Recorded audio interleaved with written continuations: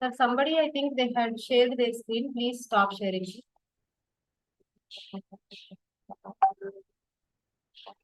For a while, please stop. Sir, somebody, I think they had shared their screen. Please stop sharing.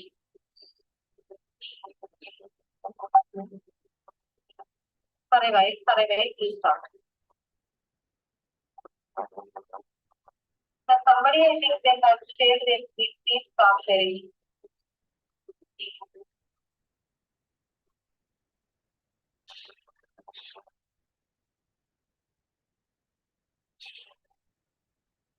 Devendra sir, now our conference is on YouTube, sir. Live streaming it is going on.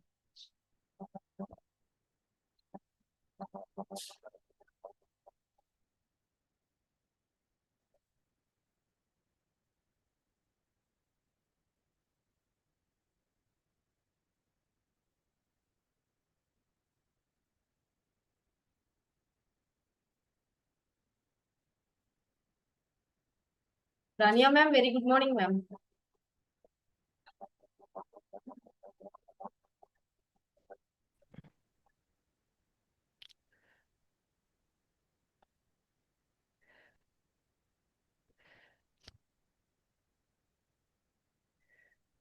Okay.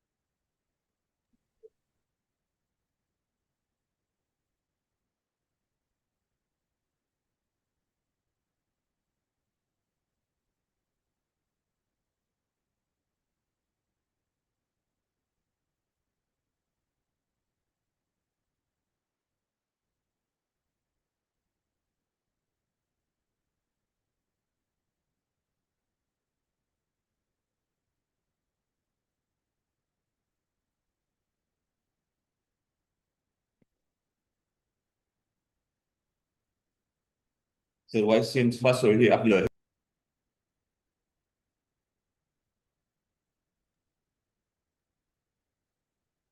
Devendra sir, now our meeting is online, sir, in YouTube also. It is going on live streaming, sir. Live stream also. Okay, ma'am.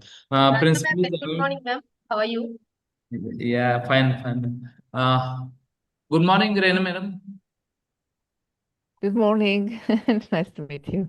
Good morning. Welcome to our conference. Thank you very much. It's an honor for me from Greece and from Athens.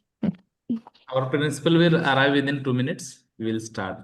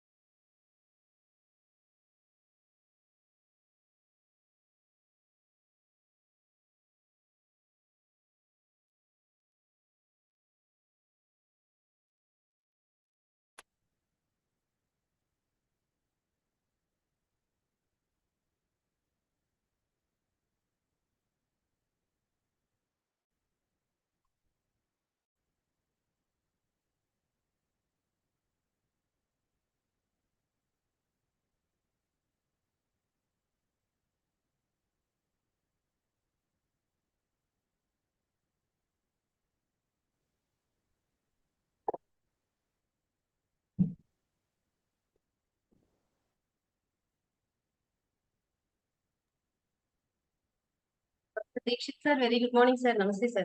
Yes, yes. Good morning, ma'am. Good How are morning. you, sir? Yes, very nice. Very nice. Thank you so much, sir. Yes. Meet our international speaker had joined, Dr. Rania Lambu, ma'am. Yes, yes. Good morning, ma'am.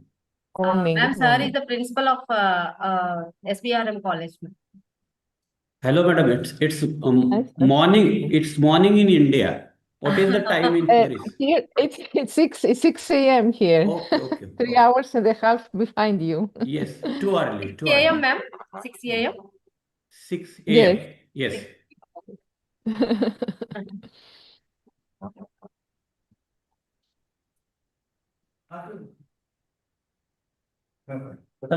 Dilip Shinde येतील त्यांच्याकडे Within few minutes we are going to start. Jadhav sir is arriving also. Yes. यार phone करो थोड़ा पैसा भेजे दो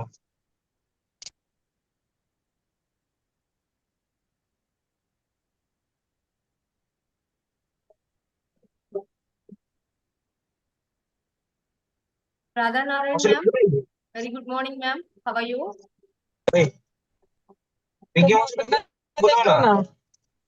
बुलाओ ना बाबू लोग यार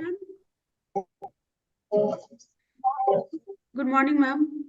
Dr. Soni Sidvi, ma'am. Hello. Good morning, ma'am. How are you? बोलो पहले Good morning, ma'am.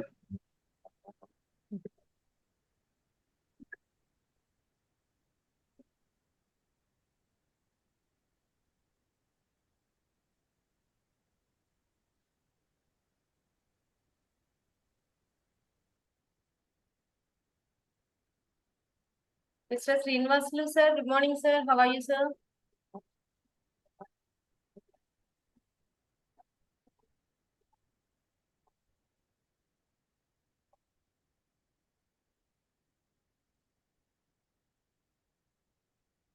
Devender, sir, could you please check with anybody whether YouTube is going on? YouTube live streaming is going on?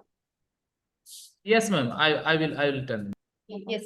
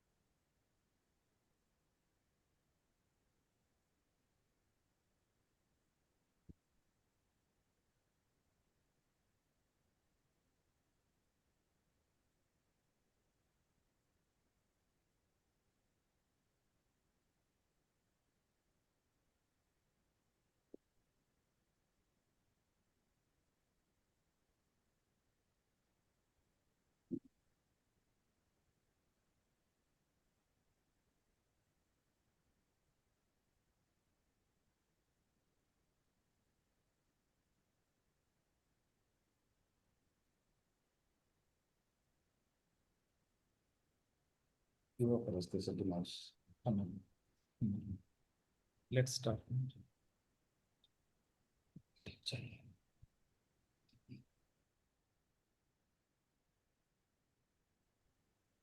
Hello, Ranori sir.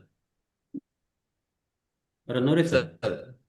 Should we Yes, start Jadhav now? sir has yes, Jadhav sir has arrived. Now we are going to start. Welcome all the dignitaries on the dais of international conference to be held at going on at Sbrm College, Musford on digital mode. First of all, I summon our principal to lighten the welcoming lamp. I ask permission to share the screen, ma'am.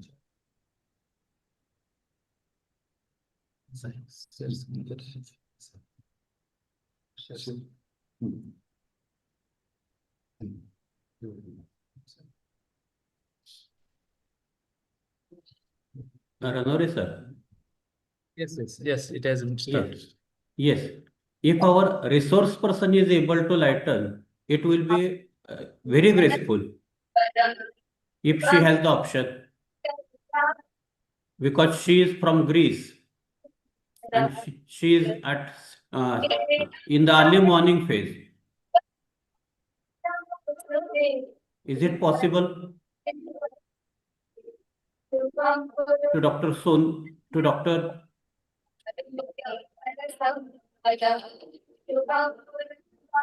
Hello.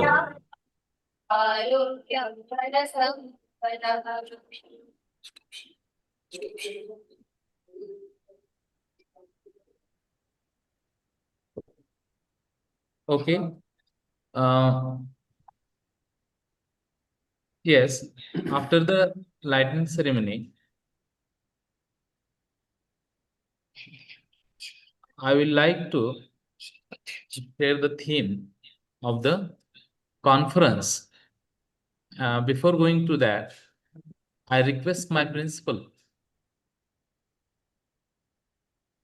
Professor Dr. Dikshit Sanjay, To give a welcome speech. Hello. Am I audible, sir? Yes, sir, you are audible. Yes, yes. Okay, okay. Hello, good morning, all the dignitaries present on this virtual platform today. It gives me immense pleasure to welcome the distinguished resource persons, the session chairpersons, and all the delegates across the globe who are present or are going to be present throughout the day. Today's one-day international e-conference is a joint venture between Srimant Bhaiyasaheb Rajamane Mahavidyalaya Mahswad, Maharashtra, India, and our very renowned academic partner, Sidvi Foundation. On our side, 3 language departments, especially Marathi, Hindi, and English, are organizing this event in collaboration. It is the first attempt of this type in our college itself. Hence, I congratulate all the faculty members as well as Sidvi Foundation for this wonderful initiative that we have taken. Being the principal of the college, it is my duty to congratulate all the people. I must mention the support and cooperation given by the management Fulton Education Society Fulton and especially Dr. Aruna Nakkela madam from Sidvi Foundation, because since last 2 years it is our we have started such collaborative activity and she has been providing every kind of support to us. Established in 1997, our college has been consistently pursuing many academic activities for overall progression of the students as well as our faculty. The language departments are trying their best to inculcate literary values among students and faculty members. Friends, today is 27th of February, which is celebrated as Marathi Bhasha Gaurav Din in the memory of veteran Marathi author V.V. Shirvarkar, alias Kusumagraj, who was a poet, dramatist of great merit.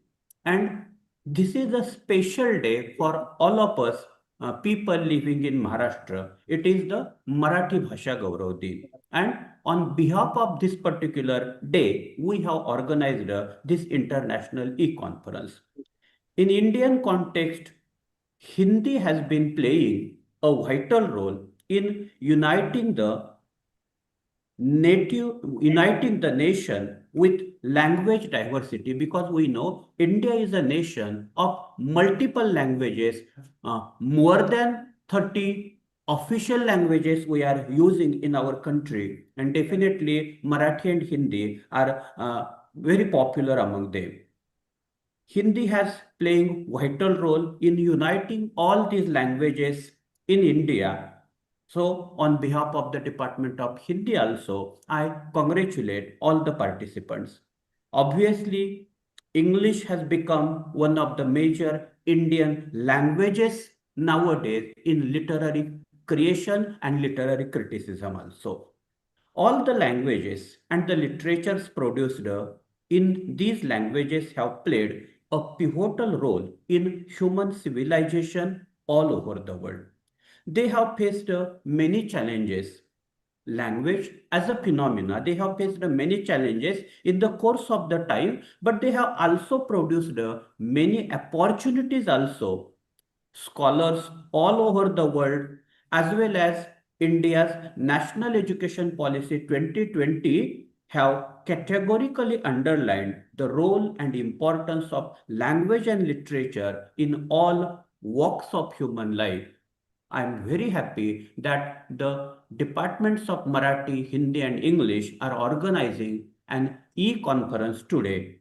I hope today's conference entitled Navigating the Challenges and Opportunities in Literary Creation and Comprehension will shed a light on many contemporary issues which are being deliberated all over the world nowadays. It will open many new opportunities to the participants and delegates as well as faculty members like me. I welcome and congratulate all the concerned for this academic pursuit. I am also eager to listen the distinguished scholars from different Indian states as well as from other countries also. Especially, madam, she has been waiting for us from Greece. It is our opportunity to listen her today at this early morning. Once again, thank you all for providing this opportunity to our college. Thanks.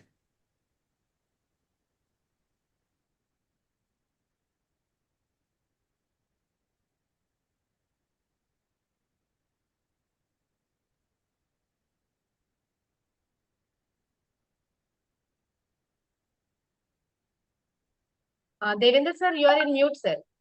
Please unmute yourself.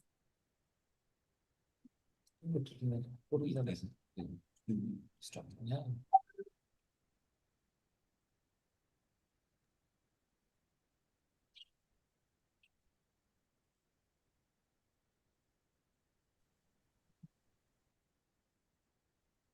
Yes. Stop.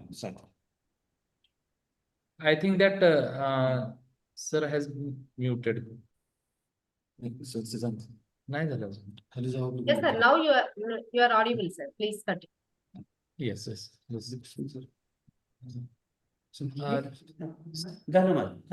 Dikshit sir. Yes. Now I hand over the anchorship to our madam. Yes, to continue or proceed for the further processes. Yes, Yes, sir. sir. Thank you so much, sir. Yes, sir. Namaskar to one and all. A very warm good morning to one and all here, whomever joined over here. Sidvi Foundation, Sidvi Society for Research and Development, SSRD, combinedly in collaboration with Paltan Education Society, Srimant Vaisya Rajmane Mahavidyalaya Maswad, combinedly organizing international conference on navigating challenges and opportunities in literary creation and comprehension. Contemporary Perspectives on Language and Literature 2026. Actually, this Sbrm College Language and Literary Association and Icncolcc had given their utmost cooperation to make this day as auspicious from the Maharashtra, as this is the Marathi Day, Regional Language Day. So we had thought to organize one conference on languages also. Sidvi had done one attempt, a new attempt on this. Thank you so much for all the organizing team from the college for giving me such a wonderful opportunity.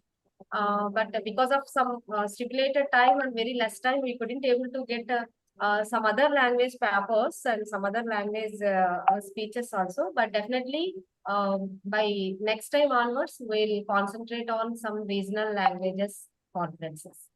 And on this auspicious occasion, I wish to invite Professor A. Srinivasrao sir, Senior Science and Technology Scientist at AVR Studios, Bethesda, MD. Sir is the godfather of Sidvi Foundation and SSRD and Honorary Advisor to the Sidvi Foundation. A very warm welcome to you, sir. And I would like to invite Sahiti Sri Prakasrao Kollaram sir, Richmond, USA. Sir is cyber security expert from USA. A very warm welcome to you, sir. Sir is also one of the advisory for Sidvi Foundation. And another educationist, Dr. Dixon Adams, sir. I would like to invite Dr. Dixon Adams, sir, Educational Innovations in Science and Technology, Kwame Nkrumah University of Science and Technology, Ghana. Next, I would like to invite my heartfully to my friend Dr. Rania Lapo ma'am, STEM instructor and researcher, Greek Ministry of Education, Religious Affairs and Sports from Greece. Having this moving encyclopedia, nothing but Rania ma'am is a moving encyclopedia. Having ma'am in our conference is especially, definitely it's an auspicious occasion to all of us. Thank you so much, ma'am. And I would like to invite Professor Jaladi Ravi sir, Principal, College of Arts and Commerce, Andhra University, Visakhapatnam, Andhra Pradesh. Next, I would like to invite Mr. Nagbabu Abraju sir, President SSRD, Hyderabad. A very warm welcome to you, sir. Dr. Radha Narayanan, Assistant Professor, PG Department of English, CM College from Bihar. A very warm welcome to you, ma'am. Dr. Soni Sharma, ma'am, Assistant Professor, Department of Philosophy from Bihar. A very warm welcome to you, ma'am. Dr. Jagdish Dinakar Shave, Head of the Marathi Department, Sbrm, Narsapur, Pune. Sorry, Shankar Rao Bhalke Mahavidyalaya, Narsapur, Pune. A very warm welcome to you, sir. And Dr. N. Solomon Benny, sir, Head of the Department, Chairman, PG, BOS and Sanskrit, Associate Dean for Branding and Media from Andhra University, Visakhapatnam. A very warm welcome to you, sir. Dr. Raju CP, sir, Associate Professor and Head of the Department, Department of Hindi from Kerala. A very warm welcome to you, sir. And I would like to extend my heartfelt invitation to our guest of honor, Mr. Srinivasulu M. Assistant Professor and HOD, Department of English, Government Engineering College, Karwar, Karnataka. A very warm welcome to you, sir. And I would like to invite all the college team, principal, sir, Dr. Sujit Jadhav, sir, Dr. Devendra, sir, and other organizing team and college teaching and supporting staff. And not last but not least, all the participants, presenters, and visitors of this conference.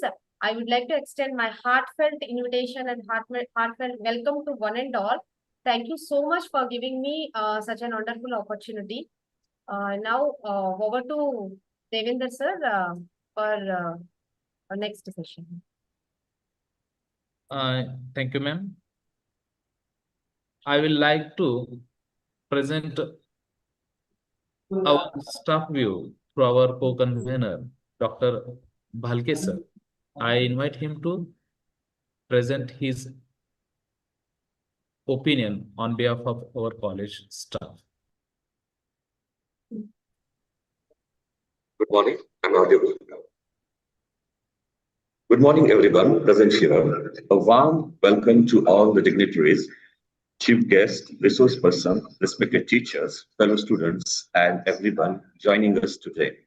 I am Assistant Professor Dr. Bhalke, the co-convener of today's one-day international e-conference on navigation challenges and opportunities in literary creation and comprehension regarding contemporary perspective in language and literature. ఇంకే నేను చదివిన తల్లి పెట్టుకోవడం మళ్ళీ పుస్తకం అయిపోతుంది ఎంత time పడుతుంది ఈయన ఎప్పుడు ఇస్తాడో నాకు తెలియదు వస్తుంది 1 day వస్తుంది కాకపోతే ఇది ఓపెన్ పెట్టినా స్క్రీన్ కొంచెం Yes, please continue, sir. Yes, please continue. Bhalke sir, you are in mute condition, sir. Please unmute, please.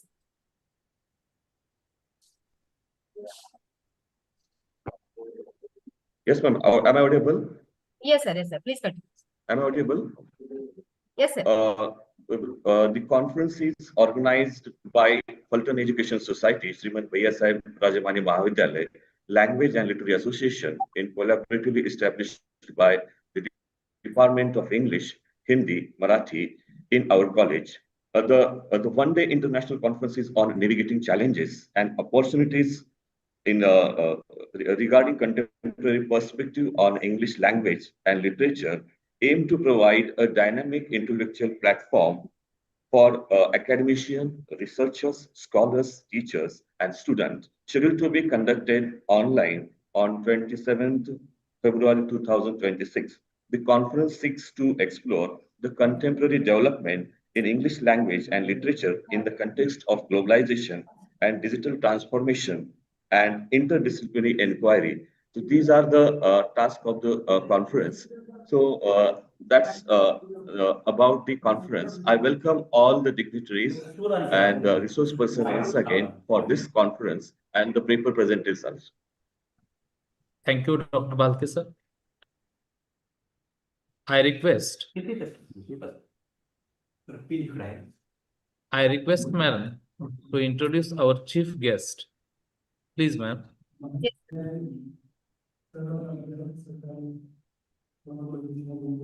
Am I audible, ma'am? Yes, sir. Sir, actually, it's the time for release of our proceedings, sir. So please allow me to share my screen to display the proceedings cover. Yes.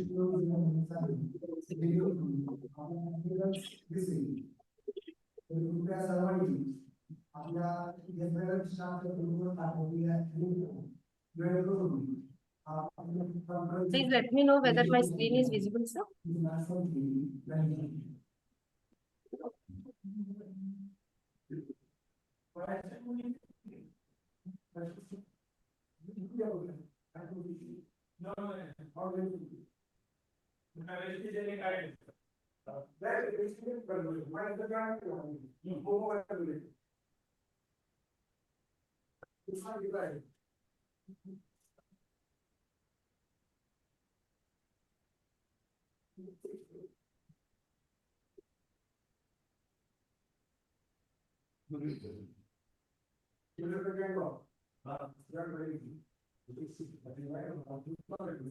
It's my pleasure to release the conference proceedings cover page on this auspicious occasion. And we are about to receive ISBN also.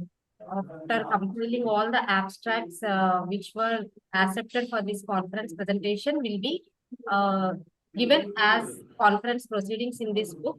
And very soon we'll go to publish this and we'll give the soft copies to all the presenters.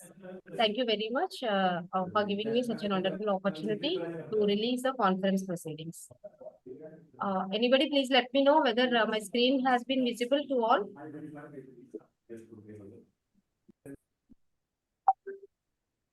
Yes, ma'am. Yeah.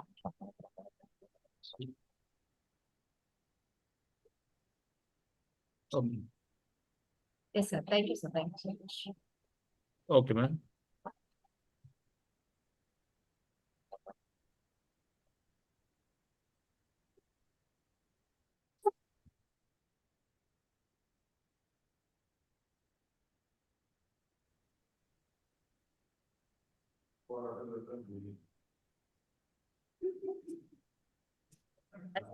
Now it's time to listen our inaugural speech by the renowned resource person and keynote addresser of today's one-day international conference on languages and literature.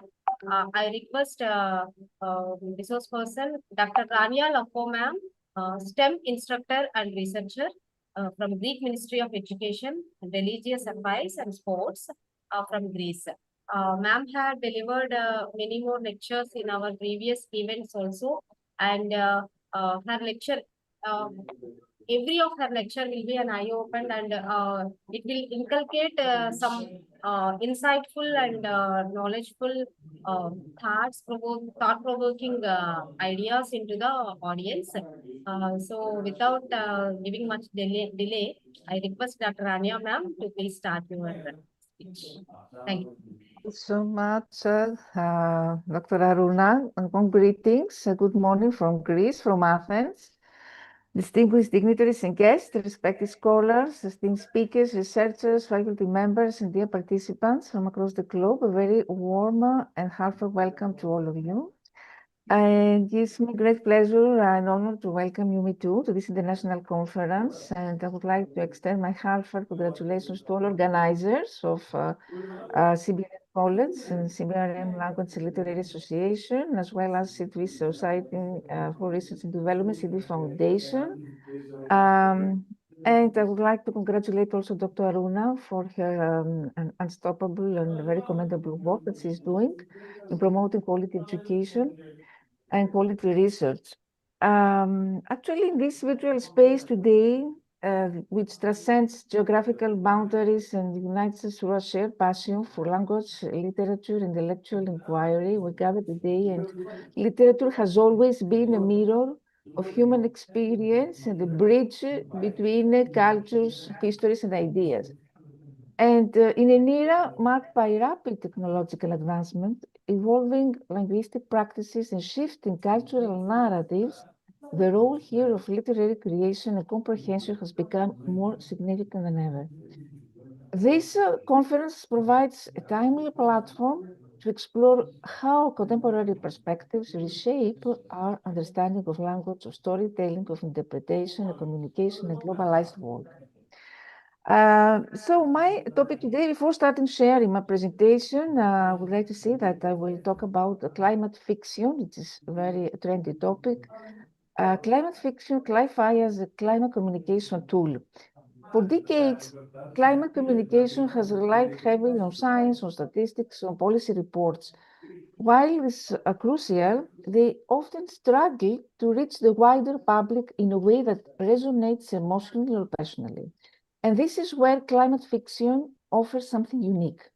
By weaving scientific realities into compelling stories, it brings the abstract closer, the distant nearer, and the unimaginable vividly alive. It helps us feel that what the data cannot always show, the human cost, the ethical dilemmas, and the possibilities for resilience and change. Emerging strongly within English language literature, Cli-Fi has become a significant cultural space where writers imagine possible climate futures and reinterpret present environmental crises. English language authors have played a particularly influential role in shaping the genre, using speculative, literary, and popular fiction to explore themes like ecological collapse or adaptation, migration, and social justice.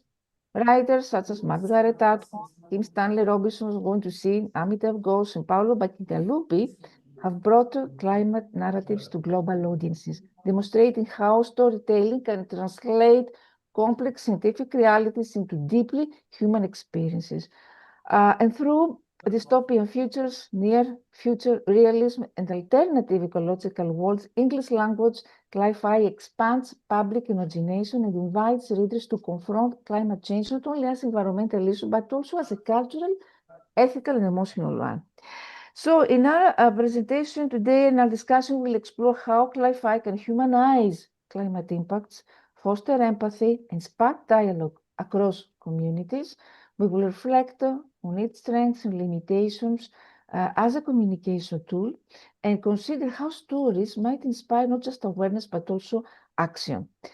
Now, welcome once again, and I will start sharing my presentation.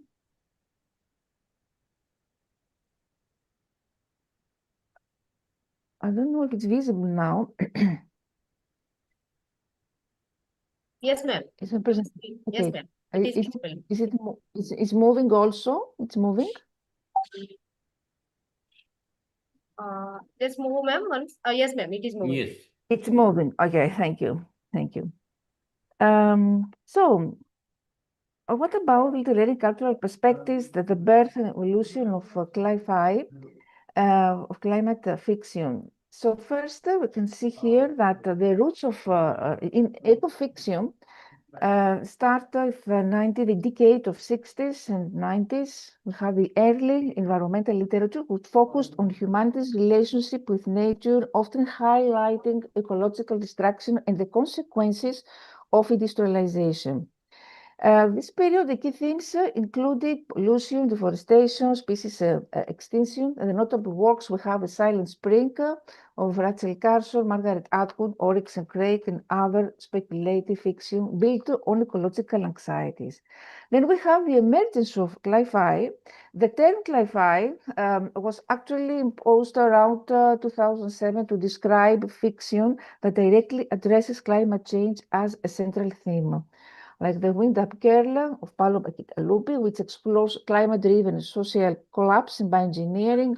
Flight Behavior also by Barbara Kingsolver, which shows the human ecological consequences of shifting climate patterns. And Cli-Fi becomes a distinct genre 2010 until now, It's a recognizable gender because it's something that includes near future narratives, and it emphasizes a human experience of climate change on ethical, political dimensions, interdisciplinary storytelling, how we can blend science, we're going to see technology and sociology. And recognition has also grown through literary prizes, academic studies, and adaptations into film, VR, also AR, games, etc. So the contemporary trends show that now we talk about intersectional issues. Also, Cli-Fi has to do with intersectional issues such as environmental justice, gender inequality. We have new technologies, emerging technologies, which expand the reach and immersive potential of Cli-Fi through VR, and AI, and the globalization of this genre, which is bringing new Western voices also to the forefront, challenging earlier Western-centric narratives. So in essence, we can say that Cli-Fi evolved from general ecological storytelling to a genre which is explicitly tackling climate change, blending scientific insight with human-centered narratives to engage readers emotionally, intellectually, and ethically. Now, we have dystopia, Cli-Fi collapsed narratives, which focuses on catastrophic consequences of climate change. And here the emphasis focuses on urgency and ethical dilemmas. Examples: the water knife, light behavior. The purpose here is to shock readers and motivate them how to raise awareness. Actually, here is the goal, and explore moral responsibility. Then we have a hope-driven Cli-Fi, solar punk, but how we call solar punk, and some examples, some Volta, stories of solar punk and speculation anthology. The purpose here is how to inspire action and counter climate despair. It's something that imagines technologically innovative futures. And the spectrum, because ways many works actually are engaged in the middle ground, combining warnings with visions of adaptation and resilience. So we can say that here, this range makes Cli-Fi a versatile tool for education, for advocacy, cultural engagement. And what about myth-making? Myth-making is about creating stories that convey always cultural values, fears, and aspirations. Historically, we know that myths help societies understand natural forces in human behavior. Now, with climate fiction, speculative fiction, this can turn abstract science into lived emotional narrative experience. Speculative fiction as a climate imagination tool. Think about catastrophic issues, futures. We can show what happens if we fail. So this acts as a cautionary tale. Functions like a modern myth warning us of hubris, ecological imbalance, or moral failure. Other aspect, workable, desirable futures, because climate fiction sometimes offers visions of resilience, adaptation, and technological social solutions. So creates aspirational myths, giving people hope and modeling behaviors for a sustainable future. Reshaping collective climate imagination, how this happened, because through characters, words, and speculative scenarios, fiction makes climate change emotionally tangible, sparks public conversation and imagination about solutions, and also helps bridge the gap between scientific knowledge and cultural understanding. So speculative fiction doesn't just entertain, it's about creating new climate myths that guide how we think about fear and hope for the planet. By blending cautionary tales with aspirational visions, it can reshape collective values and inspire action, much like traditional myth-shaped moral and social norms in the past. And if we think about climate change as character in some ecofiction, we have seen that extreme weather and climate change are personified or treated as active forces, almost like characters in the narrative. And this technique gives abstract environmental processes what gives emotional weight and narrative agency, making them tangible and compelling for readers. The functions, storms, so you can see heat waves, floods are portrayed with intention or personality, shaping the story's conflict. For example, Water Knife, we can see Drotto. Drotto functions almost as a looming, relentless antagonist. The symbolic representation, because climate change often embodies social anxieties, moral consequences, or human hybrids. For example, in flight behavior, shifting butterfly migration patterns reflect disruption in ecological balance and human responsibility. Of course, emotional engagement, because by making climate phenomena feel alive, readers can empathize with the planet or fear the consequences, heightening the story's emotional impact. The moral and ethical framing, because treating the planet or weather as an actor, it's something that emphasizes the ethical stakes of human decisions, framing environmental neglect as a dialogue between humans and nature. And narrative techniques, anthropomorphism, assigning human-like traits to storms, to heat, the agency, depicting natural forces as actively shaping plot events, not just setting, and voice perspective, because some narratives give climate or weather a voice, either literally or metaphorically, as a narrator or silent observer influencing human action.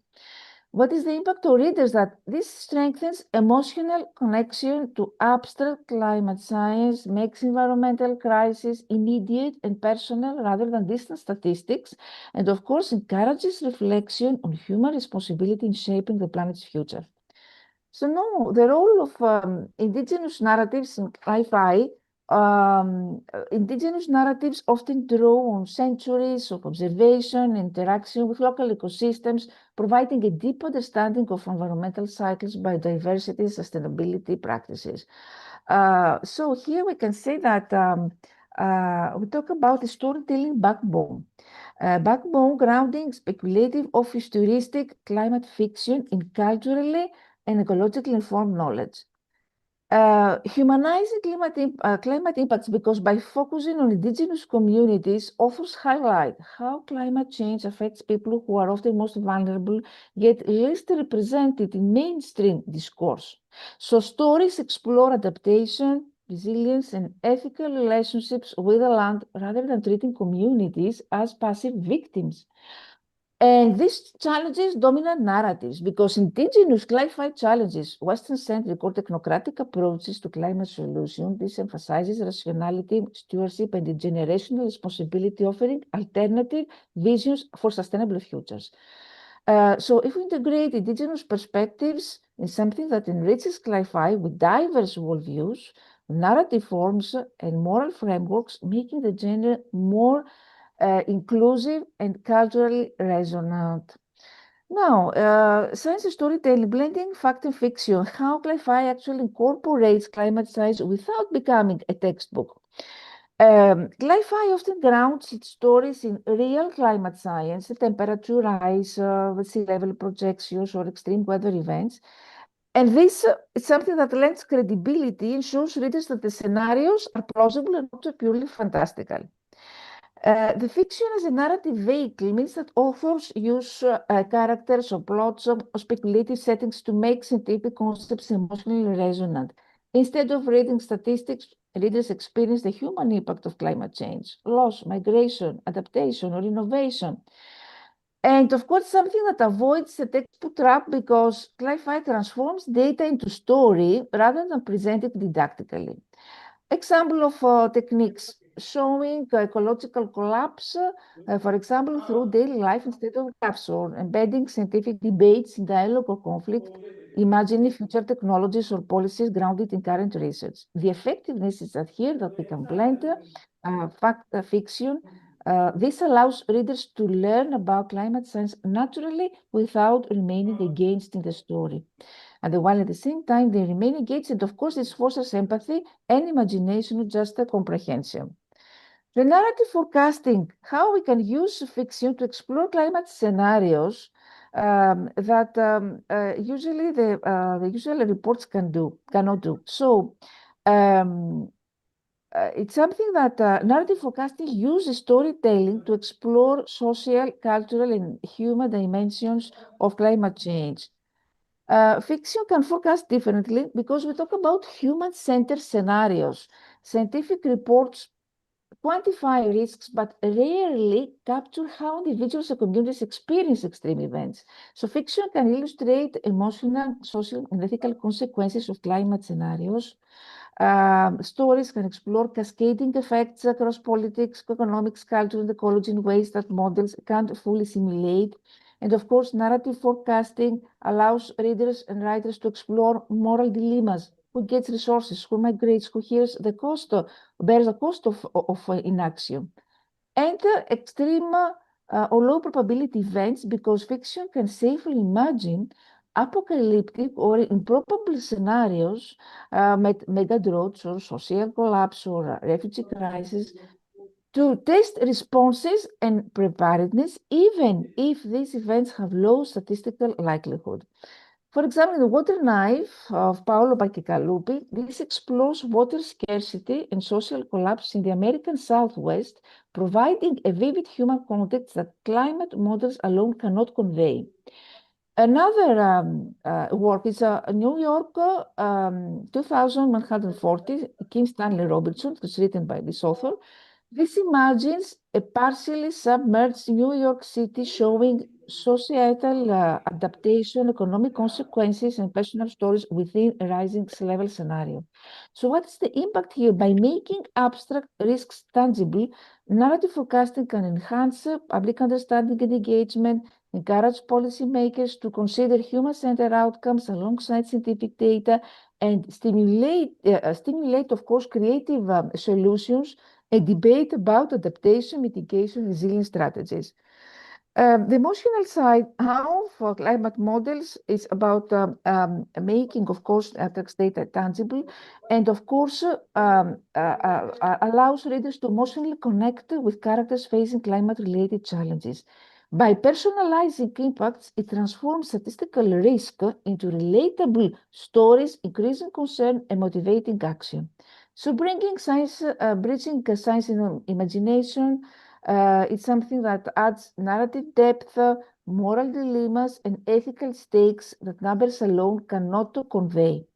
This emotional lens helps audiences understand not just the what of climate change, but the why it matters to human lives.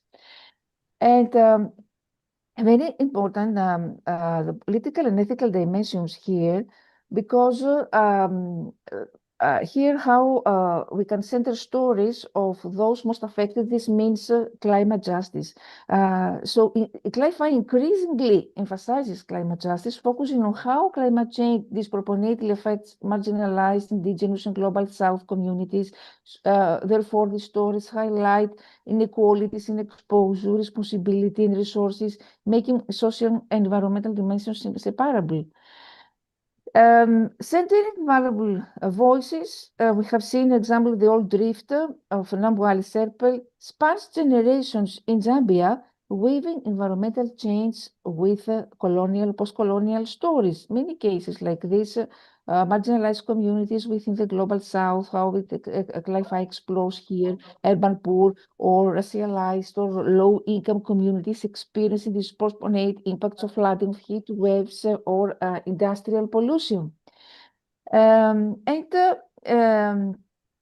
The ethical political dimensions, because this highlights responsibility and accountability. Who contributes most to climate change and who bears the consequences finally? So it explores structural injustices, economic, racial, and gender inequities that intensify climate vulnerability. The stories tell strategies, first of all, multiple perspectives. Narratives often interweave voices from diverse backgrounds to showcase systemic inequities. Climate impacts are connected with poverty, migration, health, and labor conditions. Stories depict how affected communities adapt, protest, and innovate in the face of systemic injustice. And of course, this raise awareness inspires policy and activism that prioritize vulnerable populations rather than only technological or market-based solutions. The coloniality of climate narratives. The patterns here we can see of erasure and power, because the dominance of Western-centric storytelling reinforces historical patterns of colonialism, where some groups' experiences are prioritized while others are treated as background or statistics. This affects whose stories are considered universal or important in shaping climate discourse. So, opportunities for inclusive storytelling, Li-Fi can challenge this coloniality by centering marginalized voices, valuing local knowledge, and imagining futures shaped by diverse communities. So, doing so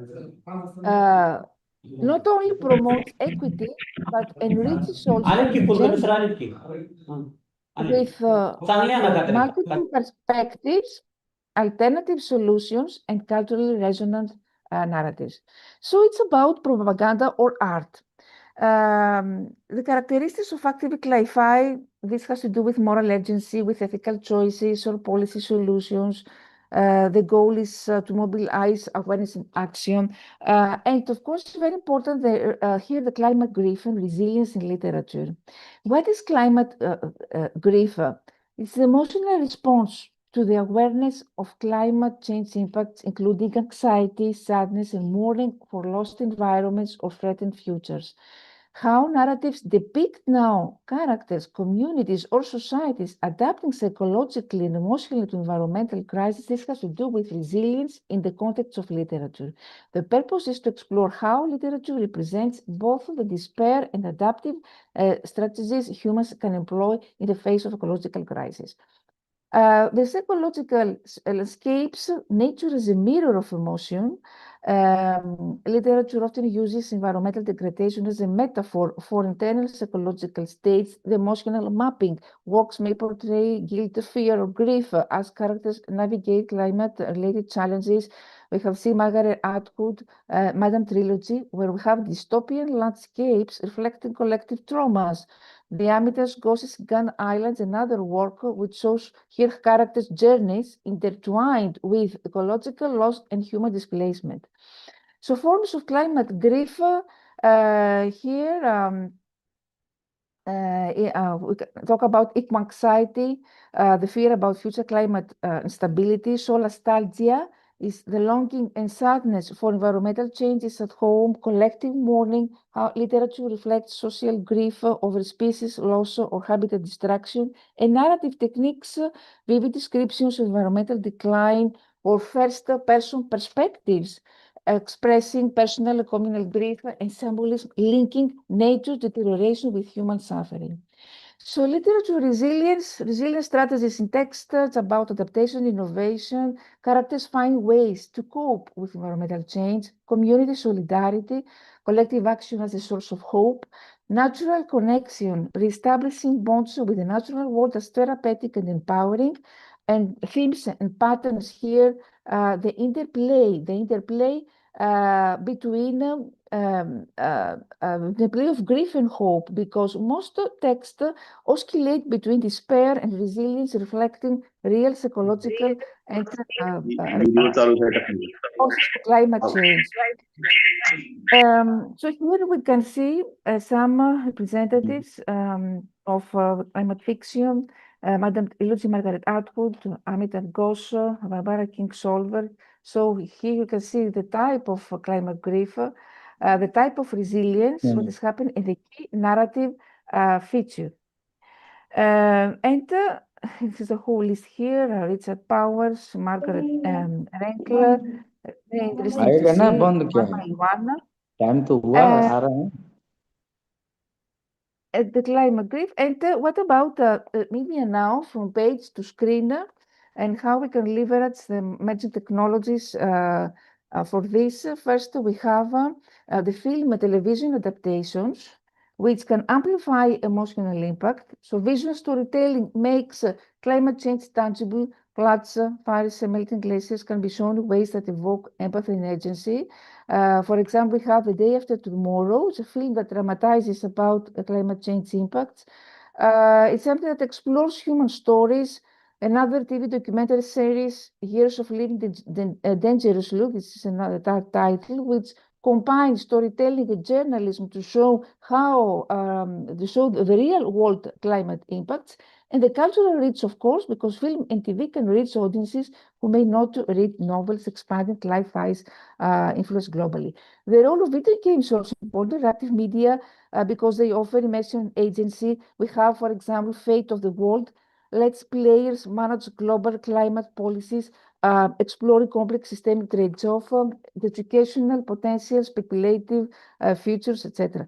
Of course, there are challenges and considerations, and how to maintain a narrative nuance, the audience interpretation, and here we can see also the interactive climate fiction, how we can use VR, AR, in order to promote immersion and empathy. The narrative mechanism in immersive media has to do with multisensory hearing engagement, embodied storytelling. For example, Solar Walk VR, it's interactive exploration of planetary systems affected by climate change. AR, world interaction, we have overlaying climate narratives on real spaces. Augmented reality here can transform local environments into sites of storytelling, showing, for example, rising sea levels in a city park. Gamification have apps which can teach users about energy consumption, biodiversity loss. For example, EcoLens AR visualizes pollution or species loss in users' immediate surroundings. Themes is about agency responsibility, always future forecasting and blending art and science. So the challenges here have to do with accessibility, of course, emotional overload, design limitations, etc. So immersive climate fiction experiences, AI Storm inside the Amazon, some examples, the Green Planet AI experience, and some additional noteworthy projects. We have Future Coast, interactive storytelling project which involves fictional voicemails from the future, known as Raw Facts. Lookout 360 degrees, it's a 6-month media support program for journalists who want to create immersive stories on climate change. Empathy enhancement. So studies indicate that embodying avatars can foster empathy. Of course, it's about behavioral impact, according to studies, because this can promote pro-environmental behavior. The social media in narratives, because here we have seen how Clarify has to do with all these strategies that I mentioned before. The climate horror is another chapter, which is interesting to see. Here we have a horror, a body horror, the purpose, all this of these presentations of this eco-fiction. The case studies and comparative analysis, for example, here you can see one by one how Octavia Butler, Kim Stanley Robinson explore these themes in terms of how they approach the climate futures, in terms of tone and style, and in terms of narrative fiction. So here you can see, for example, Octavia Butler, it's about a human scale dystopian survival. This the approach. On the other hand, Kim Stanley Robinson has system scale solution focused and more pragmatic. In terms of tone, the first one is dark research, and the other one is optimistic. For the first one, themes are equality, adaptation, the other one, climate mitigation. In terms of narrative action, first one, climate exposes human and social flaws, the other one motivates action and solutions. Difference between climate novel, climate documentary, it's about emotional engagement, cognitive impact, audience reach. The Clarify around the world, here you can see Latin America, in Asia, speculative fiction writers in Africa, also global perspectives. It's about Latin American narratives, Asian sci-fi perspectives, African and Afro-diasporic voices. So notable works, initiatives, Imagine 2200, the Ministry for the Future by Kim Stanley Robinson. Very important, Clarify as a climate communication tool, which is the topic today, because this, of course, can expand audience. It can help with emotional engagement. And of course, the cultural influence also is important because stories can actually shape collective imagination and social norms.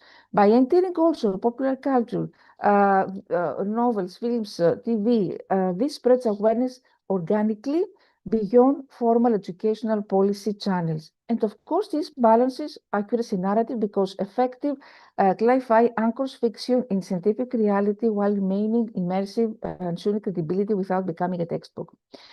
So climate fiction differs from traditional environmental literature because they have different focus of concern, different temporal orientation, different narrative strategies. Of course, here we can see the traditional environmental literature. Some representatives, Henry, David Thoreau, Rachel Carson, Anne Dillard, in climate fiction, Atwood, Octavia Butler. Actually, Cli-Fi can change how we think about climate change and how not only how much we think about it.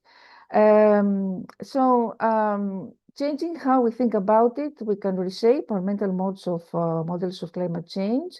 And instead of thinking of climate change as a future problems, we can frame it as part of human stories, display it, inequality, resilience. We can challenge assumptions. That technology will save us, climate change is only an environmental issue, etc. So all these speculative scenarios help us in order to think about more these four questions and issues. The most ecological impact is evident. It's about hope, despair, retention, or impact. So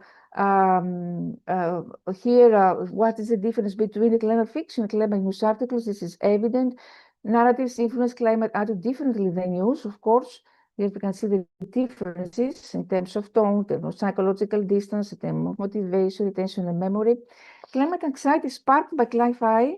Of course, both in constructive or paralyzing way. Constructive dimension has to do with awareness, urgency, and empathy, but on the other hand, we have the paralyzing dimensions like overwhelming fear, etc. So here, the risks that we can mention in using fiction to communicate complex climate science have to do with oversimplification, sometimes exaggeration, distortion, or if we adopt a selective focus, if we blur facts and fiction, when there is an emotional overload, cultural and logical bias.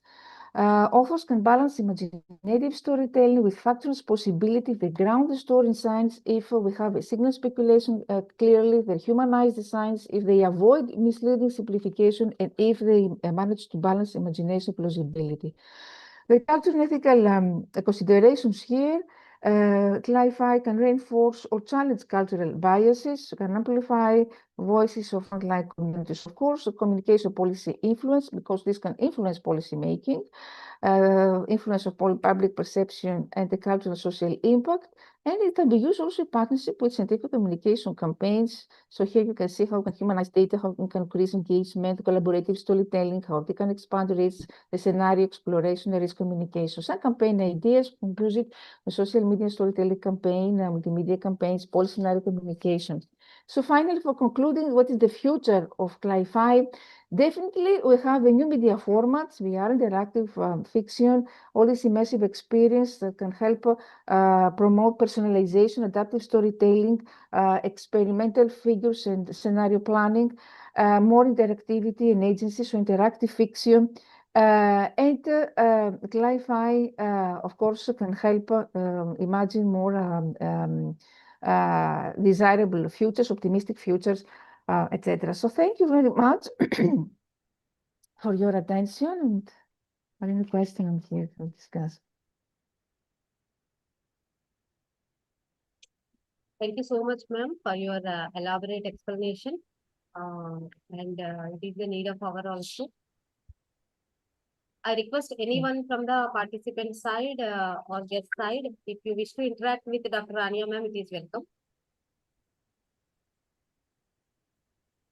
Thank you. Yes. Anybody please wish to interact with the Rania, ma'am?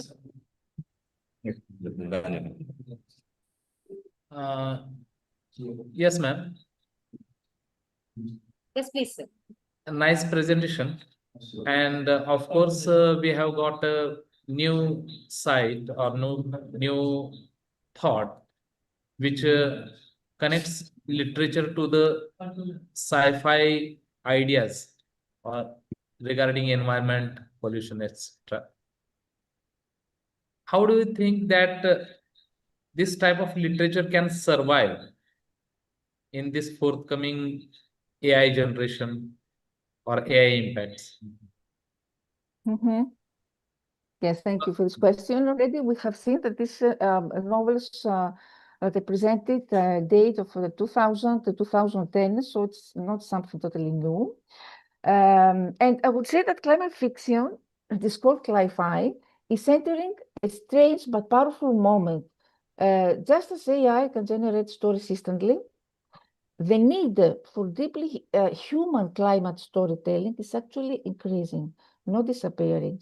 The question isn't whether climate fiction survives the generation, but how it evolves and what new role it plays. So why climate fiction still matters? Maybe more than ever, because AI can produce that quickly, but climate fiction is not only about storytelling. It does three things that AI cannot fully replace. It helps societies imagine futures emotionally. Climate change is abstract, numbers, models, and temperature graphs, but fiction translates data into lived experience, fear, hope, loss, adaptation. Readers don't change behavior because of statistics, but they change because they feel possible futures. And climate action answers questions like, what does a flooded city look like? How do families survive a heat migration? What happens to culture when ecosystems change? So AI can simulate scenarios, but human writers give them moral meaning. So the first one is this. The second is that humans create values and AI recombines patterns. This is the difference. So AI generates stories from existing material, but climate fiction often introduces new ethical frameworks, political imagination, cultural perspectives, not yet dominant. And the strongest sci-fi works historically don't follow trends. They created new ways of thinking about humanity's relationship with nature. Human imagination leads, but AI follows. And something very important is about building collective identity. Climate change is a shared planetary experience, so stories help societies answer who are we during crisis, who is responsible, what future do we choose. These are social negotiations, not just narrative exercises. And the real threat, I could say, is not AI. It's about generic storytelling. What AI does threaten is, I could say, a formulaic fiction. If climate fiction becomes dystopian cliché or disaster spectacle or repetitive apocalypse narratives, then AI can easily replicate it. Yes, it's true. But what survives instead is culturally specific stories or emotionally complex characters or grounded local realities or interdisciplinary thinking, how we can combine science, philosophy, and politics. In other words, authenticity beats automation. And finally, how can climate fiction can thrive in the AI era? If we move from apocalypse to adaptation, early cli-fi I mentioned focused on collapse. Future cli-fi will explore rebuilding societies, climate resilience, and new economies and lifestyles. Readers increasingly want possibility, not only doom. If we become, this becomes more local and personal, human writers can explore island migration stories or urban heat survival or indigenous ecological knowledge. And specificity becomes a competitive advantage in comparison to AI because AI tends towards global averages. If we use AI as a tool as a competitor, writers can use AI for world-building simulations, for scientific translation, for multilingual storytelling. So the author becomes a director of imagination, not just a generator of text. And the new role now, remember, of the climate fiction writer is that writers shift now from primary storytellings to sense makers in this new era generation. Sense makers interpret the overwhelming climate information. They become ethical designers, so they imagine just futures, fair futures. They become emotional translators, turning science into lived reality, and future historians, they document possible paths humanity could take.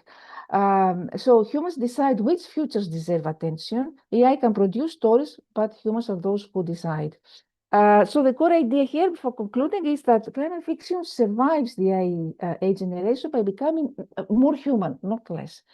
Climate fiction excels at imagination, responsibility, meaning the exact qualities the societies need when they face planetary change. I think I was clear.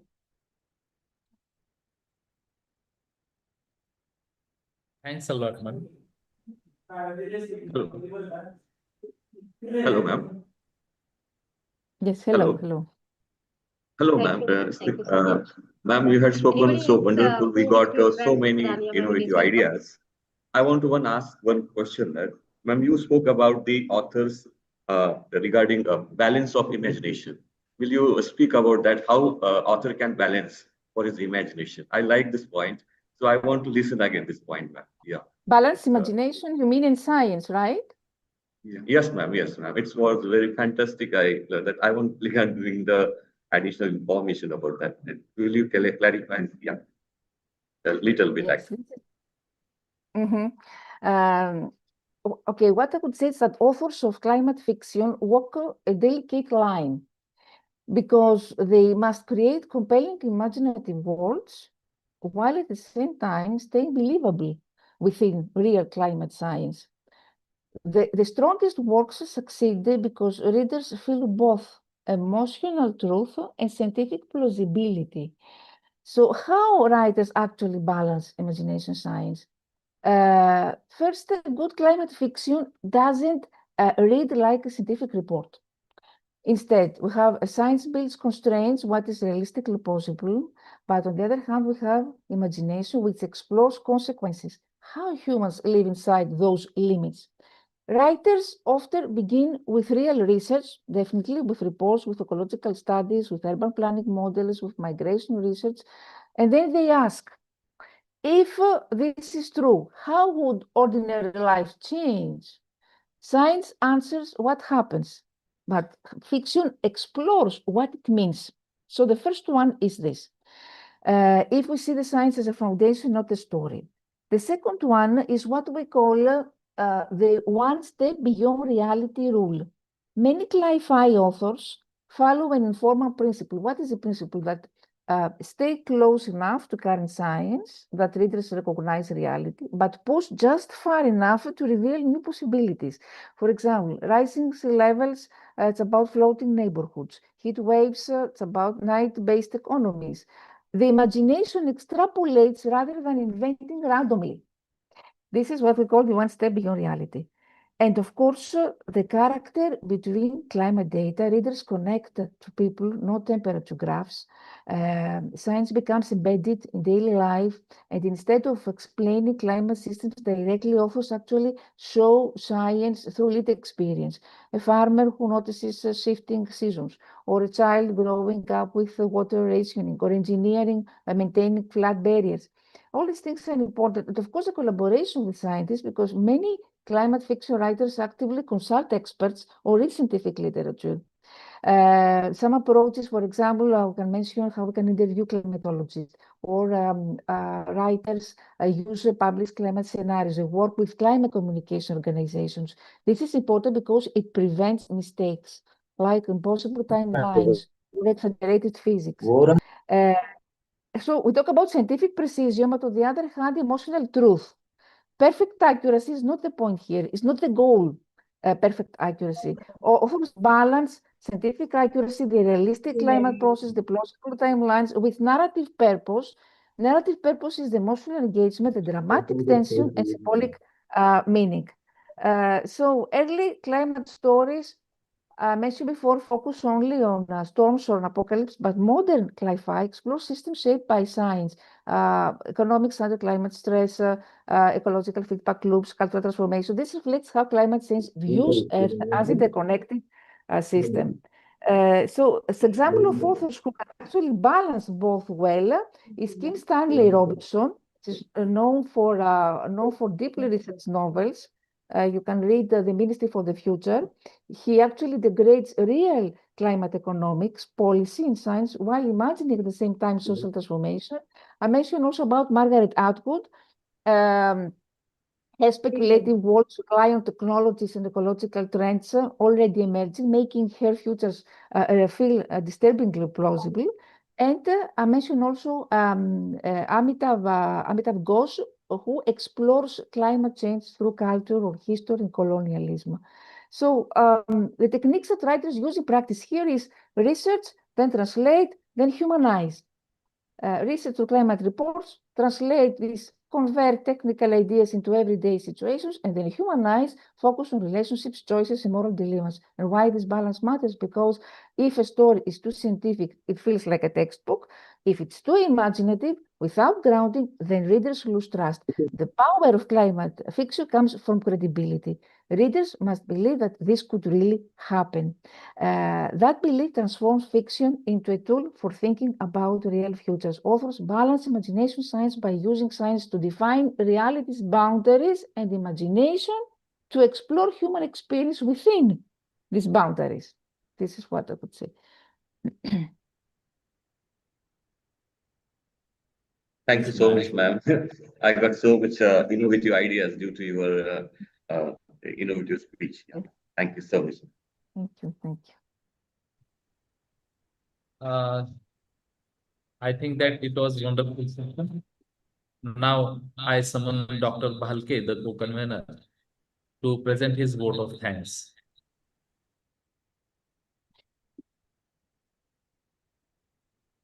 Very good afternoon to all the students and staff. I'm glad to be here, standing here to express my vote of thanks. A special thanks to our chief guest of our one-day international conference, respected Dr. Rania Lambu ma'am, who has spoken about the one of the innovative topic. And then I thank respected principal Dr. Sanjay Dixit, head of the department, Dr. Devendra Ranawre sir, and all the research scholars, dignitaries, research fellows, and all who are joined in this international conference. And special thanks to the Sidvi Foundation member, Dr. Aruna ma'am. She is the soul of this conference. Because of her, we got the chance to get these ideas, these innovative ideas. Once again, I will thank you, respected Aruna ma'am and chief guest Rania Lampu ma'am. Thank you so much, all of you. Thank you, Dr. Bhalke. I hand over the dais to Dr. Aruna madam to invite our next resource person and introduce him. Please, ma'am. Thank you, sir. Thank you so much, sir. Now I would like to invite Dr. Radha Narayan ma'am, Assistant Professor, PG Department of English, CM College, Darbhanga, Lalit Narayan Mahila University, Mithila University, Darbhanga, Bihar. Ma'am is about to give her lecture on English language and literature. And this is the I would like to welcome Dr. Radha Narayan ma'am, and I would like to hand over the mic to you, ma'am. We are all very eagerly waiting to listen from you. Over to you, ma'am. Thank you, ma'am. Thank you, respected chairperson, distinguished scholars, fellow educator, and dear participants. It is a privilege to speak on the theme Translanguaging and Multimodal English Classrooms, drawing on Indian language practices. But before that, I would thank you sincerely for providing me with this wonderful opportunity. And it is truly an honor to be part of such a beautiful organized international conference. And secondly, I would like to congratulate to you, Aruna ma'am, and your entire team for your dedication, hard work, and flawless execution. And I am deeply grateful to have been included. Thank you, ma'am. Now, I would like to proceed with my presentation. Give me a second, ma'am.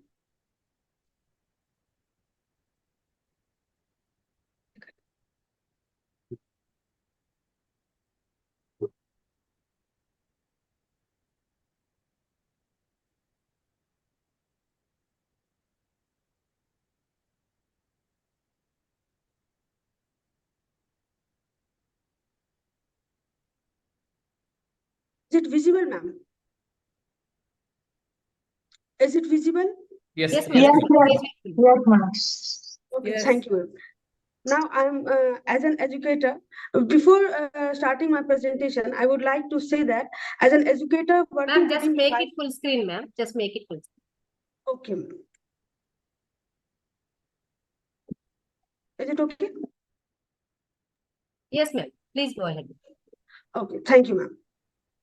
So before proceeding with my presentation, I would like to say that as an educator working within the vibrant linguistic ecology of India, we are uniquely positioned to reimagine English language pedagogy, not as a monolingual, but as a dynamic, inclusive, and culturally rooted practice. So today today I will speak it in 5 parts. Basically, I will deal this topic in 5 parts. The first will be the Indian linguistic reality. Second one will be understanding translanguaging. Third part will be multimodality in English classroom. Fourth one will be the drawing on Indian language practices, and lastly, the pedagogical strategies and the road ahead. So I'm about to start my presentation. So when we talk about India is, we may say that it is not only a multilingual, but it is a pluralical in practices. In single classroom, in either we talk about Bihar, Delhi, or in Chennai, we may encounter Hindi, Mathili, Bhojpuri, Marathi, Urdu, Bangla, Tamil, and several other tribal languages alongside English. And our linguistic culture has always been fluid, from the oral tradition of Ramcharitramanas to multilingual practice. Performances of folk theatre, from Bollywood dialogues to everyday marketplace conversation. We constantly shift across languages. This practice is not confusion, it is competence. Yet in many English classrooms, we continue to impose a silent rule, English only. And this creates anxiety, alienation, and a false hierarchy of the language.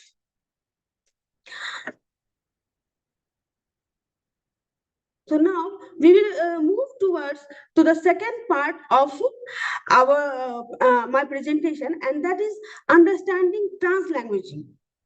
After listening the word translanguaging, the question comes in our mind that what is translanguaging, and from where does it come from? The term translanguaging has theorized by a scholar like Ophelia Gracia, who argue that multilingual speakers do not possess separate sealed language system. Instead, they have one integrated linguistic repertoire from which they draw strategically. Translanguaging is not mere code switching, it is pedagogical stance that recognizes students' home language as resource, encourages fluid movement across languages, and finally promotes meaning making over rigid correctness. In Indian context, when we talk about in India, the translanguaging is not new, it is natural. Consider when students talk about Shakespeare's work, for example Macbeth, he will think Macbeth का ambition ही उसको destroy करता है. He cannot control his inner desire. Is this a wrong English? Or is it sophisticated cognitive progressing? From the translanguaging perspective, it is a deep engagement. So when we switch to the third section, it is a multimodal English classroom. Now let us turn to multimodality, a concept that is increasingly central to the contemporary pedagogy. For a long time, language classroom privileged the written word. Textbooks, blackboards, printed notes, and formal essays dominated the learning spaces. But communication has never been purely verbal. Even before writing systems involved Humans conveyed meaning through gesture, rhythm, image, performance, languages. Therefore, it is not only verbal. So, meaning is constructed through multiple modes like speech, gesture, image, digital media, music, performances, visual symbols. So we can say that the communication is always multimodal. Even a simple classroom lecture involves voice modulation, body language, board writing, etc. The theory of multimodality was significantly developed by Gunther Kress, who argued that meaning is made through multiple semiotic resources, not language alone. According to him, each mode, either we talk about visual, auditory, or gestural, has its own affordance. In other words, we can say that some meanings are better expressed visually than verbally. Or we can also say that some are better enacted than described. For example, we can understand this by taking example that a flow chart can explain a plot structure more clearly than a paragraph. And a dramatic performance can communicate emotional tension more powerfully than summary. Or a meme can capture satire in seconds.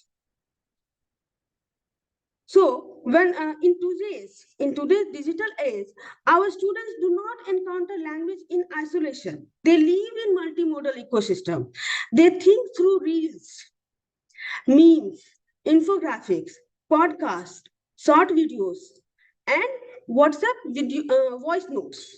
A student scrolling through social media is decoding text, images, music, captions, emojis, and cultural references simultaneously.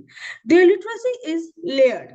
If our English classroom remains strictly textbook centered and monomodal, we disconnect from our cognitive reality.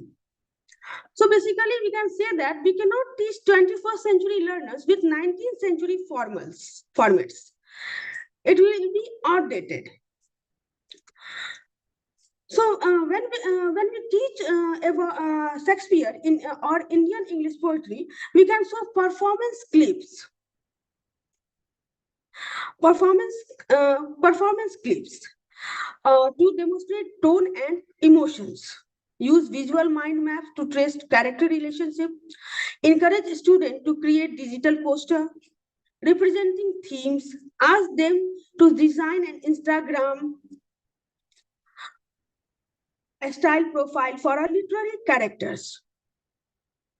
Or invite them to record podcast style reflections on a poem.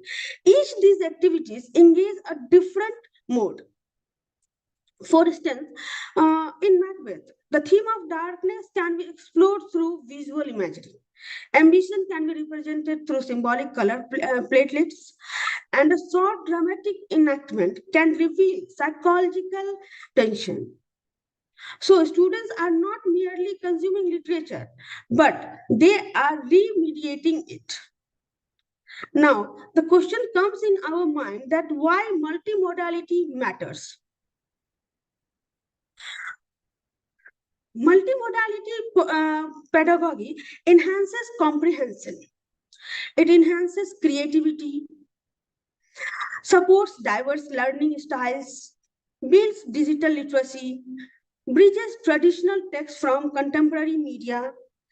So, some students may struggle with long analytical essays, but excel in visual storytelling. So, they will be more comfortable with that.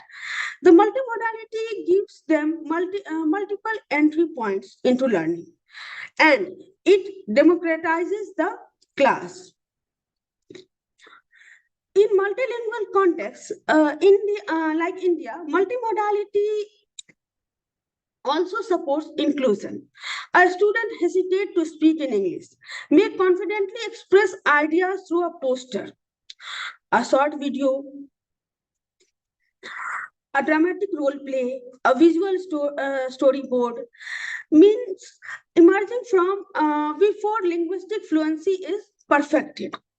This is not delusion or academic rigor. It is the scaffolding intellectual participation.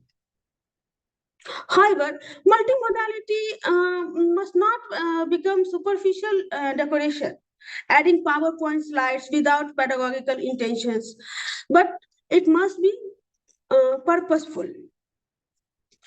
So when a student redesign a poem into graphic narratives, they are making interpretative choices. They are thinking critically. So that is a critical thinking. When translanguaging and multimodality intersect, the classroom becomes truly dynamic. Imagine a student group discussing a poem in Hindi and English, creating a bilingual digital poster, or performing a dramatic adaptations, or explaining symbolism through visual metaphors. And that is not chaos. This is layered literacy. Such a classroom mirrors Indian communicative culture, rich, performative, dialogic, and visually expressive.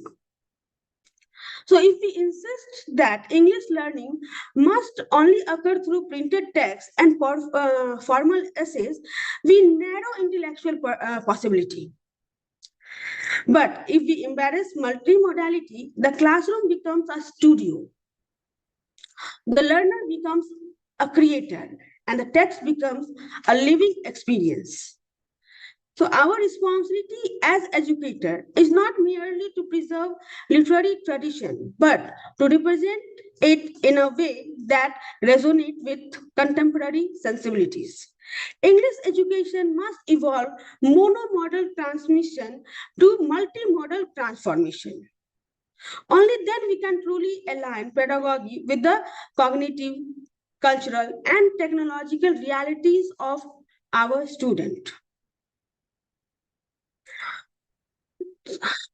So when we talk about Indian multimodal traditions and translanguaging in nature, the oral traditions can be seen clearly. Either we talk about Ram Leela or Panwani, the storytelling combines these storytellings, whether we talk about Ram Leela, it basically combines the gesture, song, dialogues, local dialect, Sanskritized phrases. Meaning emerges through performances, not pure linguistic accuracy. When we talk about bhakti poetry, poets like Kabir, Mirabai, or when we talk about Tulsidas, they all blended dialects, Sanskrit vocabulary, and local idioms. Their poetry crossed boundaries of language and caste and religion. Was that not a translanguaging? Yes. When we talk about everyday classroom, or when we talk the classrooms in Bihar, the student might read a poem in English and then he will explain it in Hindi. Then he will relate it in Mathili. Or when the student, when the classroom is of Maharashtra, then he will relate it to the Marathi proverbs and then draw a diagram and then act out a scene. And this is multimodal translanguaging in action. As a teacher of English literature, especially those engaged with Shakespeare, Indian English writing, post-colonial texts, we can use translanguaging productivity. For example, when teaching Hamlet, a student can compare Hamlet's dilemma with Arjuna's moral conflict in the Mahabharata. When teaching Indian English poetry, a student can translate metaphors into their mother tongue and analyze shifts in meaning.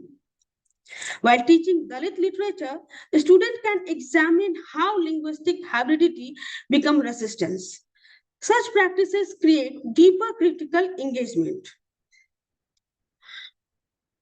When we talk about classroom realities, it is basically bilingual. All students are allowed to generate ideas in any language before structuring them in English, and they can write reflections mixing English and home language, gradually refining into academic English.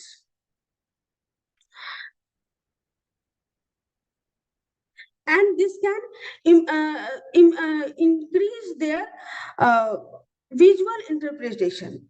And this visual interpretation can be increased only not only through essays, but through posters, mind maps, dramatic enactments, digital storytellings.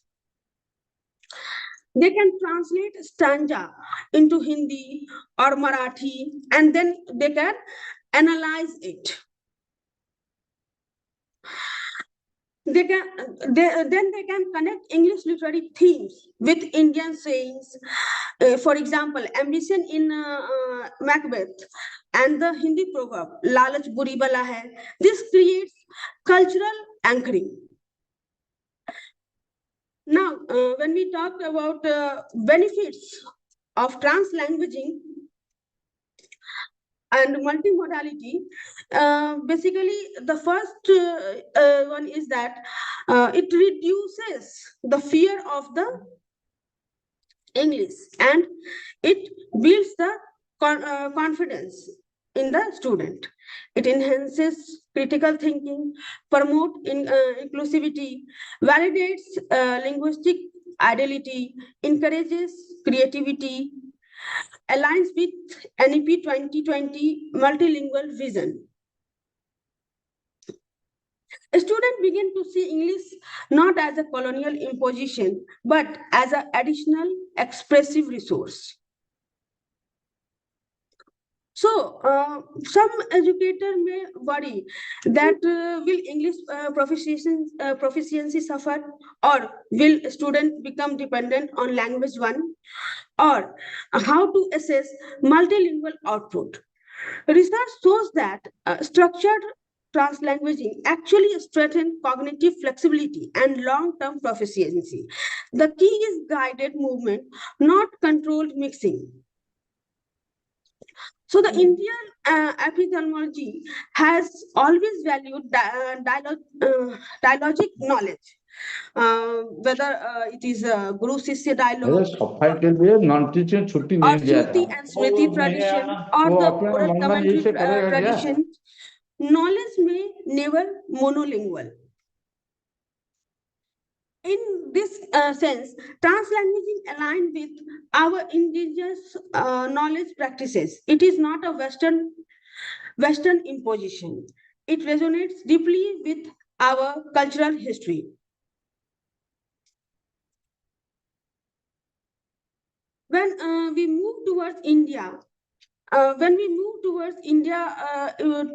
India in 2047, we must ask: do we want English classroom that silence home languages or produce hesitant speakers, or the classroom that celebrates linguistic diversity and produce confident global citizen rooted in local identity?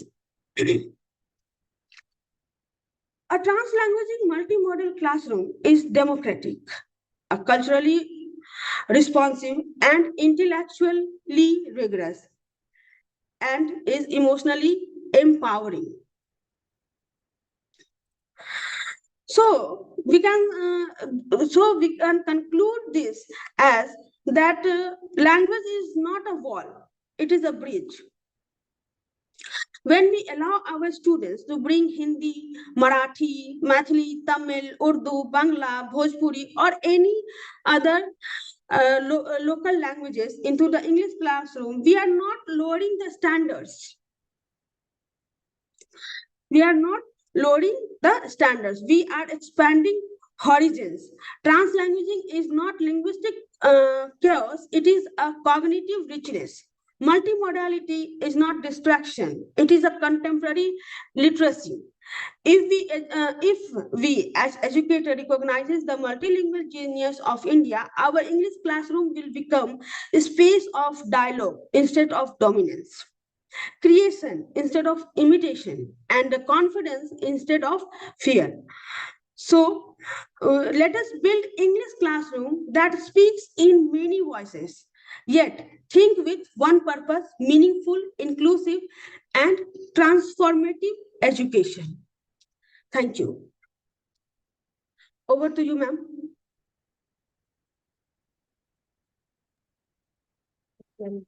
Thank you so much, ma'am, for your elaborative explanation. I request anyone from the audience side wish to interact with Dr. Radha, ma'am. It is welcome.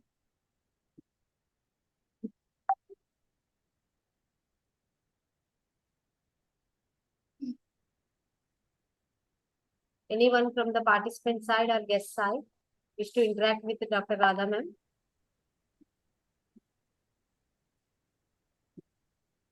Radha ma'am, good morning. Good morning, everybody. Good morning, all the members. Namaskar. Good morning, ma'am.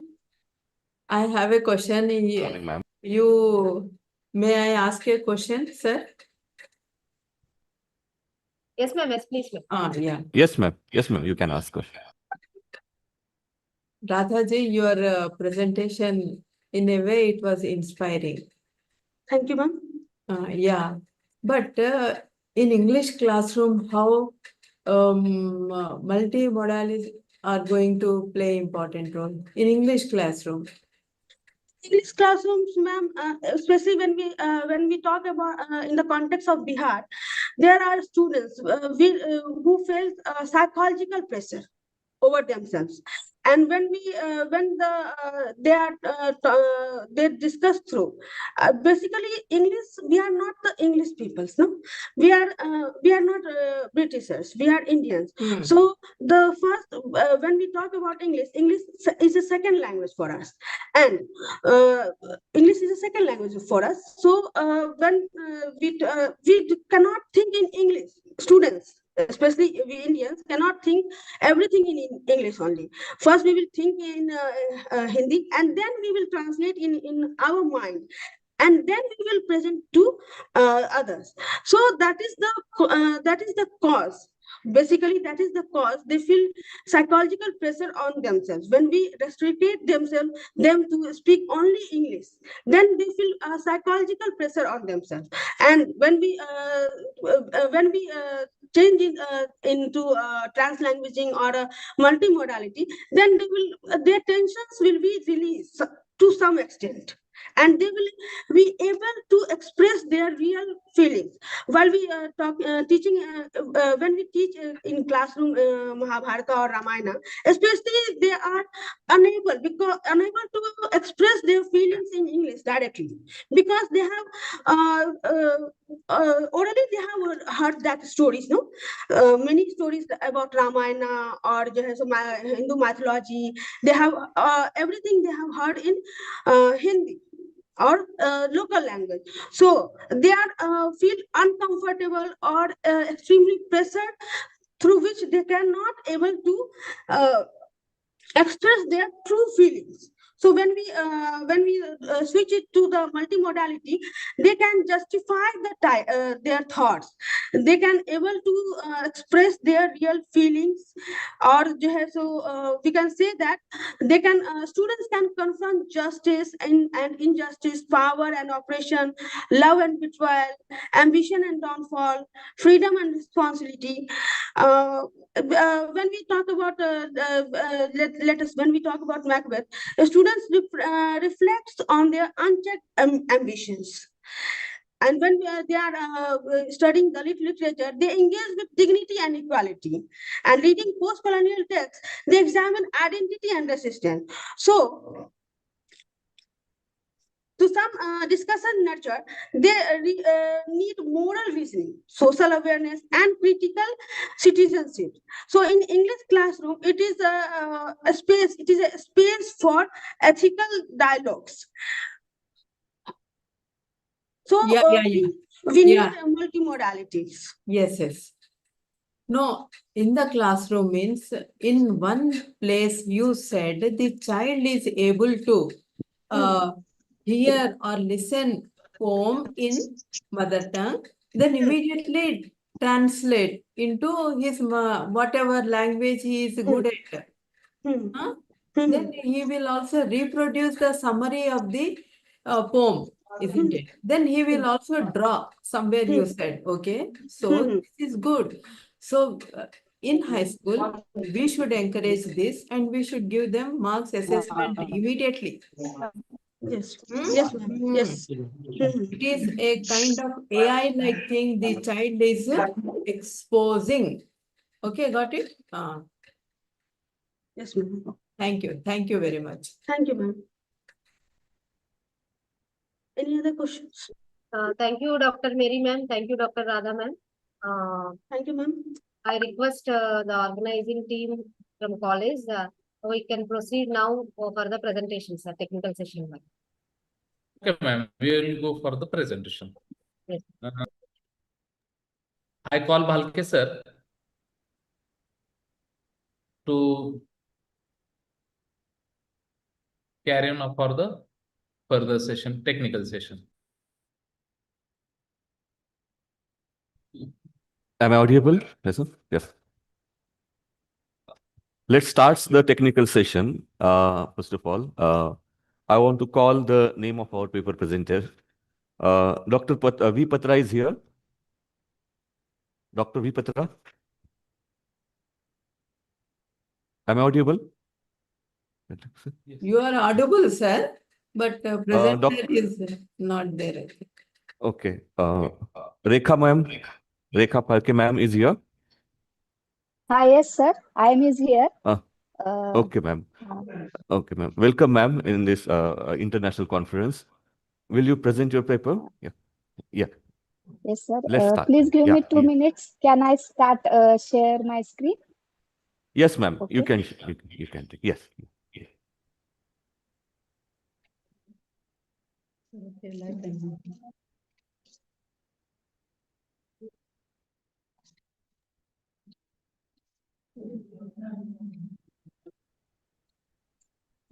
मला हे chairperson केले ना मग मला Sorry, sir. I can't share my screen. So I want to, without PPT, my representation. Okay, ma'am. Okay, ma'am. Good afternoon, all of them. My name is Rekha Phalke. I am from Sardar Babasaheb Mahavidyalaya, Rehmatpur. My research paper's name is Explore Innovation in Rupapai, Taranauts, Fusion of Science and Indian Literature. My research paper's abstract is Rupa Pai is renowned name in children literature. She wrote more than 20 books for children literature. She is one of the writers who effectively attracts toddler as well as young reader. She writing create curiosity among young reader as well as ours. She wrote 8 books, Taranaut series. This series is completely new types. In this series, she is uses new techniques in her writing. She is a use imaginary world. It is a totally alternate universe from our earth. That world is name is Mithya. In this Mithya, day is called octet, and this octet day is divided into 48 dings, 32 dings for day and 16 dings for night. In this series, her protagonist, three heroes are there, 2 female and 1 male children, sorry, and their children have superpower, supernatural power. One name is Tufan. Tufan is related very much power. She can easily move everywhere. And second name is Jwala. Jwala means she is related to fire. And Zarfa, she related to name Sarpa. In this in my research paper, there is also futuristics and imaginary vehicles also. There is Atto in Mithya called Aqua Atto, which runs on water. There is a railway that is called Magna Railway, and this railway is run on magnetic tracks. In this series, she also used hybrid genre. Hybrid genre means she blend themes and elements from 2 or more different genres. In hybrid genre is an innovative work that challenges traditional boundaries, invents new storytelling such as sci-fi with Indian mythology. My research paper's conclusion is this research paper focuses on the innovation writing style used by Rupa Pai, how she can engage readers in story while using new technique. She can't leave root of Indian. She effectively uses new world that can easily read by Indian reader and get access of meaning connected to reader's feeling. Taranat series is combination of scientific curiosity, teamwork, and problem solving with cultural framework. This series can bridge tradition and modernity, science, myth, Indian and Western imagination. Rupa Pai is a creator of Taranauts who won the 26th Crossword Award for Children Literature. She got fame in international level because of her applied new technique for her writing. Thank you, sir.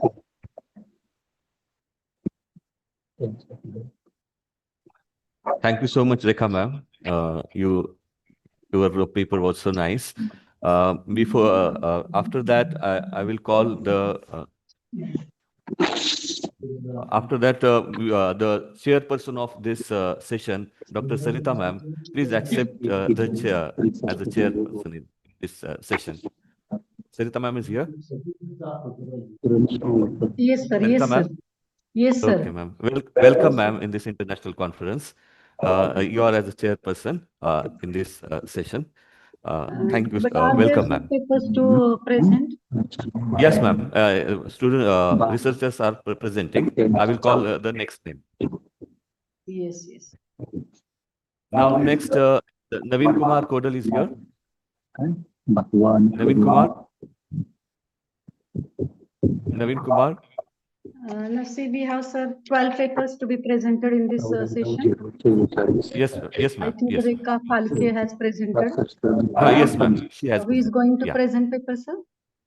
Now, Dr. V. Patra, sir. Yeah. Dr. V. Patra. Yeah. Next. Kashish Chawla. Am I audible? Kashish Chawla.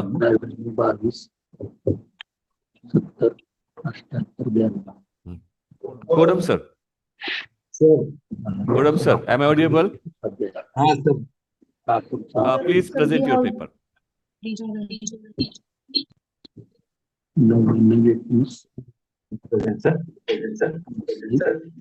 Okay. Yes, sir. You can present. You can read the paper.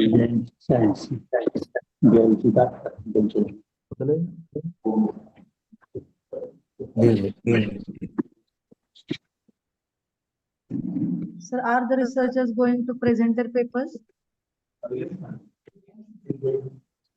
He is going to present the paper. So request them to introduce themselves and the title of their Naveen, paper. sir. Sir, Naveen, sir. Sir, Will you introduce? Yes. Please introduce. And ma'am is waiting for you. Yeah. Yeah. Yes. Yeah. is my screen visible to you all, sir? Yes, sir. Yes, Sir, yes. introduce Visible. yourself. Introduce yourself. Myself, I am Naveen Kumar, Kodam Naveen Kumar I'm a research scholar from Mansar Global University, Bhopal, Madhya Pradesh. Okay. And today's my topic is research on the intricate intersections of religious dogma, institutionalized morality, and the systematic erosion of female autonomy in the Nathaniel Hawthorne Scarlet Letter and Arundhati Roy's The God of Small Things in the American Canon and I.W. Canon, a comparative study.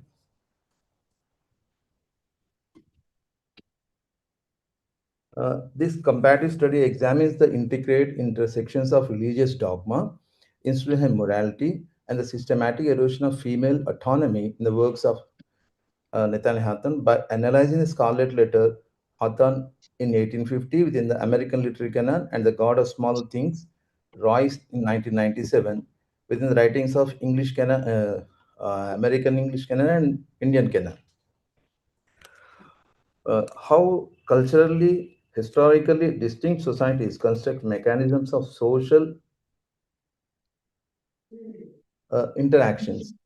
Drawing upon the feminist criticism, psychoanalytic theory, gynocriticism, and subaltern studies, this research highlights the broader cultural and ideological implications of these narratives. Both texts reveal how the regulation of female sexuality serves to maintain existing hierarchies, whether based on religion, caste, or gender. At the same time, the novels also present acts of resistance as the protagonists challenge the restrictive love lines imposed by society.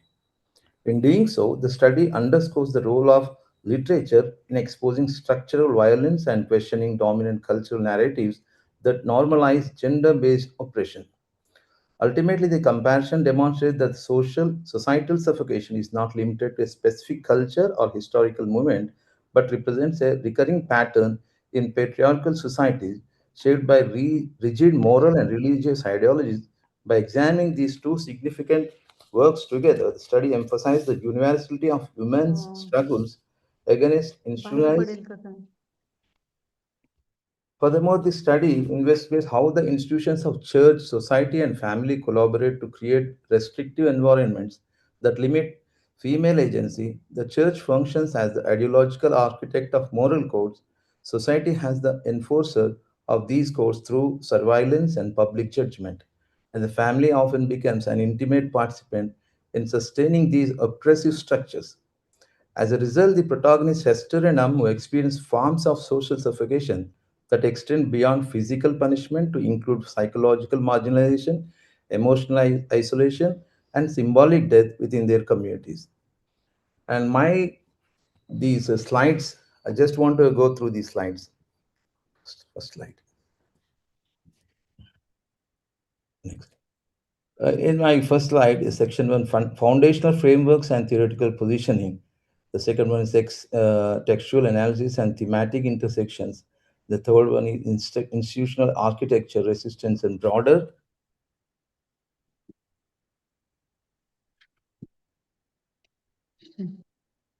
Core research objective, comparative analysis examining religious dogma's impact on female autonomy, erosion across American and Indian literary canons through textual examination.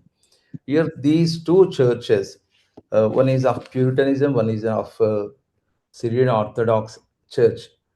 Syrian Orthodox Church is excuse me, is an apostle church, whereas Puritan Church is not a apostle church, but both at a level try to limit the freedom of female characters in these novels. One suffocates, there is a lot of time gap between these two novels. One is framed in 18th century and one is in the 20th century. In Indian context, still this subalternism, this familial hegemony, patriarchal hegemony still resisting in Indian context. In Kerala, where the majority of Christians are following Syrian Orthodox churches. In Syrian Orthodox churches, the Ammu's lover is also a Christian, but he is not of Syrian Christian church. He belongs to a Dalit Christian church. So there is a kind of looking at those people in a very lower way of looking. They don't accept those Dalit Christians as equivalent to them. In that way, their parents and the church, even the Communist Party, which was the protagonist was associated, but they neglect to mediate in between these two. In that way, political, familial, and church, three institutions doesn't doesn't cooperate the protagonist lover. There are greater differences in love lines. Arundhati Roy claims that the family and the church and the society are dictating whom to love, how extend to love. So in that way, they even go to an extent to finish that, to assassinate that protagonist lover. In another way, in a Scarlet Letter, in Nathaniel Hawthorne's, Hester Prynne is symbolically punished to wear a letter on her chest, representing she has committed adultery, and she is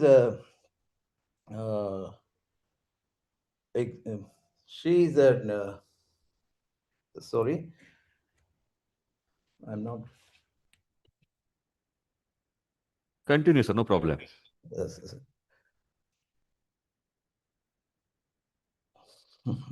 sorry.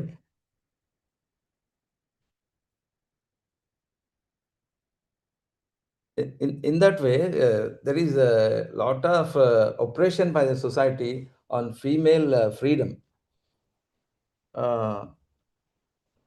What I want to say, in my view, the parental hegemony or the church's dominance in love lines in the 18th century are still revealing in Indian society in the 20th century. This was coined by Arundhati Roy.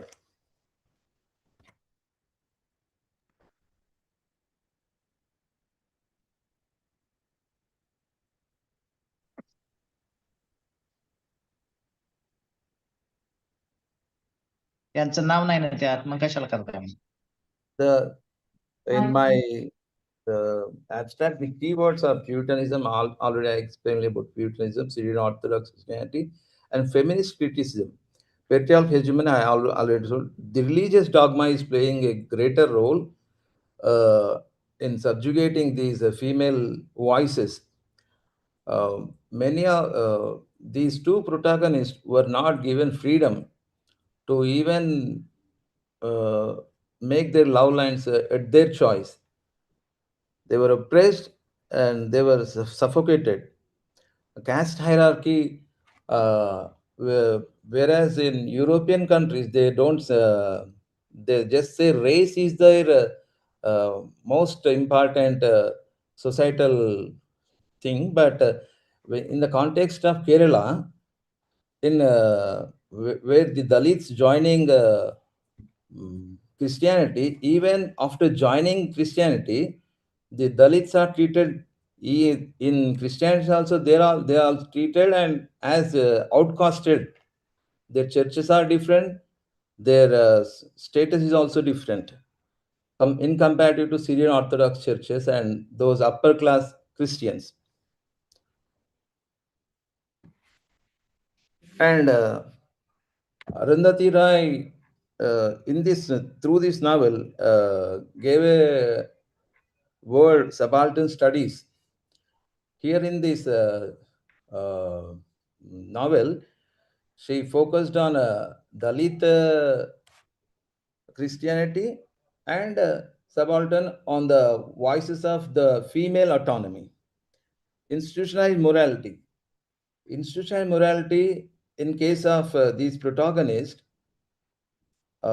whereas family, church, and society, all these institutions playing a card of morality to suffocate the female protagonists in their novels.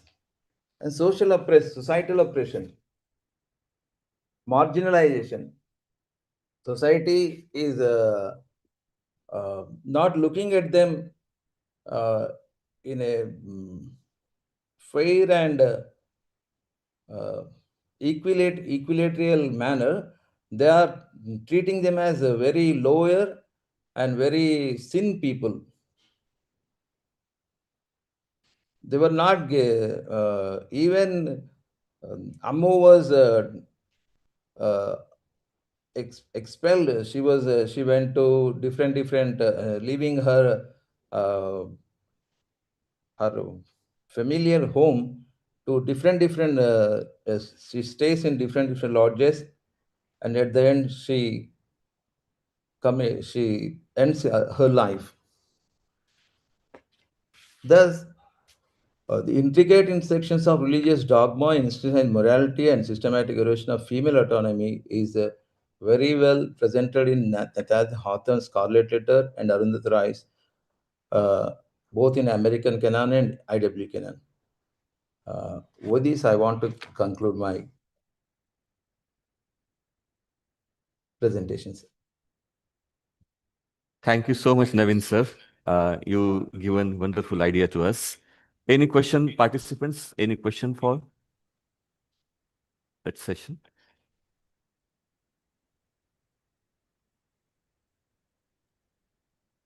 Okay. Shall I call next research participant? Dr. Patra?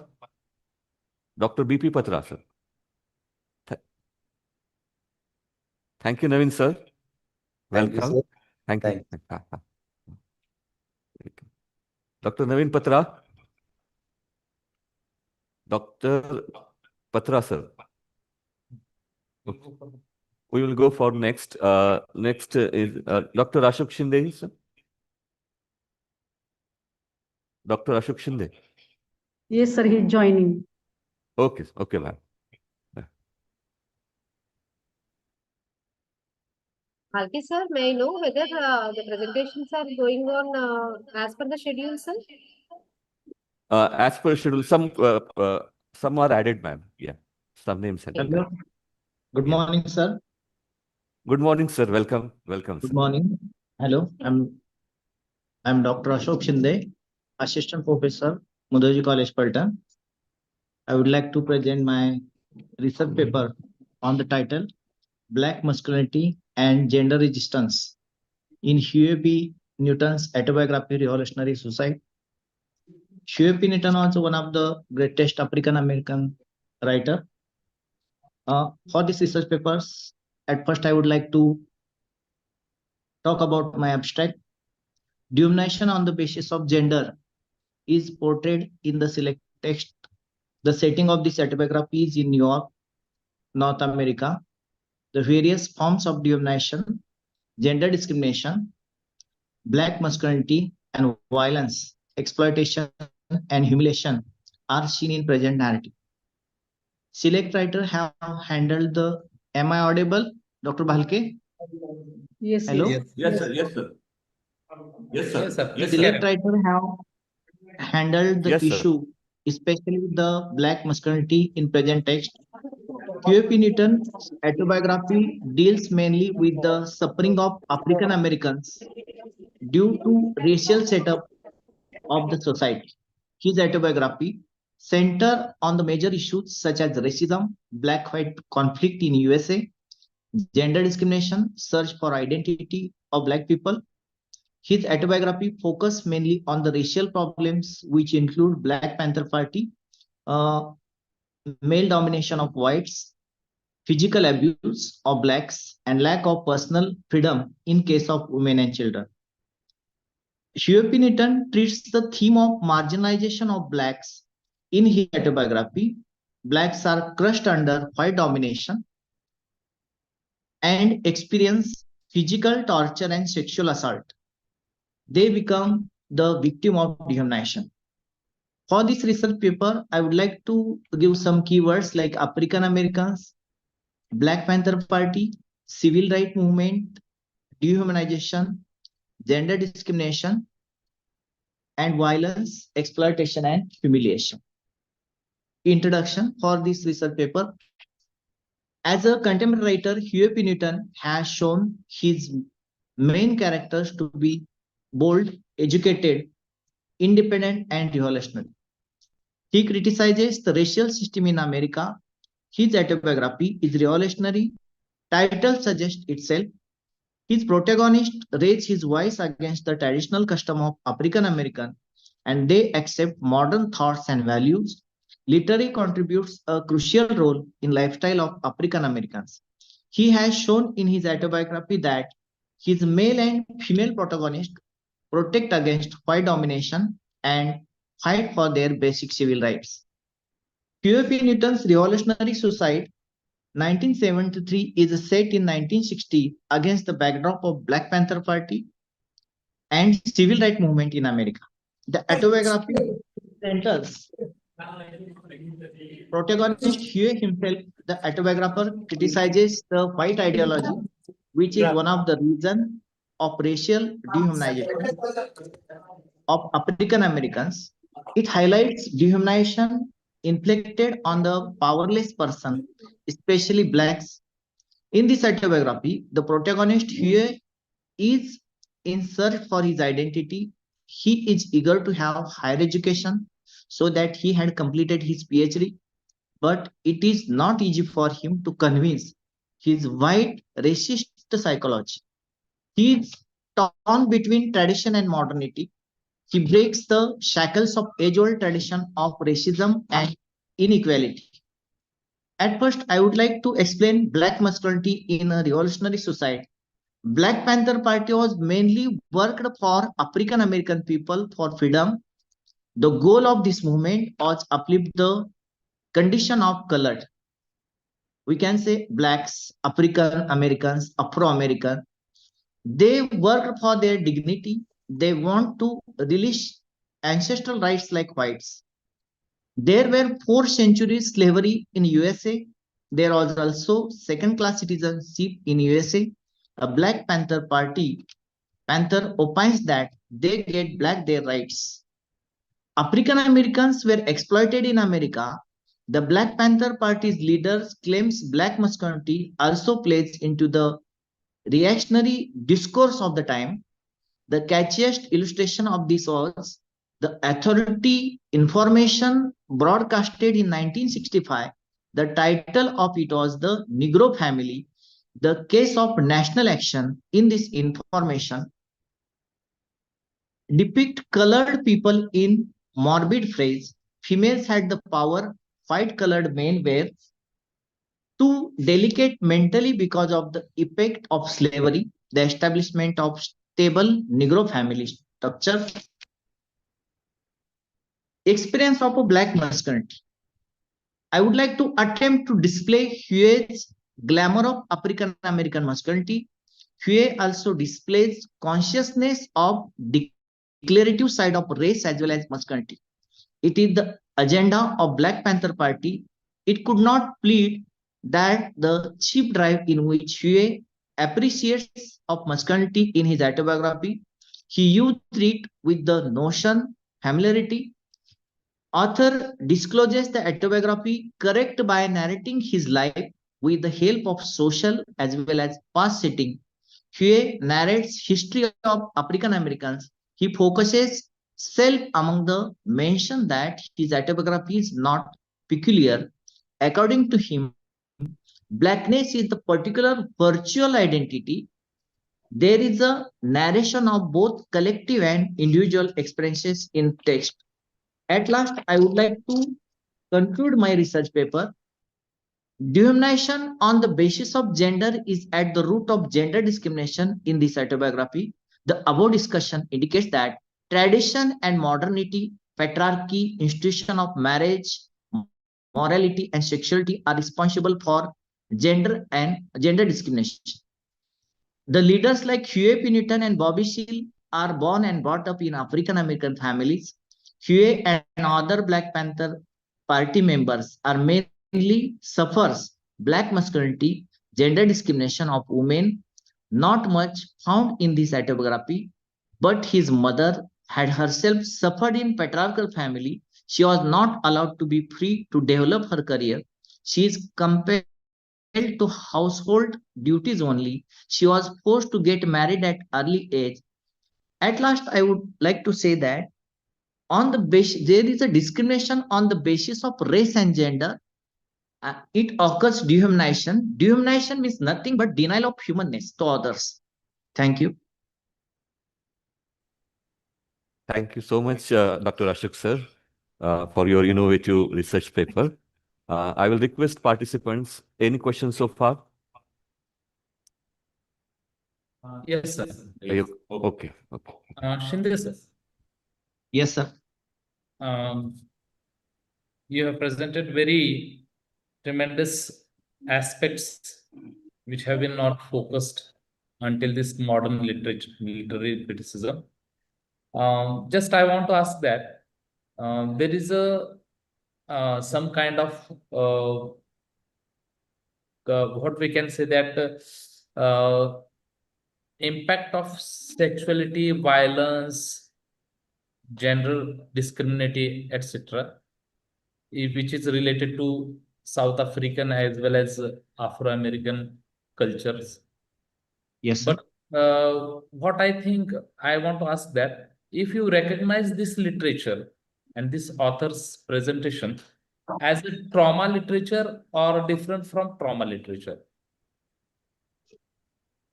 I have analyzed this on gender, on the basis of gender discrimination.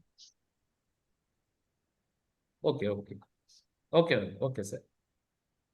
In gender discrimination, mainly we are traditionally discuss the feminism, but in this autobiography, as a black masculinity, women are exploited due to they are as a woman, then they are black woman, but black men also discriminated on the basis of race and also he's a black person. Okay, sir. Thank you. Sir. Okay, thank you so much, Dr. Ashok. Thank you, sir. Now I will call on the base of list. Once again, I will call the names of the participants. If any participant is there, please present. Prajakta Jogeshwarikar is here. Second, Arti Parit. Third, Samyaka. Then presented already. Vasudha Lokhande. Then Ravindra Maruti Satpute is here. Then Bahurav Tupe. Bahurav Tupe is here. Okay. Dr. Patra. Can I, Dr. Yes, Patra, can I speak? Yes, sir. Yes, sir. Yes. Yes, yes, sir. Yes, sir. You can. I can have a presentation. Okay, sir. Okay, you can present. Okay. Now. Okay. Okay. Thank you. Welcome. Thank you. Welcome. Sir, now Hi, yes, sir. My paper. Please. Hello. Okay. Yes, sir. Balke sir. Yes. You present later. I'm Dr. B. Patra. Am I audible? Okay, sir. Am I audible now? Balke sir, I will present later on after this presentation. Yes, sir. Yes, sir. Yes, sir. After the Dr. Patra, you will present, sir. Yeah. Okay. Thank you, sir. Dr. Patra, welcome. Good morning, sir. Yes. Am I audible? Hello? Yes, sir, you are audible. Yes, sir, you are audible. Okay. Thank you. I'm Dr. V. Patra from Associate Professor, Baba Saheb Central University, Lucknow. Right. My paper present is on recent how literature is through the vision of AI. The teaching and enhancement of literature and language study through reimagining presentation of literature and vision AI future. So the presentation we have to focus on the modern presentation is on a smart class. According to NEP 2020, actually we have changed our course syllabus. We are adopting language teaching, enhancement of a language is not a traditional method. It is in a modern method approach, new approach. We have assignment work, task-based teaching. In case of linguistics and literature, teachers from various background, they will teach not only textbook teaching, they will prepare PPT, they will prepare using technology. So language we can develop through technology. And the technology means here we can using various medias, and we are using also ChatGPT, and AI also sustaining, and AI can squeeze the manpower. Teaching will bless, but online classes, though it is effective, still it is not up to, it is time being. The AI actually programming. artificial intelligence teaching is programming. It is translating from text to, and what we have given video, what we have given programming, that will translate. But this is not the solution. The time will come in saturation. The time will come. People again will follow the traditional system. Actually, we want to say AI is now everywhere, going and easy to accept. But the thing is that it is not a permanent solution. When we adopt Indian knowledge tradition, actually our Gurukul system was there.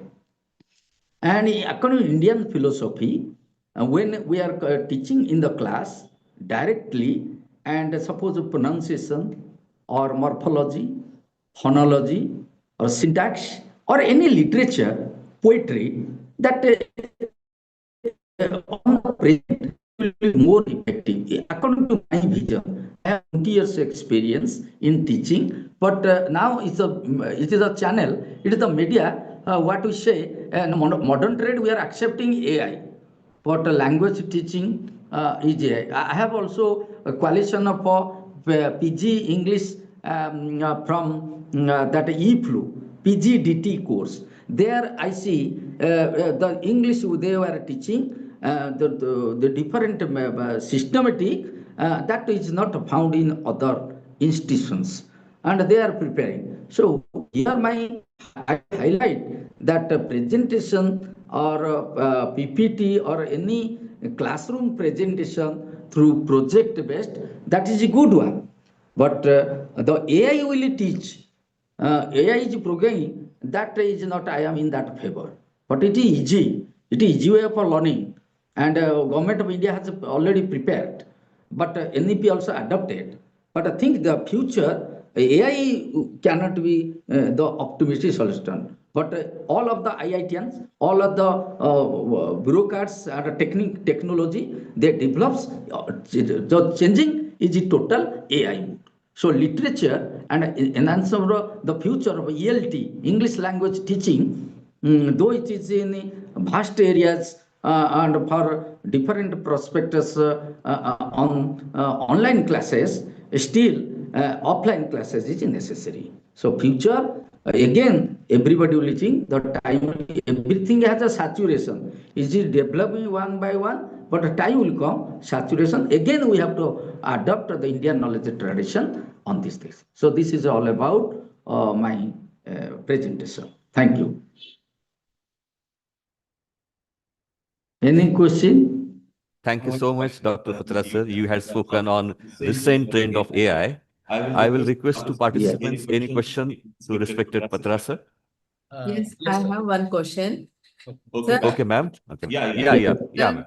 you mentioned so many things of English language. Yes. In to help child learn spoken English. Spoken Yes. English. So any strategy, any suggestion? Spoken English, yes. AI is programming. Spoken English, AI says better, but still it is a direct contact with the teacher. Suppose one is a good speaker, a first language learner. If foreign language learner will speak directly, that will impact it on the student. But the spoken English is already programmed. We are learning that, but a better will be face-to-face interaction. Yes, sir. Okay. Okay. Next, anyone? Hello, sir. I want to ask one question. Yes. Sir, nowadays, many of the young generation people are Yes. in tendency with using AI for each and everything. Yes. Now some of its percentage has been implemented, and some of many of things are in dreams also. That I am Yes. going to do this AI, that thing with AI. You have related the language with Yes. AI, or language understanding aspects of language with AI, studying language Yes. with AI. Yes. I want to know that what about the expressions or emotions that are presented in language? Can they be understood through AI, or it may be well known by manual teaching? Yes. About So the emotions emotional and expressions expression, that are presented in language. yes. Sir, actually, if you AI means artificial intelligence, it is not a natural. When a class teacher teaches in the class and in the front, human and a non-human, the communication is human and a non-human. Human interaction is better than the non-human. Non-human is prepared. AI is prepared by the man, but the origin is the man programming. But in case of a pronunciation, language teaching, basically it is suitable, easy to get all the knowledge all over the world. It is easy way for teaching, but some of the merits is there, AI, but some of the demerits is also there. It is not a permanent solution. Permanent solution is our traditional system. In Indian knowledge tradition, all teaching based on this language. If you see Panini grammar, you see pronunciation, morphology, syntax, everything was from a tradition to modern. In Indian knowledge tradition, you can find it. But AI, artificial intelligence, and a technology-based teaching, it is suitable. It is what, and I'm not telling against that. But the thing is that it is the need to how many days it will continue. The future is it. But your topic is also future of generation. Young generation adopts AI, no doubt. This is very good. But these are not sufficient, sir. As an educationist, I say online classes, AI teaching, it is not a permanent solution. Now we are conducting online classes. When a seminar will be directly, it will be better. But you are conducting seminar online classes, online means easy way. We are adopting all the easy way. We are of the country, different places. But we are online engaging. But if you do offline seminar, then it will be better interaction, better focuses on, so lovable, all the things will go. So I'm not totally agree with that AI system, modern system, but I say the future will, again, people will think that will change to according to Indian system. Okay. Thank you, sir. Thank you. Thank you so much, sir. I also personally Thank you, clarified so many things regarding AI. Yes. Your paper was so wonderful, sir. Thank you so much. Yeah. Now I will call. Yes, yeah. Now I will call the next participants. Professor Buaso Maheshwara Tupe is here. Yes, sir. Professor Buaso Mahadev Tupe, sir. I mean, sir, I will speak later. Participants are waiting. Okay. Yeah. Professor Tupe, sir, are here? Oh, yes, sir. Tupe? Hi, yes, sir. Yes, sir. Welcome, sir. Welcome. Are you going to present, sir? Yes, sir. Let me open Okay. the Okay, paper. sir. Okay. Okay. Take time, sir. Yeah. I'm sharing my screen, sir. Yes, sir. Yes, sir.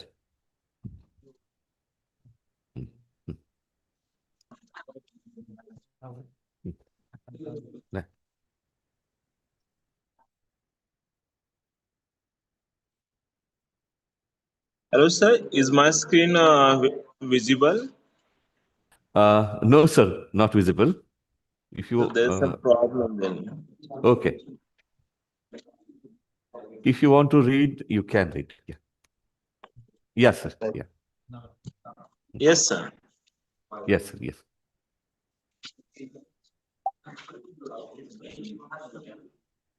Is my screen visible, sir? Not visible. No, sir. Is my camera on now? Oh, yes, sir. Yes, sir. You are. Yeah. Yes, sir. You are. Yes, sir. You are visible, sir. Okay. So good morning, everyone. Those who are present there. I'm Professor Boasu Tupe, assistant professor from Science and Humanities, College of Engineering, Fulton. Today I'm going to present a research article that is not related to our theme. Just I'm trying to present it. So the title is Reimagining Energy Features, Sustainable Power Systems, Environmental Responsibility and Green Technology Integration. So this article focuses on climate crisis and growing global energy demands, necessity and transformative shifts from fossil fuel deficiency to sustainable power systems. My paper examines renewable energy technologies, environmental responsibility, and green technology integration using qualitative analysis of secondary data. Study evaluates decentralized power generation, smart grids, in energy stores, innovations, and policy frameworks supporting carbon neutrality. Findings suggest that sustainable energy transition requires technological innovation, policy coherence, and societal participation. Now let's see the introduction part of our paper. So energy is a fundamental to social economic development of any nation. Traditional fossil fuel based systems have contributed significantly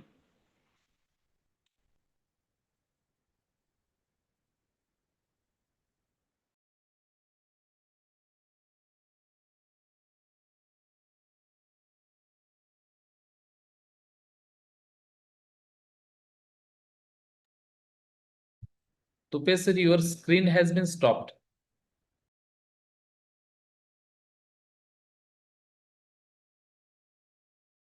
Tupe sir, screen has been stopped. Hello. Hello. Yes, sir. Yes, sir. Because of this inconvenience, sorry for disturbance. No So problem, sir. No problem. going on, energy is a fundamental and to socio-economic development of any nation. Traditional fossil fuels based systems have contributed significantly to environmental degradation and climate change. Sustainable power systems aims to balance economic growth with environmental preservation. So this paper explores how renewable energy integration, green technologies can ensure environmentally responsible energy features. So the review, literature review, scholars argue that energy transitions are influenced by technologies, political and social factors. Studies highlight the role of renewable policies, carbon neutrality commitments, and smart grid innovation. However, integrated approaches combining ethics, policy, and technology remain limited. Now, methodology I have applied in this research paper is qualitative analytical method. The analysis and discussion renewable energy sources such as solar and wind reduce carbon emissions, decentralize microgrids, enhance efficiency, and minimize transmission losses. Smart grids and AI-based energy management systems improve distribution reliability. Environmental responsibility also requires circular economic principles and carbon reduction strategies. What is the finding of this study? The study finds that renewable integration is technically feasible but dependent on storage innovation and policy consistency. Green technology significantly enhances grid performance. And what is the let's move to the conclusion part. Sustainable energy feature requires systematic transformation supported by technological advancement, strong governance, and public participation. Integrated renewable systems and smart technologies represent the foundation of future energy infrastructure. And here are some resources I have. Yes, unfortunately, I'm not able to share my screen. So that's it. Yes, is there any questions? Are there any questions? Participants, any question? Sir. Okay, sir. The next participant, I invite Dr. Bhalke to present his paper. Thank you, Arun. Thank you so much, Tupe sir. Okay. Your paper was wonderful. Now it's my time. I want to read my paper. I am Dr. Bhalke Nitin, Assistant Professor, SBR College, Maswad. My title of the paper is Worldwide Integration and Usage of English Language. In this paper, we will concentrate on those areas how English language usage play its part in the supporting global exploration in modern era. This idea is manifestation is artistically used to denote the sudden flare of revelation and ordinary object. Basically, global usage of English language from the medieval to the present era. As you know that worldwide integration is the process of interaction among the people, and English is a mediator language. English and worldwide integration both are mutually responsible for the rapid growth. Computer-based communication is the most important change into the education field. Knowledge literacy, information literacy is one of the most important objective in front of an educational institute to meet a global perspective. After changing technical, economical, worldwide integration turns into education and also uses in English language. English is used widely as a various countries as a secondary language through the internet, email, increased information and communication technology. Asian countries are adopting the English in their education process. English as a foreign language, English is being taught to be many foreign countries language. Worldwide integration for usage, languages are both diverse and complex. In the past few years, we have seen remarkable exploitation in a number of private languages, institutional worldwide. They are using language labs where they had taught English with renowned methods. Now the world becomes a global village. Due to wider spreading technology, we come closer between different parts of the world. Today, we are living in a new and unprecedented world. Many global fields and institutions such as a financial, educational, economical, business, exchanging knowledge platform. In worldwide integration, English becomes used more widely as a language of international fame. It is taught in school, colleges, universities, and foreign languages. In the era of worldwide integration, almost everywhere, education systems are the state of rapid change. English is used increasingly as a medium of education in the university across the world. An educational institute wishes to become a central international excellence, it needs to both attract English teachers, internalizations of linguistic structure, and they're ready, easy to retrieve for communication and achieve many ways. Technology is enabling new patterns of communication in ways which have implication of language pattern. Though English is treated as a global, Indian users of English are not comfortable with written spoken English. Still, there is some scope to enhance their language. Most of the users of English fail to deal with some issues like grammar, usage, intonation, pronunciation, vocabulary, sounds, stress, and spelling. English has become the global lingua franca, acting as a common language for international business, science, technology, and diplomacy, significantly fascinating cross-border communication and collaboration. Its worldwide integration is driven historical factor, British Empire, and economic forces, leading its status as an official widely taught language in many countries. While English offers numerous opportunities, communication and career advancement, and dominance also raises concerns about the cultural identity and potential threat to linguistic diversity. The increasing integration of culture and economic worldwide has created need of universal language, which English fulfills. The British Empire played a key role in the spread of English across Asia and Africa through colonization and trade, establishing its foundational presence. English is a primary language of international business, finance, and diplomacy, creating a strong insensitive non-native speakers to learn.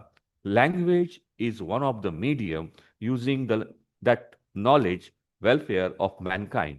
worldwide integration has broadened the horizons of human activities. Language is one of the effective harmonizing those activities. English has developed capacity to explore the knowledge of human activities to four corners of the world. Today, English is the language of international communication, politics, science, commerce, travel, education, and the media. India includes in the outer circle. English is the second and has become the part of country's chief institution. So this is the view of my paper. Participants, if any, here I will end my question, research paper. Thank you so much. I will hand over the session. Thank you, sir. If any question to Dr. Balke?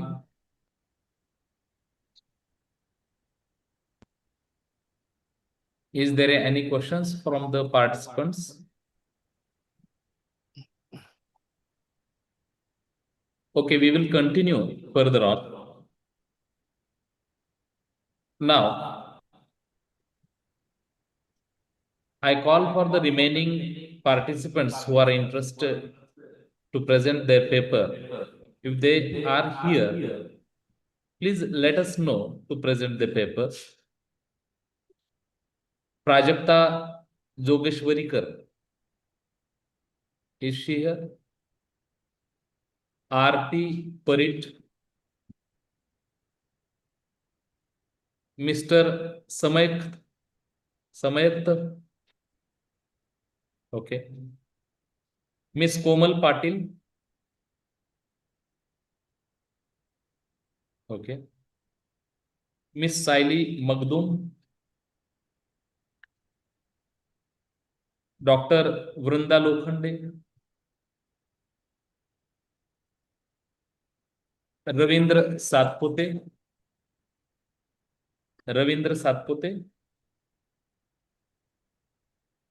Dr. Chandrasekhar Daune. Okay. I hand the session to Dr. Balke. Please continue. Okay. Now it is the time to call our respected chairperson, respected Sarita ma'am, who is the head of the Department of Mudji College, Fulton. I will invite to respected Mane ma'am. Yes, sir. Yes, sir. Yeah. Good afternoon to all. Am I audible, sir? Yes, ma'am. You are audible. At the very outset, I would like to express my sense of gratitude towards the principal, Professor Dr. S.G. Dikshit, and the organizing committee. It is an honor to chair this paper reading session at one-day international e-conference organized by Sbrm, Language and Literary Association, and Icncolcc in collaboration with Sidvi Foundation Telangana on the topic navigating challenges and opportunities in literary creation and comprehension, contemporary perspectives on English language and literature. Summing up the session as a chairperson, I would like to say that the research papers presented at this session showcased diverse research approaches in the field of language and literature. Actually, we had 12 research papers to be presented as per the schedule. Only 6 papers, research papers have been presented, focusing on Black literature, subaltern studies, globalization and sustainability, and artificial intelligence in teaching learning process, and English language uses in a modern era. Overall, the papers presented were thought-provoking. The session had been incredibly enriching, and I'm sure we will take away valuable, diverse perspectives from today's discussions. I would like to thank all the participants for their insightful presentation. Thank you, sir. Hello.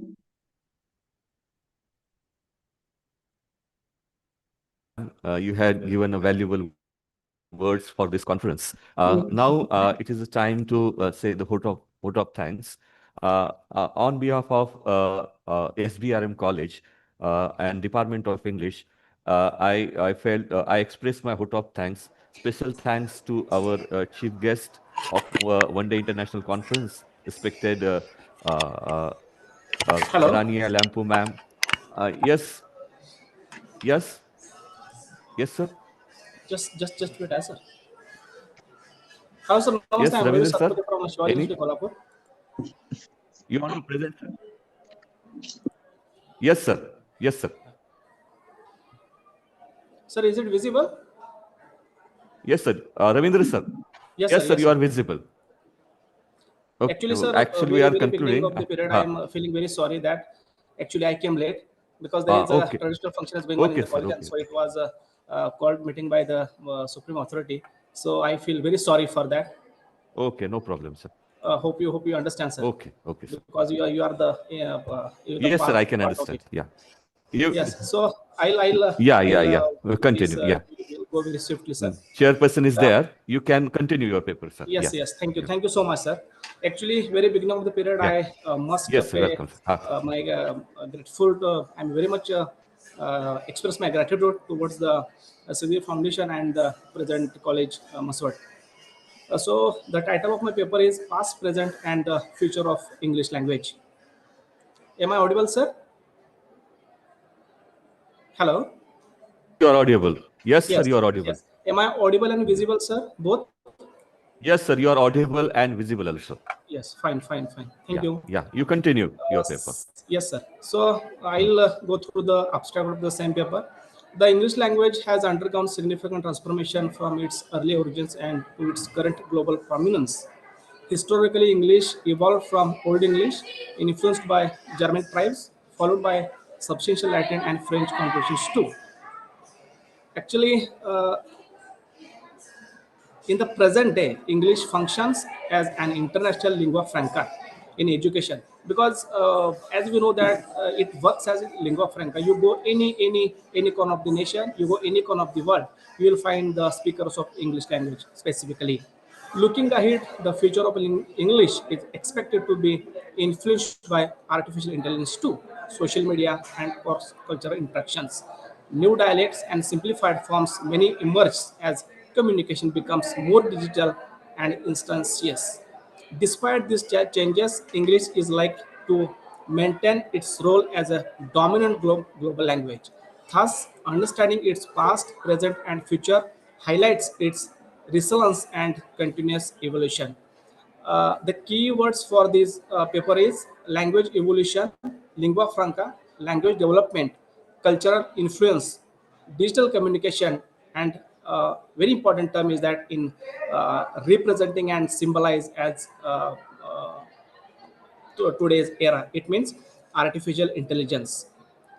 So let us move to first. Actually, I have divided this paper in three parts: history of English language, present of same language, and what would be the future of English. Let us move to first point: the history of English language. The history of the English language dates back to the early medieval period and reflects a rich process of cultural contact and linguistic change. English belongs to the Germanic branch of the Indo-European language family. Its origin can be traced to the 5th century when Germanic tribes such as the Anglo-Saxon and Jutes migrated to Britain from present-day Germany. Old English was very different from the English we speak today in terms of grammar, pronunciation, and vocabulary. In other words, that is called traditional grammar. It was a highly inflected language, meaning that word endings changed according to tense, case, gender, and number. As a result, thousands of French words entered in English, especially in areas like government, court, judge, and like this. Another important development was the translation of the Bible into English. That is also very important. Actually, is considered in terms of evolution of English language particular. His works greatly influenced by the vocabulary and flexibility of the language. Another important development was the translation of the Bible, as I said earlier, into English, particularly the King James Bible of 1611. It helped make English accessible to common people and shaped prose style for generations. By the 17th and 18th centuries, efforts were made to regulate the language through dictionaries and grammar books. Samuel Johnson dictionary published in 1755 became a major reference to of spelling and meaning. British colonial expansion further spread English to different parts of the world, including North America, Australia, Africa, Asia also. So this is about a short history of English language. Let us move to the second point that is important: present state of English language. Hello, sir. Am I audible and visible both? You are audible and visible both. Yeah. Hello, sir. Yes, sir. You are audible and visible.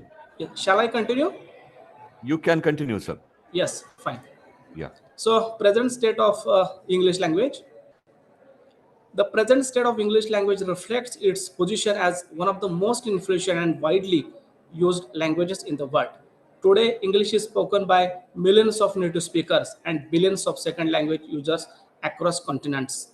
It has become a global lingua franca, as I mentioned in very beginning of the paper and during the introduction, enabling communication among people from diverse linguistic and cultural backgrounds also.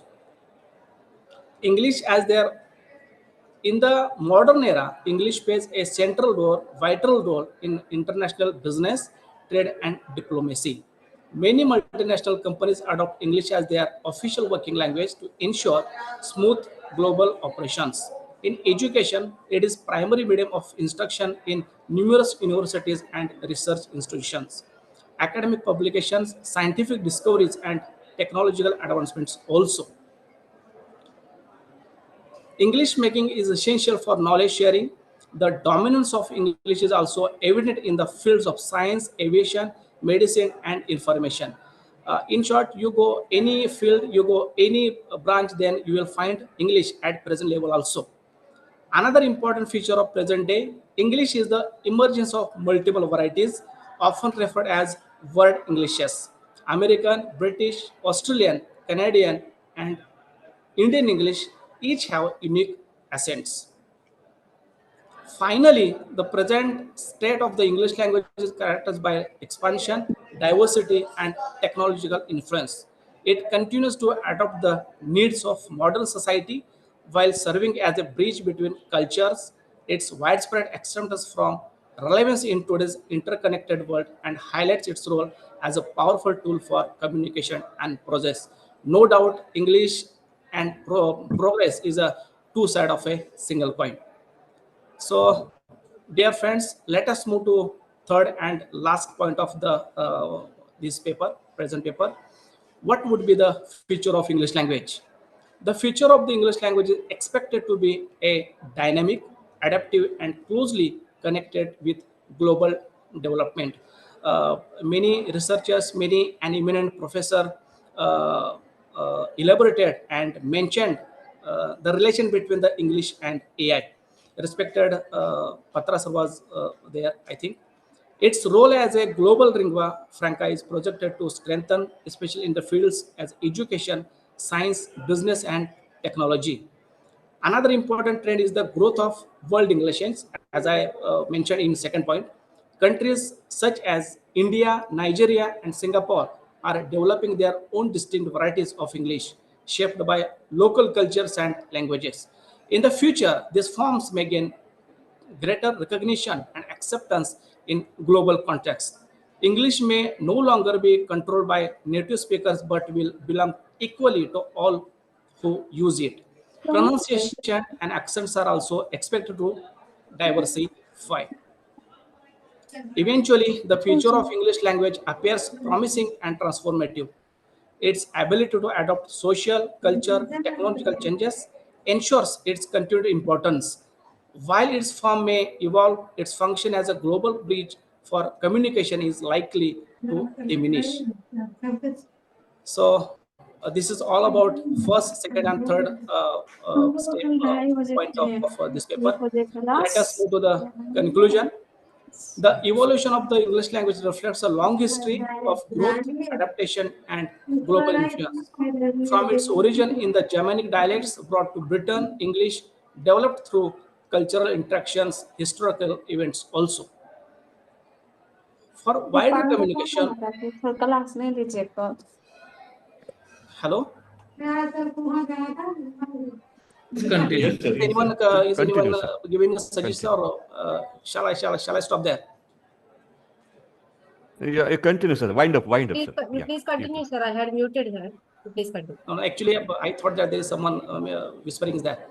No, sir. Fine, sir. All respected members. The future of English language appears promising as it continues to evolve with technological advancement and globalization, digital communication, artificial intelligence, and cross-cultural exchanges too. While the language expands, it's equally important to respect and preserve linguistic diversity. Overall, finally, eventually, the past, present, and future of English highlights its resilience and importance. Its continuous transformation shows it is not a static language but a living one that responds to the needs of its users. English will likely remain a powerful tool for communication, knowledge sharing, and international cooperation in the years to come. And we are, as a teacher of English, I proud that I'm little but and the newborn child in the same subject and in the same field. Thank you so much. Thank you so much, Ravindra Satpute, sir, for your wonderful paper. Participants, you have any question? Participants, any questions so far? No. Yes, sir. I have a question. Yeah. Okay, sir. Satpute, sir, are you Yes, here? yes. Please, sir. Yes. I want to know that dominance of English language was there after the evolution, technical evolution or industrial evolution, and we are hearing the term lingua franca from the initial stage of Victorian period. Fine. In colonial and post-colonial ages also, and the dominance of English, we are experiencing it. But in your research, have you considered about such population, huge population that belongs to China, Korea, or like these countries who are not accepting to use English language? Yes, sir. As the main stream of communication, and what will happen with them in future if the rest of the world is accepting English as their main means of communication? Fine, sir. Actually, as per my knowledge, many countries actually English is not first. It means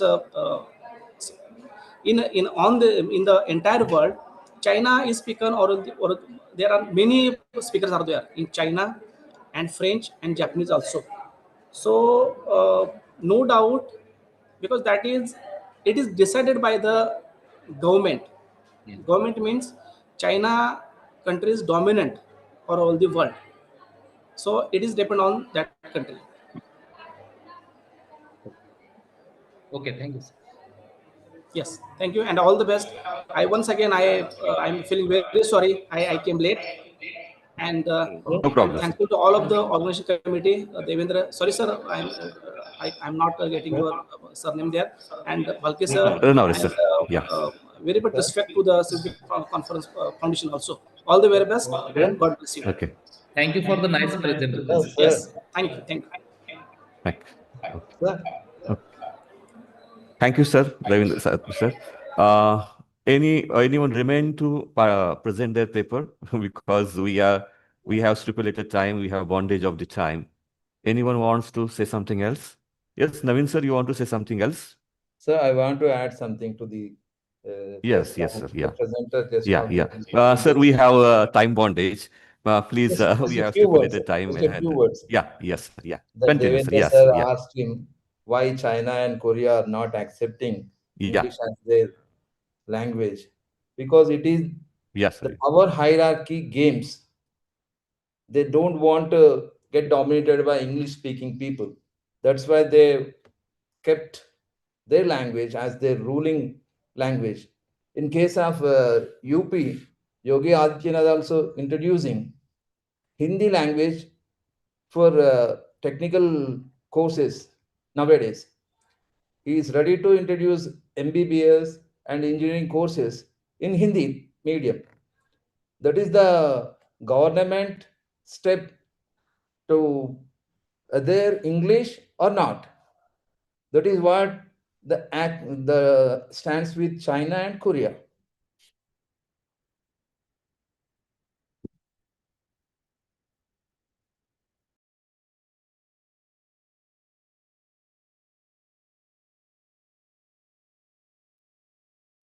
Naveen, sir, you are not audible. Sir, I completed, sir. I completed. Naveen, sir, thank you so much. Now it's time to wind up. Before wind up, I will request Honorable respected Sarita ma'am, who is the chairperson of this session, if any views on this and say a few words on that. Yeah.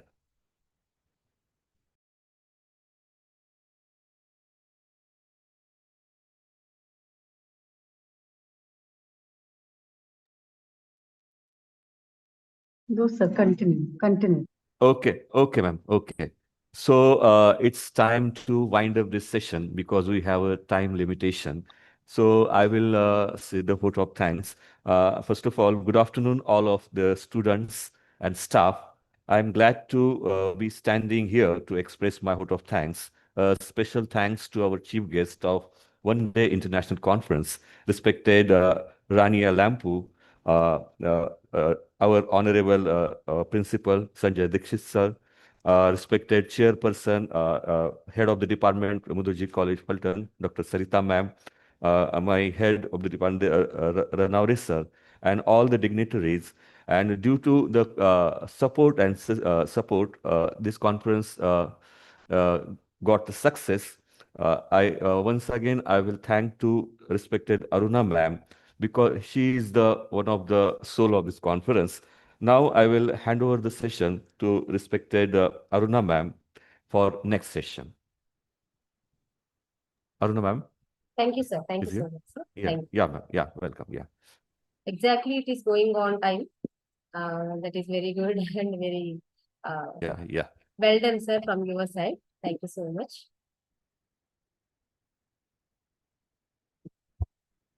Now, I would like to move on to the technical session 2. That is Hindi we had kept as a technical session 2.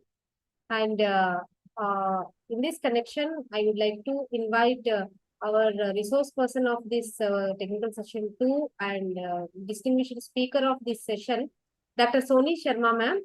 Ma'am is working as an assistant professor in the Department of Philosophy, Millar College, Darbhanga, from Bihar. Ma'am is about to give her lecture in the era of in the category of Hindi language and literature. Ma'am, Dr. Soni Sharma ma'am. Okay, ma'am. I'm handovering the session to you, ma'am. Thank you, ma'am. Thank you, ma'am. Respected Sidvi Foundation Telangana members, faculties, teachers, participants, research scholars, all good afternoon, everyone. I, Dr. Soni Sharma, Department of Philosophy, Millat College, Darbhanga, Lalit Narayan Mithila University, Darbhanga, Bihar. Especially thanks to Dr. Aruna ma'am and her team जिन्होंने मुझे इस international conference में as a resource person invite किया. Thanks a lot ma'am. Now, today topic is वैदिक साहित्य में भाषा की उपयोगिता. मैं अपना स्क्रीन शेयर करती हूँ ma'am.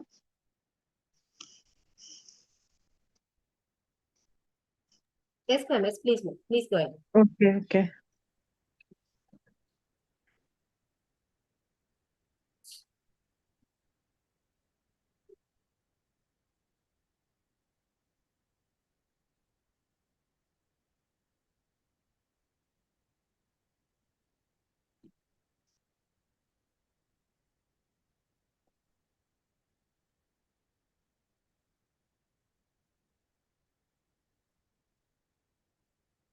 Just a minute ma'am. Yes, ma'am. Please take your. Sir ये डॉक्यूमेंट अनसपोर्ट कर रहा है इसमें।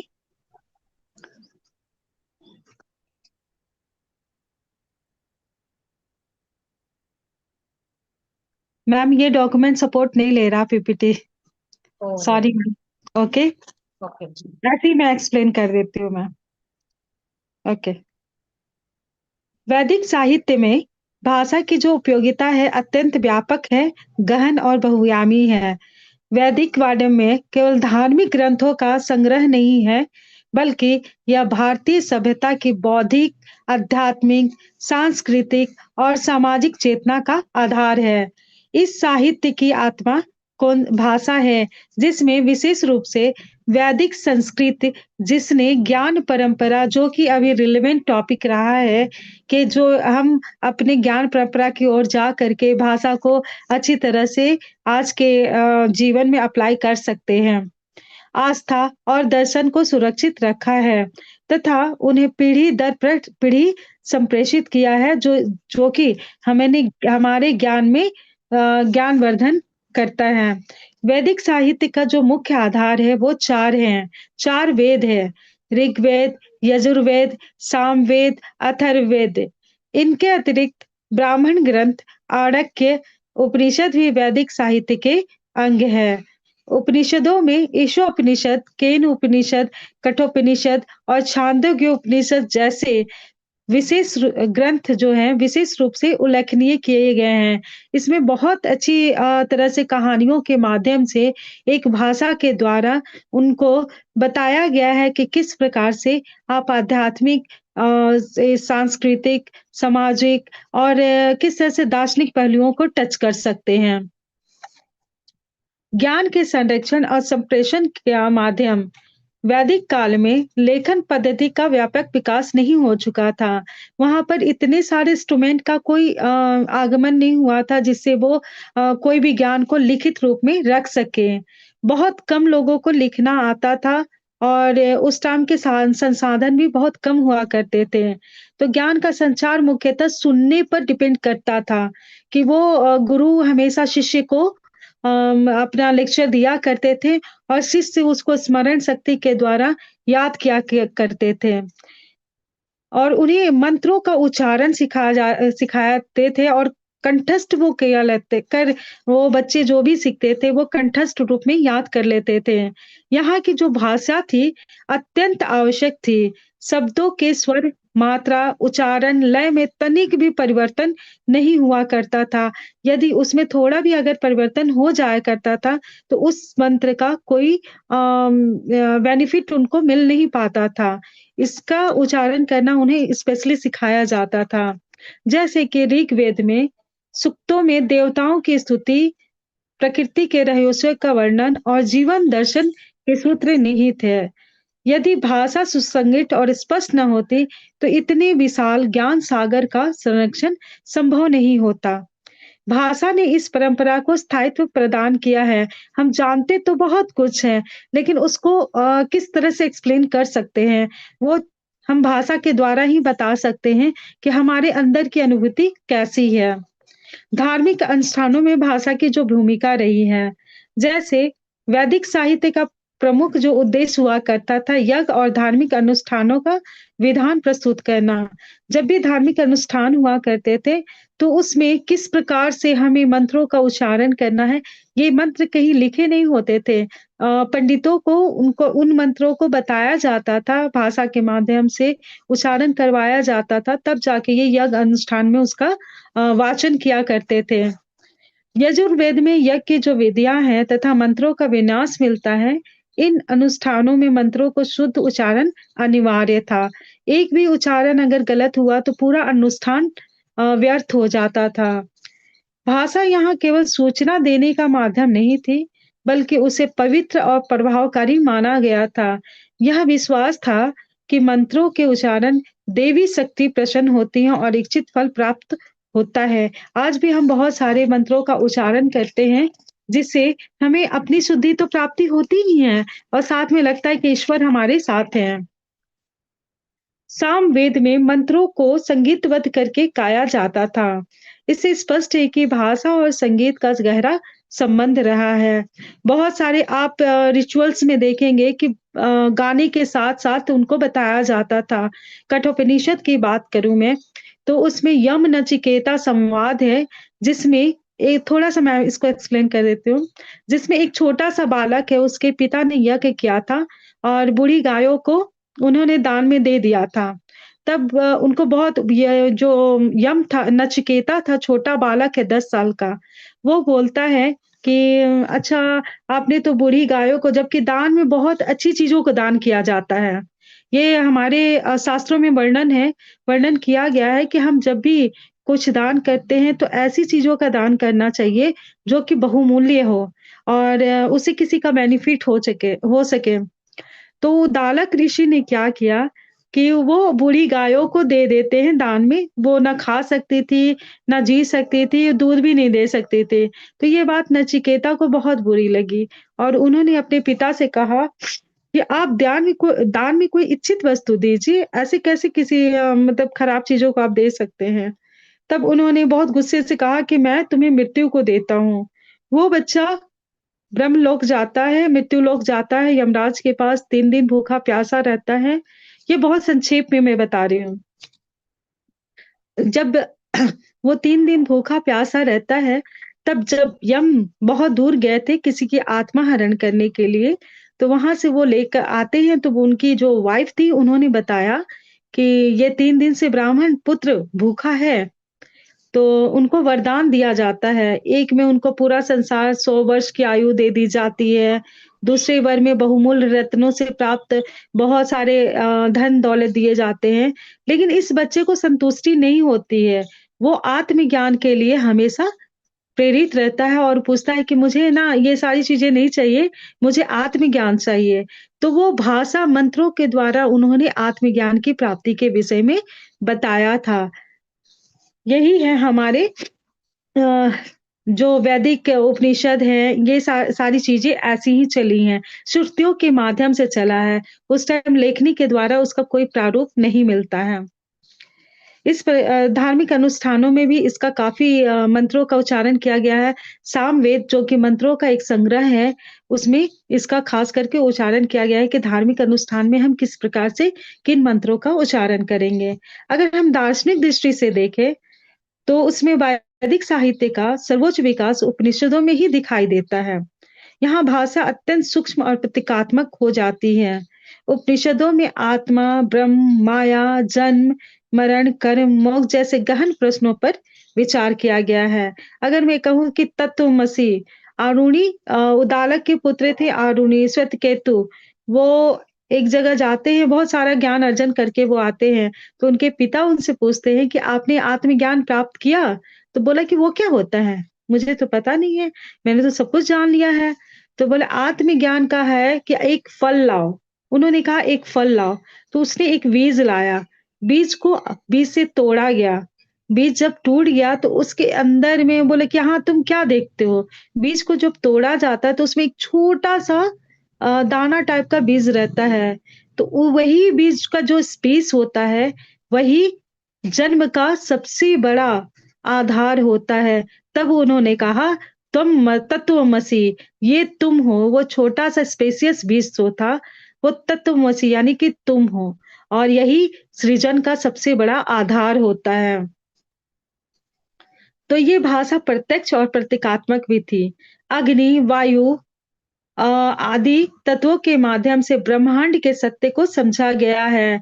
ग्रह नक्षत्र जो खगोलीय शास्त्र में किया जाता है, इसकी भी अपनी-अपनी भाषाएँ होती हैं। बल्कि इसमें भाषा केवल वर्णन नहीं करती बल्कि चिंतन की दिशा भी निर्धारित करती है। अगर हम सांस्कृतिक एकता और सामाजिक संरचना की बात करते हैं, तो वैदिक भाषा में भारतीय समाज और संस्कृति रूप में एक सूत्र में बांधने का कार्य किया है। समान मंत्र, सूक्त और प्रार्थनाएं, स्पेशली हम जब भी दुखी होते हैं तब प्रार्थना करते हैं। किसकी प्रार्थना करते हैं? इस ब्रह्मांड से करते हैं, अपने ईश्वर से करते हैं, ताकि हमारे जो समस्या है उसका समाधान हो सके। वेदों में वर्णित जो सामाजिक व्यवस्था है उसका आचार विचार, विवाह, शिक्षा, कृषि और युद्ध संबंधित विवरण समाज को दिशा प्रदान करते हैं। भाषा के माध्यम से ही हम आदर्श समुदाय का निर्माण भी करते हैं। वेदों में जो वर्णित सामाजिक व्यवस्था भाषा के परंपराओं का स्थात्व दिया है। जैसे संस्कार जो हमारे यहाँ होते हैं, जो बच्चा जन्म लेता है उसका संस्कार होता है, उपनयन होता है, विवाह होता है, योग पवित्र में प्रयुक्त मंत्रों का सामाजिक जीवन में एक समान संरचना प्रदान की है। अगर हम व्याकरण और भाषा विज्ञान के विकास की बात करें, तो वैदिक मंत्रों की शुद्धता बनाए रखने के लिए व्याकरण का विकास आवश्यक है। पढ़नी जो व्याकरण और संस्कृत के सबसे बड़े प्रणेता रहे हैं, उन्होंने व्याकरण को वैज्ञानिक आधार प्रदान किया था। उनके जो व्याकरण ग्रंथ ने भाषा की संरचना को व्यवस्थित रूप दिया था। इससे स्पष्ट होता है कि वैदिक साहित्य न केवल भाषा का उपयोग किया बल्कि भाषा विज्ञान के विकास को भी प्रेरित किया है। ध्वनि विज्ञान, शब्द रचना और वाक्य विन्यास पर गंभीर चिंतन हुआ करता था। अब काव्यात्मक और सौंदर्य बोध की हम बात करते हैं, तो ऋग्वेद में काव्यात्मक सौंदर्य अद्भुत है। प्रकृति के विविध रूपों, सूर्य, उषा, वर्षा, उषा का अर्थ होता है सुबह की लालिमा, वर्षा, अग्नि का वर्णन अत्यंत मार्मिक और भावपूर्ण रहा है। आज भी हम हिंदी साहित्य में भी देखते हैं, जब मैथिली शरण गुप्त की जो कविताएं हैं उसमें नदियों का वर्णन है, पहाड़ों का वर्णन है, धूप, दोपहर, शाम, सुबह सबका वर्णन मिलता है। स्पेशली हमारे इंडियन कल्चर में जितने गाने बने हैं, जो पुराने गाने हैं 80-90 के दशक के, उसमें नदी, पहाड़ों, प्रकृति को खास करके लिया जाता है, क्योंकि वो हमारे आत्मिक चेतना का एक हिस्सा होती है। उषा सूक्त में भोर का चित्रण अत्यंत काव्यात्मक होता है। जब सुबह होती है, मन फ्रेश हो रहता है, तो उस समय हमारे मन में बहुत सारी काव्यात्मक रचनाएं आती हैं। यहाँ भाषा यहाँ केवल सूचना नहीं देती, बल्कि भाव जगत का निर्माण करती है। और यह सौंदर्य का भी एक वैदिक साहित्य में भाषा जो है सौंदर्य सृष्टि का भी एक साधन है। सौंदर्य की सुबह की जो लालिमा होती है हमें किस तरह से भाव विभोर कर देती है। फिर शाम, हर दिन के बाद अंधकार का क्या पोजीशन होता है, ये सारा हमारा प्रकृति में सब कुछ हमें दर्शाती है। छंदों की जो विविधता है, जैसे गायत्री मंत्र हो गया, जगती भाषा को ललयात्मक प्रदान करती है। यह जो लय है स्मरण को भी सरल बनाती है। वैज्ञानिक और व्यवहारिक ज्ञान का संप्रेषण, अर्थवेद जो कि उसमें जादू टोना औषधियों का सबसे ज्यादा वर्णन मिलता है। उसमें चिकित्सा, कृषि, गृहस्थ, सुषुप्त चिकित्सा की बात जो होती है वो अथर्ववेद में वर्णित है। गृहस्थ जीवन से संबंधित मंत्र मिलते हैं। चिकित्सा के लिए भी अगर आप कोई भी बहुत सारे ऐसे मंत्र हैं, अगर आप कितने भी कष्ट में हो उन मंत्रों का उच्चारण करेंगे तो आपको बहुत रिलीफ मिलेगा। इससे स्पष्ट है कि भाषा के माध्यम से व्यावहारिक ज्ञान भी सुरक्षित रखा जा सकता है। खगोल, गणित और ज्योतिषी संबंधी प्रारंभिक विचार भी वैदिक साहित्य में मिलते हैं। यह सब भाषा की संरचना और स्पष्टता के कारण ही संभव है। अगर हम नैतिक और मानवीय मूल्यों का प्रसार करें, तो वैदिक साहित्य में सत्य, अहिंसा, दान, तप, कर्तव्य जैसे मूल्यों का प्रतिपादन किया गया है। योग दर्शन भी इसी युग में आया है। सत्संग दर्शन में देखेंगे तो योग दर्शन में कैसे आपको अपने शरीर, मन और आत्मा को कैसे शुद्ध रखना है, तो इसको स्टेप बाय स्टेप बताया गया है कि हम किस तरह से अपनी समस्याओं का समाधान पा सकते हैं, अपने शरीर को रोग से निदानित कर सकते हैं। ये सब भाषा ही होता है, उसका पार्ट जो होता है वो अलग अलग होता है। इसका एक श्लोक है, संगच्छ ध्वम संबंध ध्वम, जैसे मंत्र सामूहिकता और सहयोग का संदेश देते हैं। ये भाषा जो है ना, प्रेरणादायक शक्ति का प्रमाण है। आध्यात्मिक अनुभव की अनुभव अभिव्यक्ति, आध्यात्मिक अनुभव और की अभिव्यक्ति जो है ना, वो ऋषियों के मंत्रों द्वारा व्यक्त किए गए हैं। इसमें अनुभव जो है शब्दातीत होते हुए भी भाषा में ढाले गए हैं। किसी को भी अपने अनुभव को एक्सप्लेन करने के लिए भाषा का बहुत उपयोग करना पड़ता है, चुनिंदा शब्दों का होता है। और मेरा जो अनुभव का भाषा है, वो आपके अनुभव का भाषा है, वो बिल्कुल अलग होगा। जो मैं अनुभव करके अपनी भाषा को एक्सप्लेन कर सकती हूँ, वो फीलिंग किसी और में नहीं आ सकती है। निरंतरता और आधुनिक प्रभाव, आज भी वैदिक मंत्र विभिन्न धार्मिक अनुष्ठानों में प्रयुक्त होते हैं। संस्कृत भाषा का प्रभाव भारतीय भाषाओं में स्पष्ट दिखाई देता है। वैदिक साहित्य ने भारतीय दर्शन, साहित्य, कला और संगीत पर गहरा प्रभाव डाला है। भाषा इस प्रभाव का प्रमुख माध्यम रहती है। कबीर के दोहों में भी कहा गया है, ऐसी वाणी बोलिए मन का आपा खोए, औरन को शीतल करे आपहु शीतल होए।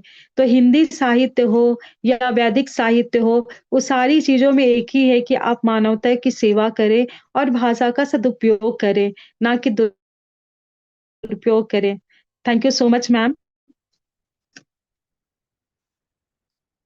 Hello ma'am.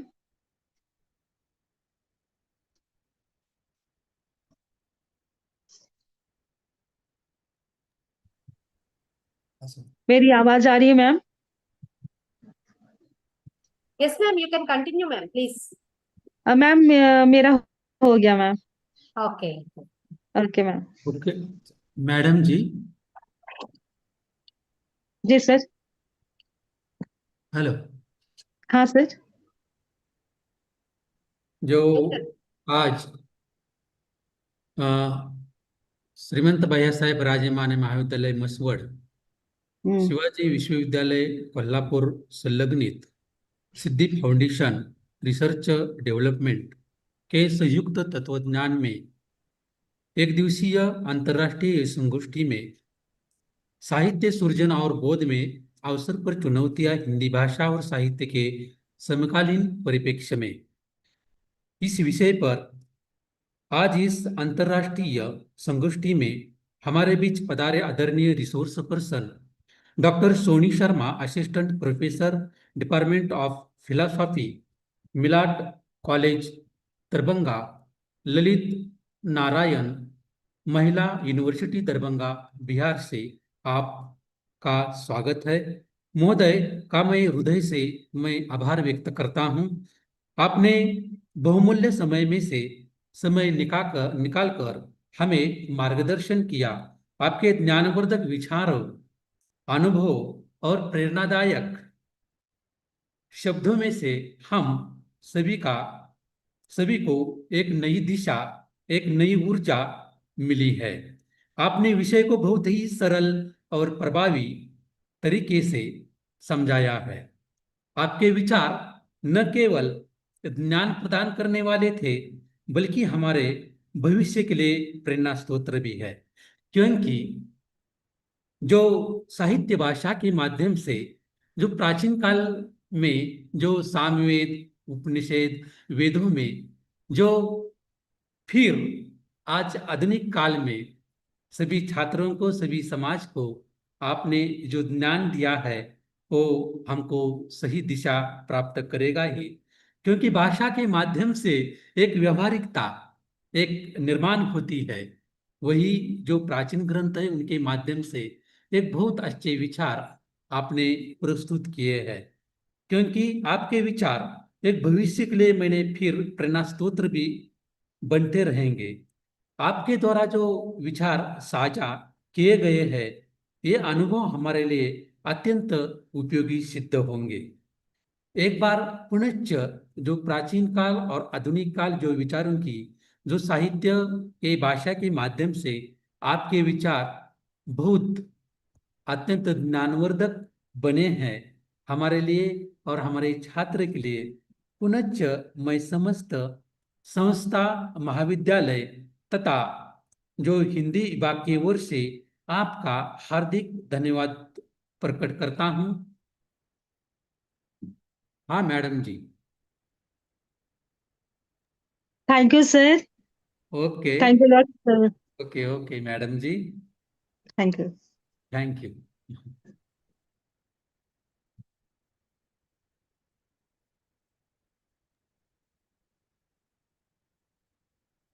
Yes, sir. I request you to continue to the next presentations of Hindi technical हाँ session. हाँ मैडम कंटिन्यू।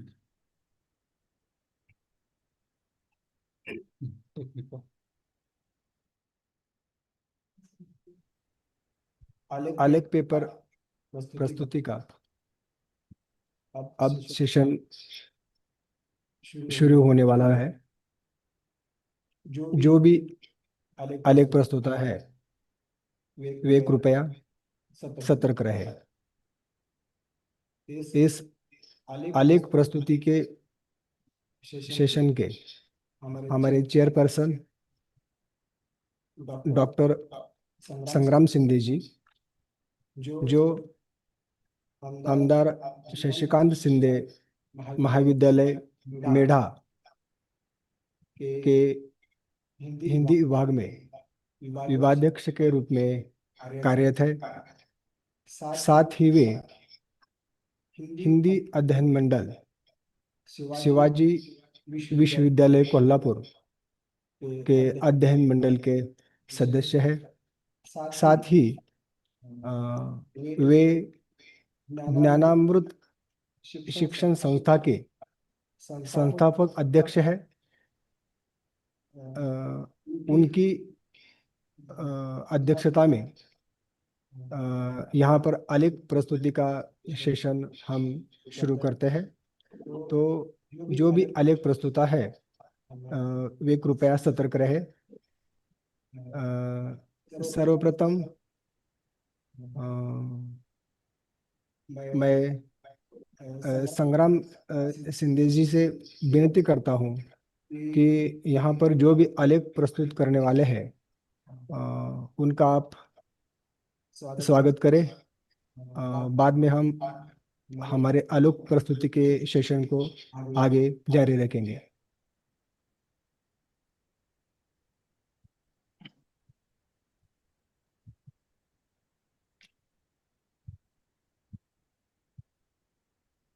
हमारे इस सेशन के चेयरपर्सन डॉक्टर संग्राम सिंधे जी, आप यहाँ पर जो भी आलेख प्रस्तुत करने वाले हैं उनका स्वागत करें।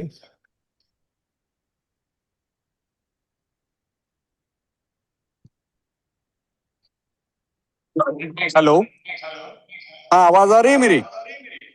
जी सर। हाँ सर, आवाज आ रही है?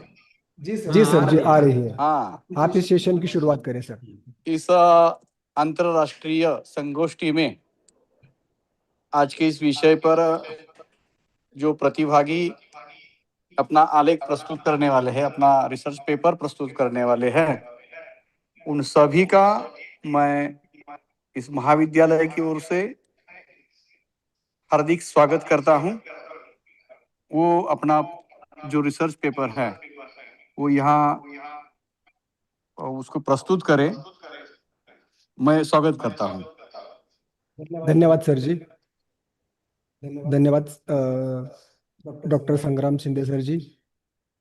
अब इस आलेख प्रस्तुता के सत्र में सर्वप्रथम आलेख प्रस्तुति के लिए मैं प्राध्यापक सोमनाथ कोहली सर जी, जो छत्रपति शिवाजी कॉलेज सातारा से हैं, मैं उनसे विनती करता हूं कि कृपया आप अपना आलेख प्रस्तुत करें। धन्यवाद सर। सर मेरी आवाज सुन रहे हैं आप? जी सर जी। ठीक ठीक है, ठीक।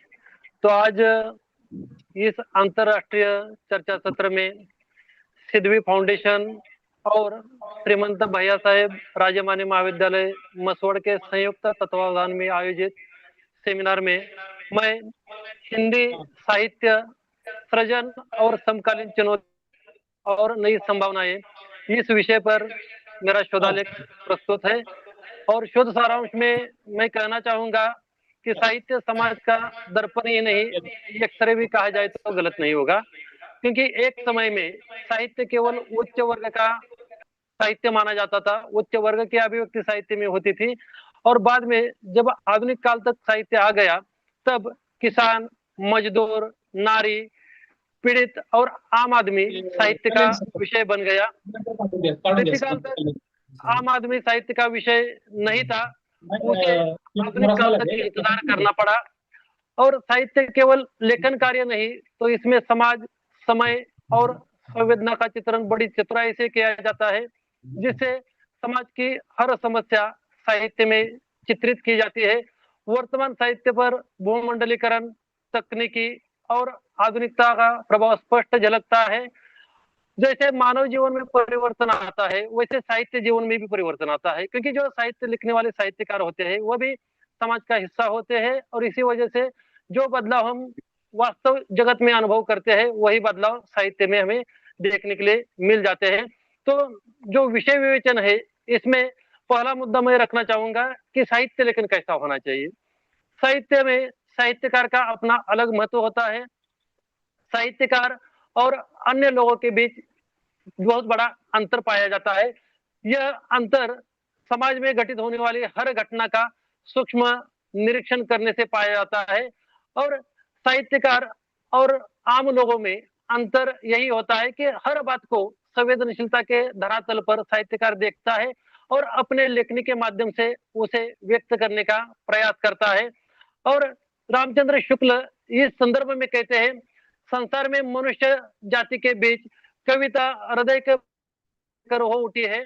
प्रेम, उत्साह, आश्चर्य, करुणा आदि की व्यंजन के लिए आदिम कवियों ने अपना स्निग्ध कंठ खोला था। तब से आज तक संसार में प्रत्येक कविता की तह में भावानुभूति आत्मा की तरह चलती रहती आई है। स्पष्ट है कि कविता कोमल भावनाओं की अभिव्यक्ति होती है। आज अन्य अनेक साधनों का इस्तेमाल कर साहित्य सृजन बनता जा रहा है। आज अनेक साधन लेखन के लिए काम करते हुए नजर आते हैं। इसी कारण उसमें लेखक जैसी लेखन शैली नहीं मिल जाती, क्योंकि आज हम छात्रों को देखते हैं कि चैट जीपीटी जैसे टूल्स का इस्तेमाल करते हुए हर बात को वह वहां ढूंढने का प्रयास करते हैं।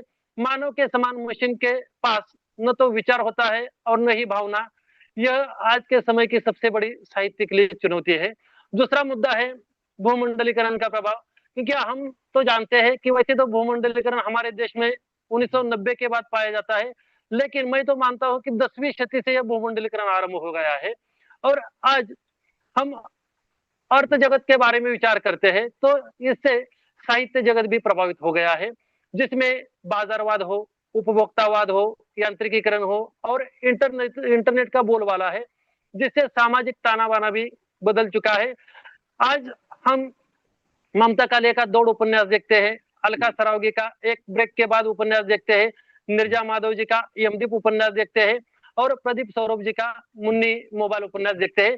तो इसमें भूमंडलीकरण का प्रभाव जो है स्पष्ट झलकता हुआ दिखाई देता है। तो महुआ चरित्र उपन्यास के मस्तराम कपूर कहते हैं कि मानव सभ्यता के सारे समाज में स्त्रियों की स्थिति को देखते हुए खोखले सिद्ध होते हैं।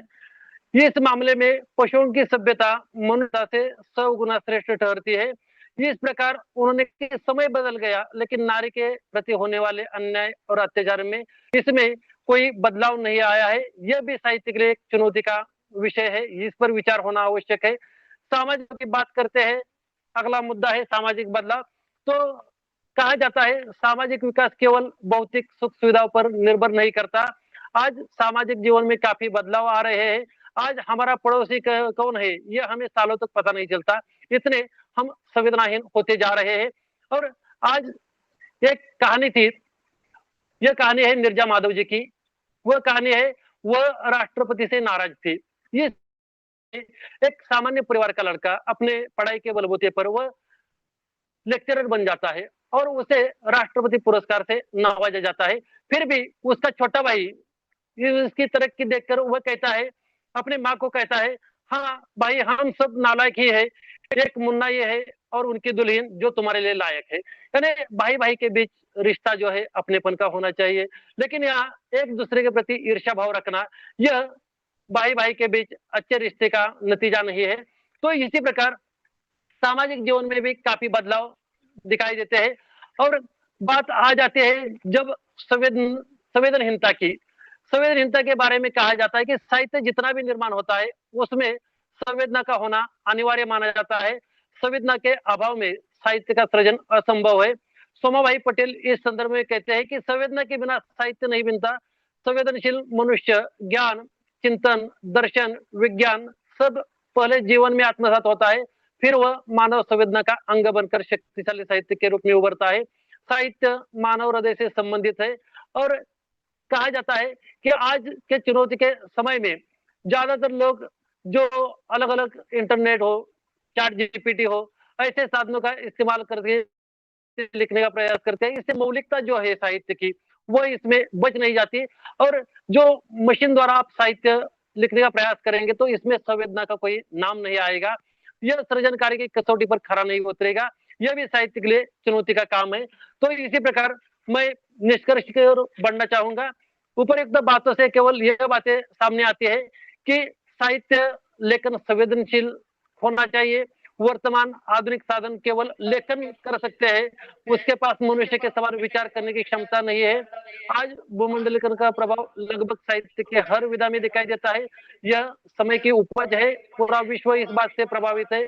सामाजिक बदलाव आज के साहित्य की देन है, इसी कारण मूल्यों में परिवर्तन दिखाई देता है। इस साहित्य का रूप बदला हुआ नजर आता है और रचनात्मकता अभाव जो है आज के साहित्य में दिखाई देता है। यह सबसे बड़ी चुनौतियां है। आप लोगों ने मुझे जो मेरे विचार साझा करने का मौका दिया, इसलिए मैं आप सभी लोगों के प्रति धन्यवाद देना चाहूंगा। धन्यवाद सोमनाथ कोहली जी। इसके बाद अगले आलेख प्रस्तुता है किरण सोपान सोनवलकर, जो हमारी संस्था के मोदोजी महाविद्यालय फलटन में सहायक प्राध्यापक पद पर अपनी सेवा दे रहे हैं। मैं प्राध्यापक किरण सोपान सोनवलकर जी से विनती करता हूं कि कृपया वे अपने आलेख को प्रस्तुत करें। धन्यवाद सर। मेरे आलेख का विषय है शरद सिंह के उपन्यास। मेरे आलेख का विषय है शरद सिंह के उपन्यास पिछले पन्ने की औरतों में बेड़िया समुदाय की स्त्री का यथार्थ।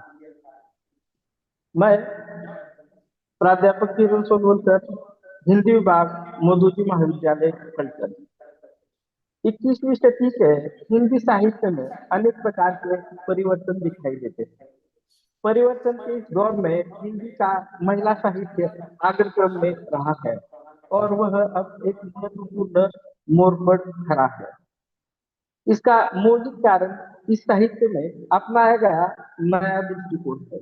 वर्तमान हिंदी स्त्री साहित्य अब केवल अबला की कहानी न होकर वह अस्मिता, आत्मसम्मान, आत्मनिर्भरता, अपने अधिकारों के प्रति सजगता और संघर्ष की दृष्टि को प्रस्तुत कर रहा है। हिंदी की महिला लेखिका साहित्य की विषय वस्तु की नवीनता के साथ प्रयोगात्मकता लेखन की शैली का प्रयोग कर रही है, जिस कारण हिंदी साहित्य को एक नई दिशा और एक नई ऊर्जा प्राप्त हो रही है। विशेष रूप से यह प्रयोग कथा साहित्य में अधिक हुआ है। इस कारण हिंदी का कथा साहित्य अधिक समृद्ध और प्रभावशाली है। कथा साहित्य में उपन्यास विधा का फलक अत्यंत व्यापक होने के कारण यह प्रयोग इस उपन्यास विधा में अधिक मात्रा में दिखाई देता है। अनेक महिला लेखिकाएं हिंदी साहित्य में एक नई दृष्टि लेकर नए प्रयोग कर रही है। इन महिला लेखिकाओं में शरद सिंह का स्थान महत्वपूर्ण है, क्योंकि उनके साहित्य में विषय वस्तु की नवीनता के साथ शैली की नई दृष्टि का प्रयोग दिखाई देता है। उनका जो पहला उपन्यास है पिछले पन्ने की औरतें, मध्य प्रदेश के बेड़िया समुदाय पर आधारित है। उसका लेखन उन्होंने रिपोर्टाज शैली में किया है। तो उनका जो दूसरा उपन्यास है पचकौड़ी, जो बुंदेलखंड की राजनीतिक और प्रसार माध्यम में स्त्री की भूमिका को प्रस्तुत करता है। और उनका तीसरा उपन्यास कसबाई सिमोन लिव इन रिलेशन जैसे नवीन विषय को प्रस्तुत करता है।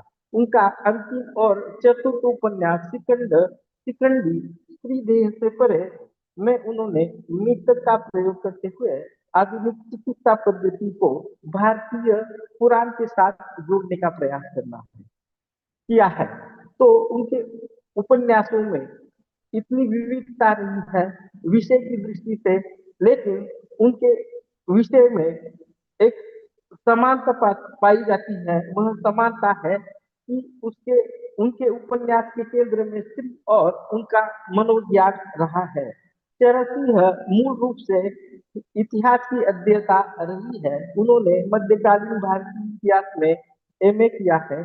साथ ही साथ उन्होंने अपना दूसरा एमए प्राचीन भारतीय एवं पुरातत्व इस विषय में स्वर्ण पदक के साथ हरिश्चंद्र गौड़ा विश्वविद्यालय सागर से किया है। आगे जाकर उन्होंने खजुराहो की मूर्ति कला का सौंदर्यात्मक तत्व इस विषय पर पीएचडी की उपाधि प्राप्त की है। वे हरिश्चंद्र गौड़ा विश्वविद्यालय सागर में ऑडियो विजुअल रिसर्चर सेंटर में असिस्टेंट के पद पर कार्यरत रही।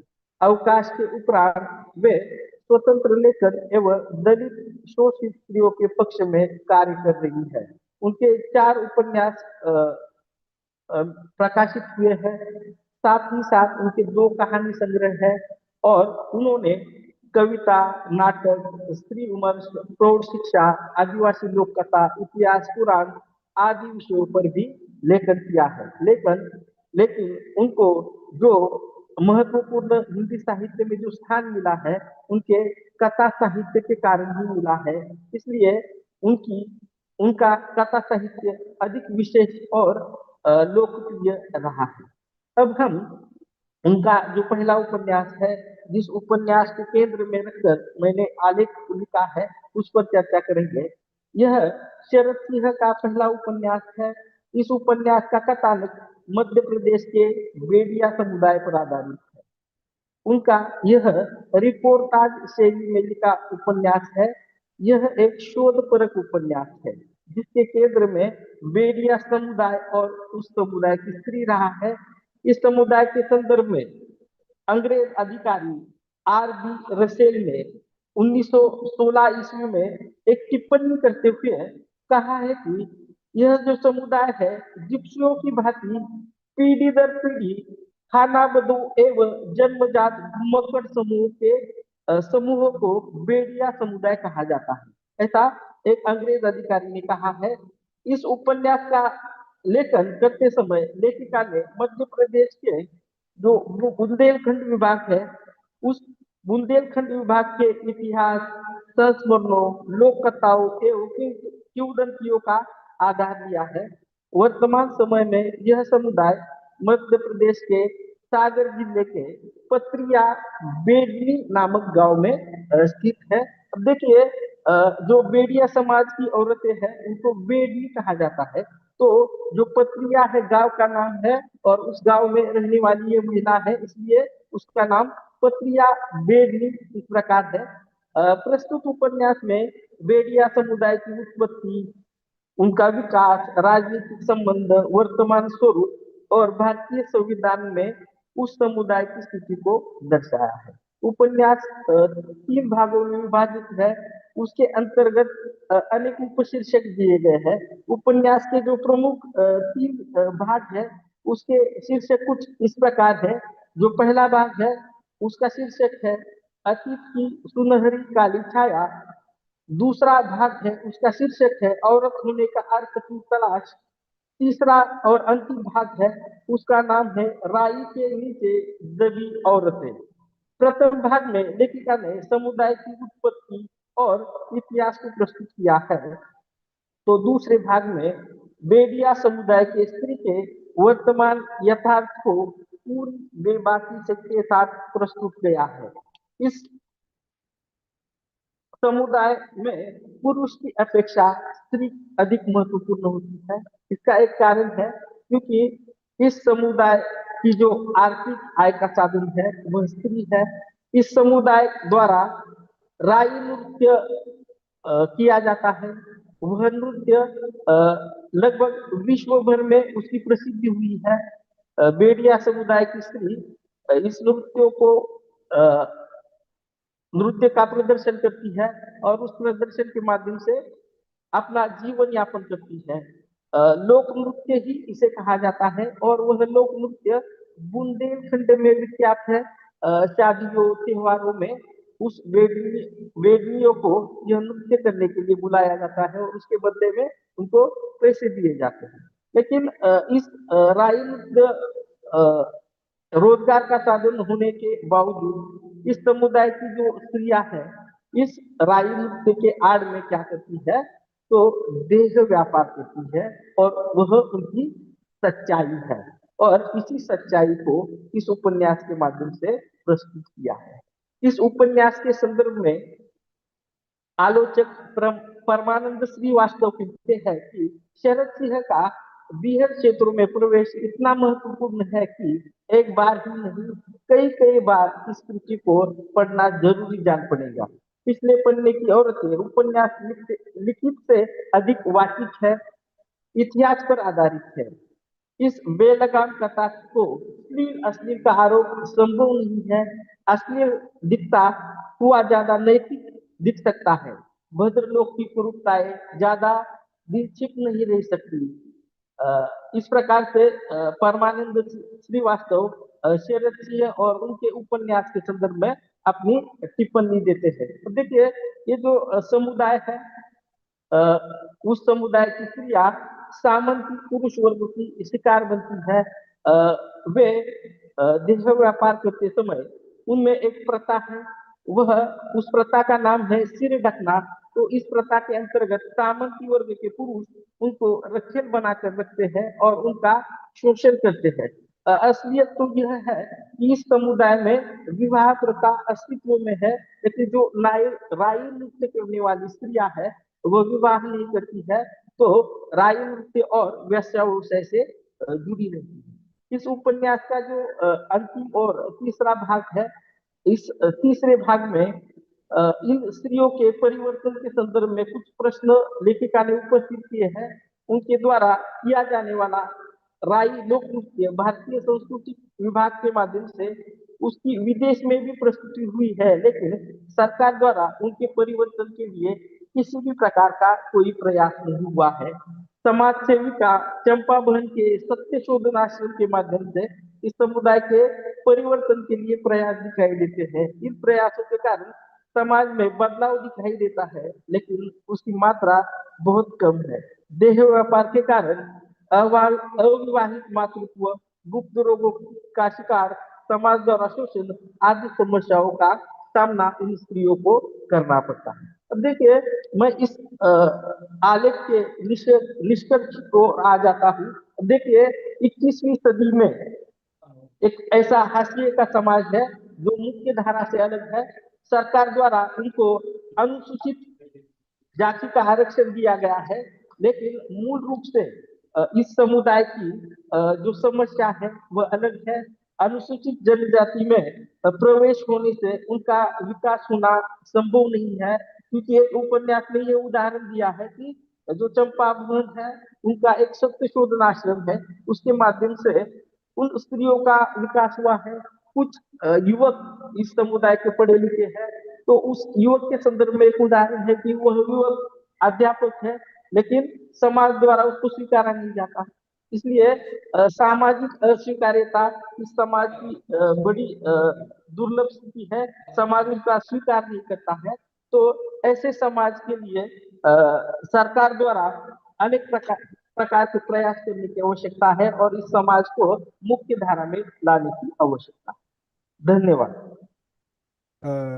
धन्यवाद किरण सोनवलकर जी, आपने जो आलेख प्रस्तुत किया, इस आलेख प्रस्तुति के ऊपर यहाँ पर जो प्रतिभागी है मैं उनसे निवेदन करता हूँ कि यहाँ पर किरण सोनवलकर जी ने अपना जो आलेख प्रस्तुत किया, इस विषय पर अगर किसी की कोई प्रश्न हो तो आपके लिए ये मंच खुला है।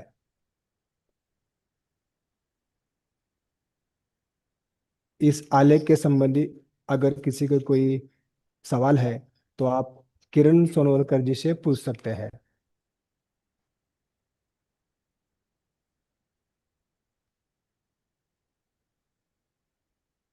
मैं किरण सोनवलकर जी से सवाल करता हूँ कि आपने इस उपन्यास में जो बात कही है, इस यहाँ पर जो हाशिए का समाज है, उसकी समस्या को दूर करने के लिए इस उपन्यासकार ने क्या प्रयास किया है या कौन सी दिशा दिखाई है?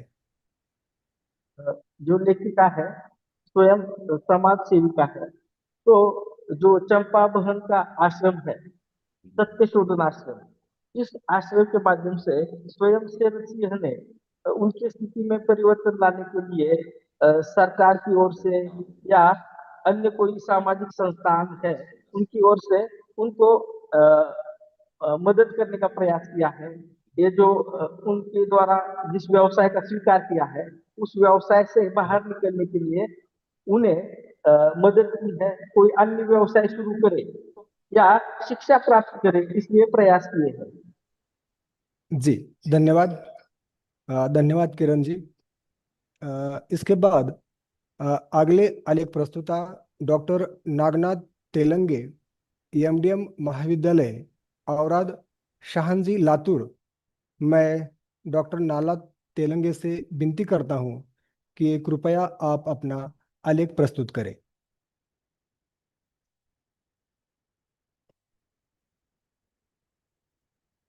डॉक्टर नागनाथ तेलंगे,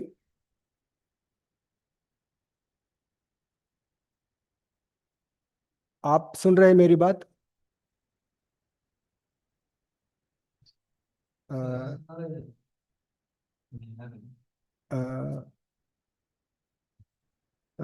ठीक है। अगले आलेख प्रस्तुता डॉक्टर भारत बाबूराव, डॉक्टर भारत बाबूराव उपाध्याय, वारणा महाविद्यालय। मैं आपसे विनती करता हूं कि कृपया आप अपनी बात को रखें। हाँ नमस्कार सर। आवाज आ रही है जी? जी सर, आ रही है। हाँ जी। श्रीमंत भैया साहेब राजमाने महाविद्यालय मसवड की ओर से आज एक दिवसीय अंतर्राष्ट्रीय ई संगोष्ठियों का यहाँ पर आयोजन हो रहा है। काफी सुबह से 9:30 बजे से हम यहाँ पर जुड़े हुए हैं और यहाँ वेलकम स्पीच के रूप में प्रोफेसर डॉक्टर संजय दीक्षित जी ने, जो प्रधानाचार्य जी रहे हैं,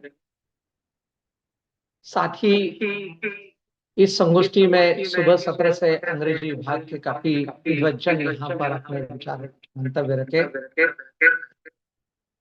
और ये द्वितीय सत्र में जो हिंदी पेपर प्रेजेंटेशन का ये भाग चल रहा है, जिसमें अभी फिलहाल सोमनाथ कोड़ी सर जी ने और वर्तमान में शरद सिंह के उपन्यास किरण सोनवलकर सर जी ने बहुत ही सुंदर बातें यहाँ पर रखी। यहाँ मैं एक अपनी बात थोड़ा सा अलग तरीके से, जैसे कि हिंदी में सृजनात्मक लेखन, सिद्धांत, अभ्यास और नवाचार को लेकर के कुछ बात मैं आपसे रखना चाहता हूँ। यहाँ सबसे पहले तो मैं आयोजक डॉक्टर रमेश बोबाडे सर जी और डॉक्टर जितेंद्र बंसोड़े सर जी को साधुवाद देता हूँ। भारत सर जी, उनका अभिनंदन ही करता हूँ। भारत सर जी, प्रकार का नया विषय यहाँ पर लिया गया। भारत सर जी, भारत उपाध्याय हाँ, सर बोलिए जी, आपसे एक विनती है, अगर आप पीसी से और मोबाइल से लॉगिन है तो एक से आप लॉग आउट हो जाइए। अच्छा, क्योंकि आपकी आवाज दोबारा आ रही है, डबल आवाज हो रही है। ठीक है सर। एक से लॉग आउट हो जाइए। Okay sir. हाँ।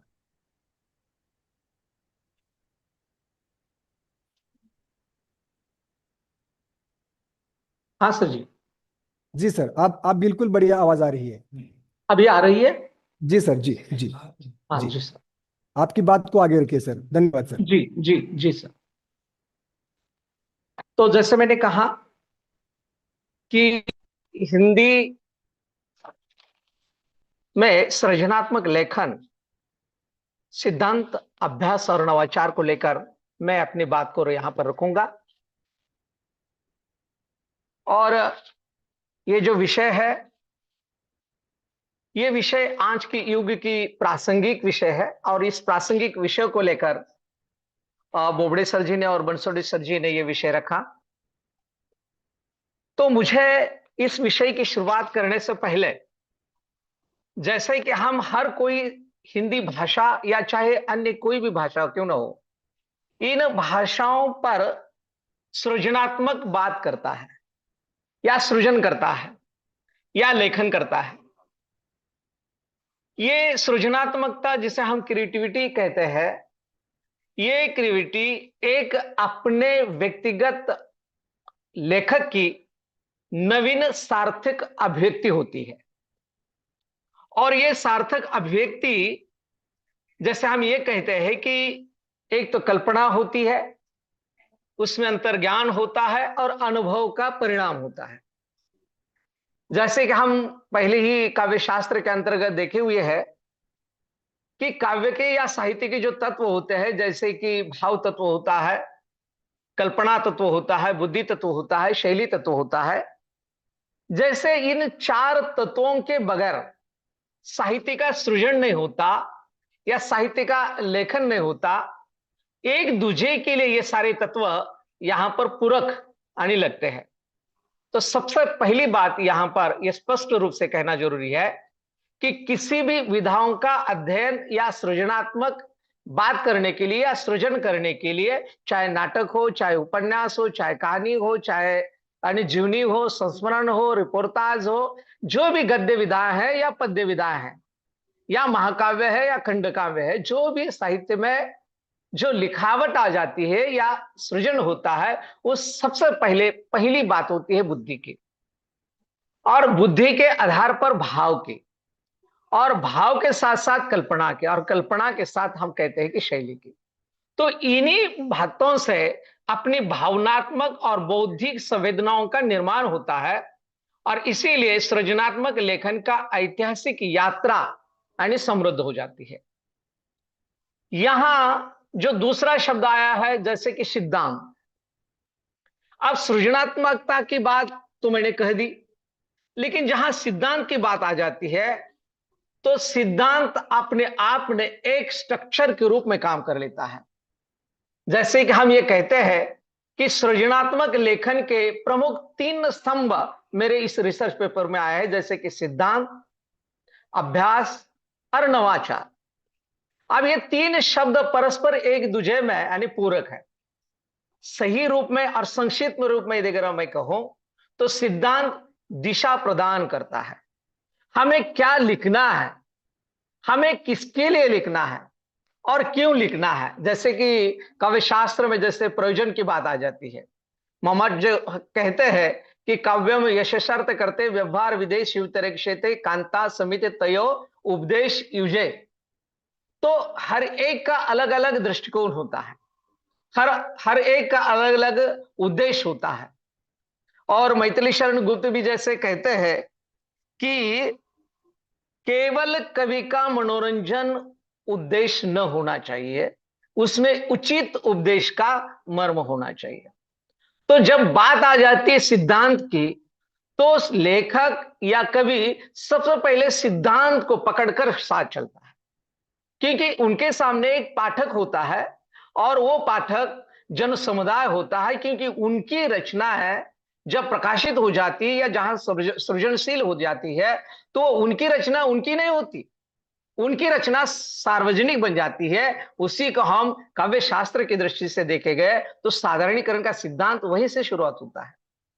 और इसीलिए ये अभ्यास और सिद्धांत, ये दोनों एक दूसरे के लिए पूरक है। तो सिद्धांत हमारे लिए दिशा प्रदान करता है, जबकि अभ्यास रचना को परिष्कृत करता है। जैसे कहा जाता है कि करत करत अभ्यास जड़ मत होत सुजान।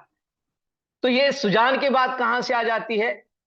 तो अभ्यास से निरंतर प्रयास, ये अभ्यास का अर्थ यह है कि बार बार करते रहना। हम साहित्य का निर्माण कर लेते हैं, न कि हम सृजन। तो निर्माण और सृजन में भी अंतर है। जहां दिल से, आत्मा से, अपने वाणी से, सहृदयता से, अपने भावनाओं से अपनी बात जब हम शब्दबद्ध कर लेते हैं, तो साहित्य या काव्य की निर्मित हो जाती है। और वही साहित्य और निर्मित को जब हम बार बार करते रहते हैं, तो उसको हम अभ्यास कहते हैं, और वही अभ्यास साहित्य को परिष्कृत करता है। और नवाचार की जब हम बात करें, आधुनिक काल से यदि अगर हम जोड़ना चाहते हैं, जैसे कि आजकल युग में डिजिटलाइजेशन का युग है, भूमंडलीकरण का युग है, वैश्वीकरण का युग है, प्राइवेटाइजेशन, ग्लोबलाइजेशन के माध्यम से एक नए मकान तक हम पहुंच चुके हैं। और उसको साथ यदि हमें चलना है, साहित्य को और इस साहित्य के धरातल को, कविता को, नाटक को, उपन्यास को, कहानी को, इन सभी गद्य पद्य विधाओं को यदि अगर पाठकों तक हमें पहुंचाना है, तो समयानुकूल के साथ नवाचार को साथ लेकर, है ना, इन तीनों का, चाहे नवाचार हो, चाहे अभ्यास हो, और चाहे सिद्धांत हो या सृजनशीलता हो, इन 4-5 का शब्दों का जोड़कर हम नया एक साहित्य निर्मित करते हैं, नया साहित्य निर्माण कर सकते हैं। और यही साहित्य एक नई दिशा देने का काम आने कर लेता है। तो साहित्यकारों के लिए और आज के नई पीढ़ियों के लिए ये तो पहले लेखन सिद्धांत और अभ्यास तक जुड़े ही हुए थे, लेकिन एक और नई चीज को जब हमने स्वीकार ही कर लिया है, तो उस चीज को भी साथ लेकर हमें चलना चाहिए। जब नई चीज को हम आत्मसात नहीं कर ले सकते, या नवाचार को जब हम आत्मसात नहीं करेंगे, तो नया साहित्य में ये कहेंगे कि पारदर्शिकता और अधिकतर मात्रा में उसको प्रसारित नहीं हो सकती। और इसीलिए ये नवाचार एक नए नए माध्यम से की जा सकती है। जैसे यदि अगर मैं बात करूं, तो जैसे यहाँ पर समकालीन विमर्श की बात के साथ साथ मैं ये कहूंगा कि भाषा और शैली और डिजिटल युग और नवाचार, ये हमने वर्तमान में और लेखक ने गौर से उसका अध्ययन करके उसको अभिव्यक्त करना चाहिए। जैसे डिजिटल युग, जिसे हम नवाचार कहते हैं, जैसे नई नई सोशल मीडिया पर जो कविता आ जाती है, बहुत ही संक्षिप्त होती है। एक जमाना था कि दीर्घ कविताएं लिखी जाती थी, दीर्घ कहानियां लिखी जाती थी। अभी लंबी और संक्षिप्त 1 मिनट में, 60 सेकंड में, कोई तो ऐसी है कि 10-15 सेकंड में भी कोई कविता या कोई कहानी हम अभिव्यक्त करते हैं। तो ये नवाचार का ही आधार लेकर के हम कर सकते हैं। और इस प्रकार के नए नए यदि अगर पॉडकास्ट, यदि अगर कथा वाचन के माध्यम से, या ई पुस्तक के माध्यम से, या ब्लॉग या वेब पत्रिकाओं के माध्यम से, यदि अगर हम नवाचार के साथ इस साहित्य सृजन को साथ जोड़े, तो निश्चित रूप से ये साहित्य बहुत ही सुंदर और उपयोगी सिद्ध होगा। ये आज के युग की बहुत सारी संभावना है, और साथ ही साथ चुनौतियां भी है। इस चुनौतियों को और संभावनाओं को हमें स्वीकारना होगा, क्योंकि बाजारवाद का प्रभाव और ये हम पर पड़ा हुआ है। तो बाजारवाद को साथ लेकर, हमारी हिंदी भाषा को साथ लेकर, और पाठकों को और समाज के उपयोगिताओं को साथ लेकर हमने सृजनात्मकता की बात करनी चाहिए, और इस प्रकार का सृजन करके उपयोगी साहित्य होना चाहिए। बहुत बार यह होता है कि लोगों को उपयोगिता की आवश्यकता होती है, न कि व्यक्ति की। यदि अगर वो व्यक्ति या भाषा उपयोगशील नहीं रही, तो वो साहित्य या भाषा मर जाती है। लेकिन भाषा और साहित्य यदि अगर समाज के लिए उपयोगी सिद्ध बन गया, उनके हित के लिए बन गया, तो निश्चित रूप से ये साहित्य वैसा ही रहेगा जैसे प्राचीन काल से लेकर चला आ रहा है, और आधुनिक काल में भी, और इस डिजिटल क्रांति के युग में भी उस साहित्य को हम जीवित रख सकते हैं। यही मैं यहाँ पर कहूंगा। मुझे समय 5 मिनट का दिया है, मैं अधिकतर बात नहीं करता, और यही विषय मैं मेरे 2 शब्दों को मैं यहाँ पर विराम देता हूँ। धन्यवाद। धन्यवाद डॉक्टर भारत उपाध्याय सर जी, आपने बहुत ही बखूबी से अपनी बात को रखा। मैं यहाँ पर प्रतिभागियों से ये नम्र निवेदन करता हूँ कि इस आलेख के संबंधी अगर आपके कोई प्रश्न है तो आपके लिए ये मंच खुला है। आप तहे दिल से डॉक्टर भारत उपाध्याय से आपने आपके मन में जो भी जिज्ञासाएं पैदा हुई हो उसका समाधान ले सकते हैं। आपके लिए ये मंच खुला है।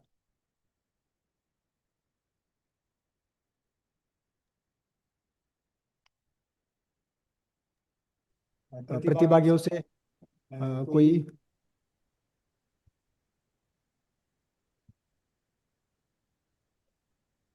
हाँ डॉक्टर उपाध्याय सर जी। हाँ बोलिए सर जी।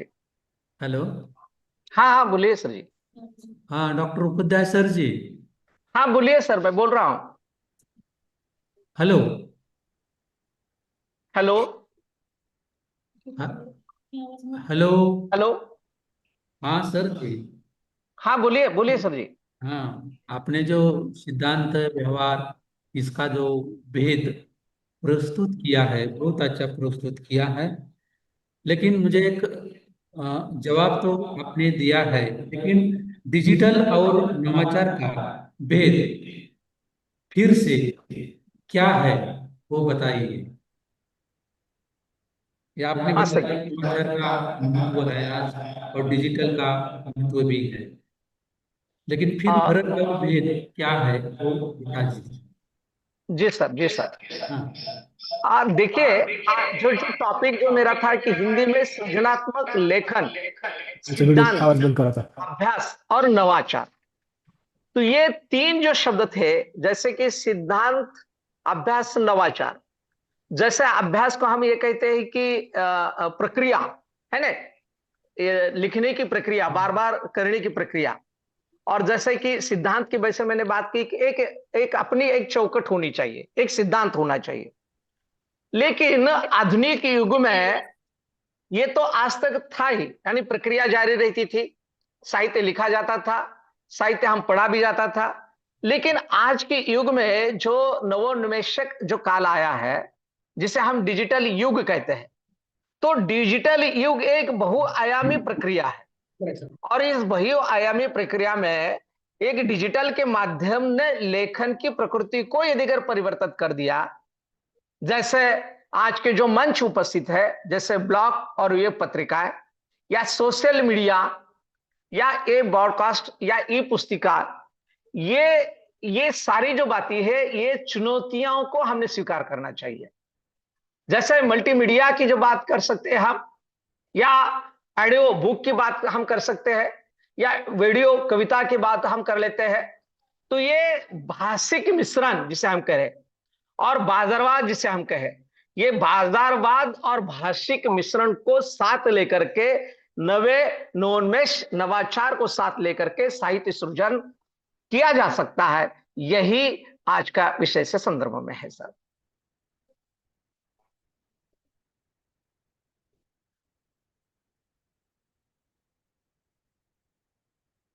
हाँ सर जी। हाँ डिजिटल और नवाचार का जो भेद है वो बहुत अच्छा प्रस्तुत किया है। धन्यवाद सर जी, जो आपने मुझे हमसे सभी को ज्ञानान्वित किया। नमस्कार। धन्यवाद सर जी। भारत उपाध्याय सर जी। हाँ बोलिए सर। हाँ मेरा एक सवाल है सर जी। कि आपने नवाचार की बात कही है। जी जी सर।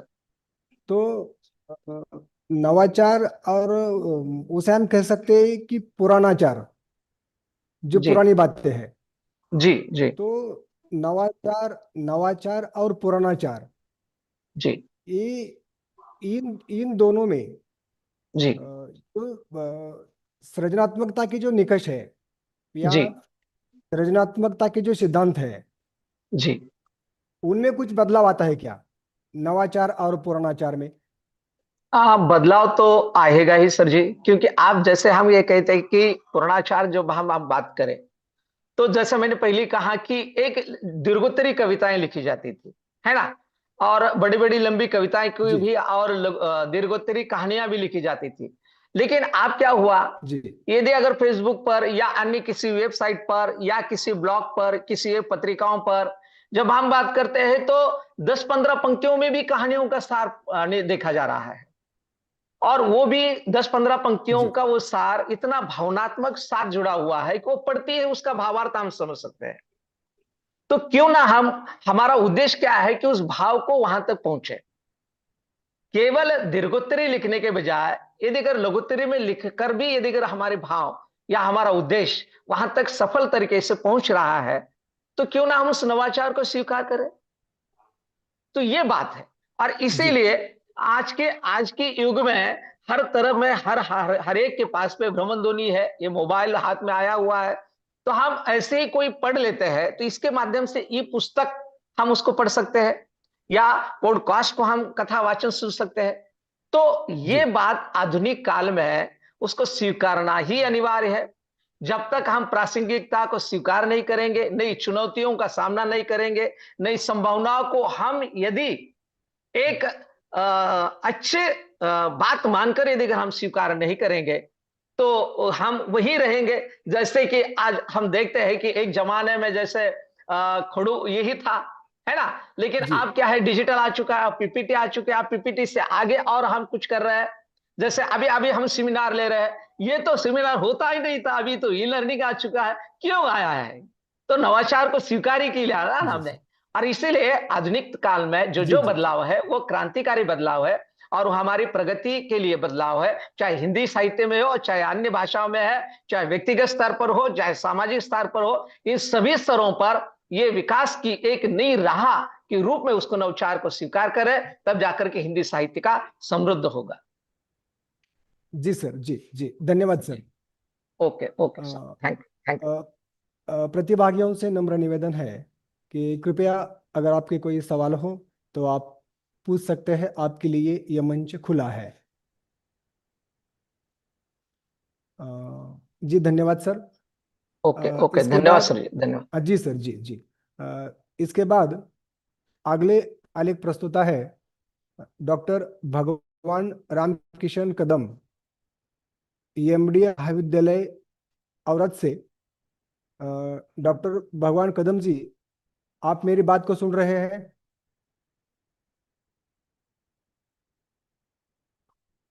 डॉक्टर भगवान रामकिशन कदम सर जी, कृपया आप अपना आलेख प्रस्तुत कर सकते हैं।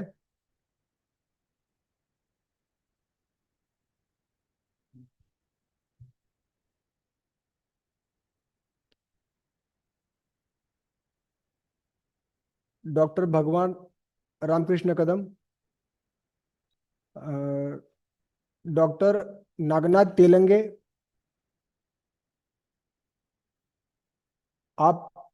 आप मेरी बात को सुन रहे हैं?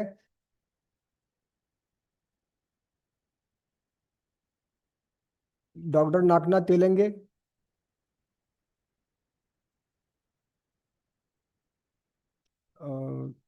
डॉक्टर मचिंद्र भगवान कुंभार, मातोश्री जयाबाई श्रीपतराव कदम महाविद्यालय कड़ेगांव, आप मेरी बात को सुन रहे हैं?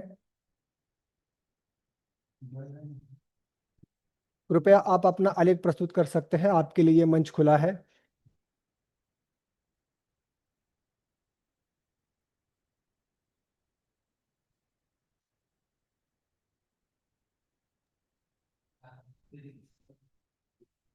वो मीटिंग में नहीं है सर मेरे ख्याल में। जी मैडम, उनसे बात हो रही है, वो अभी ज्वाइन कर रहे हैं। हाँ ठीक है सर। हाँ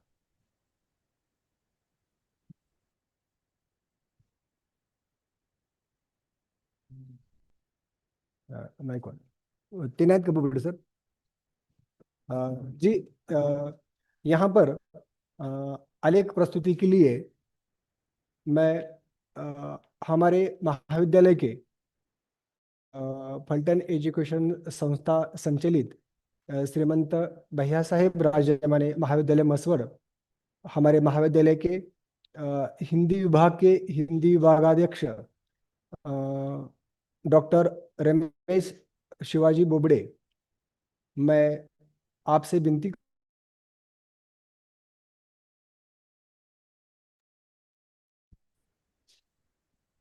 मैं सभी को हिंदी विभाग के ओर से धन्यवाद प्रकट करता हूं।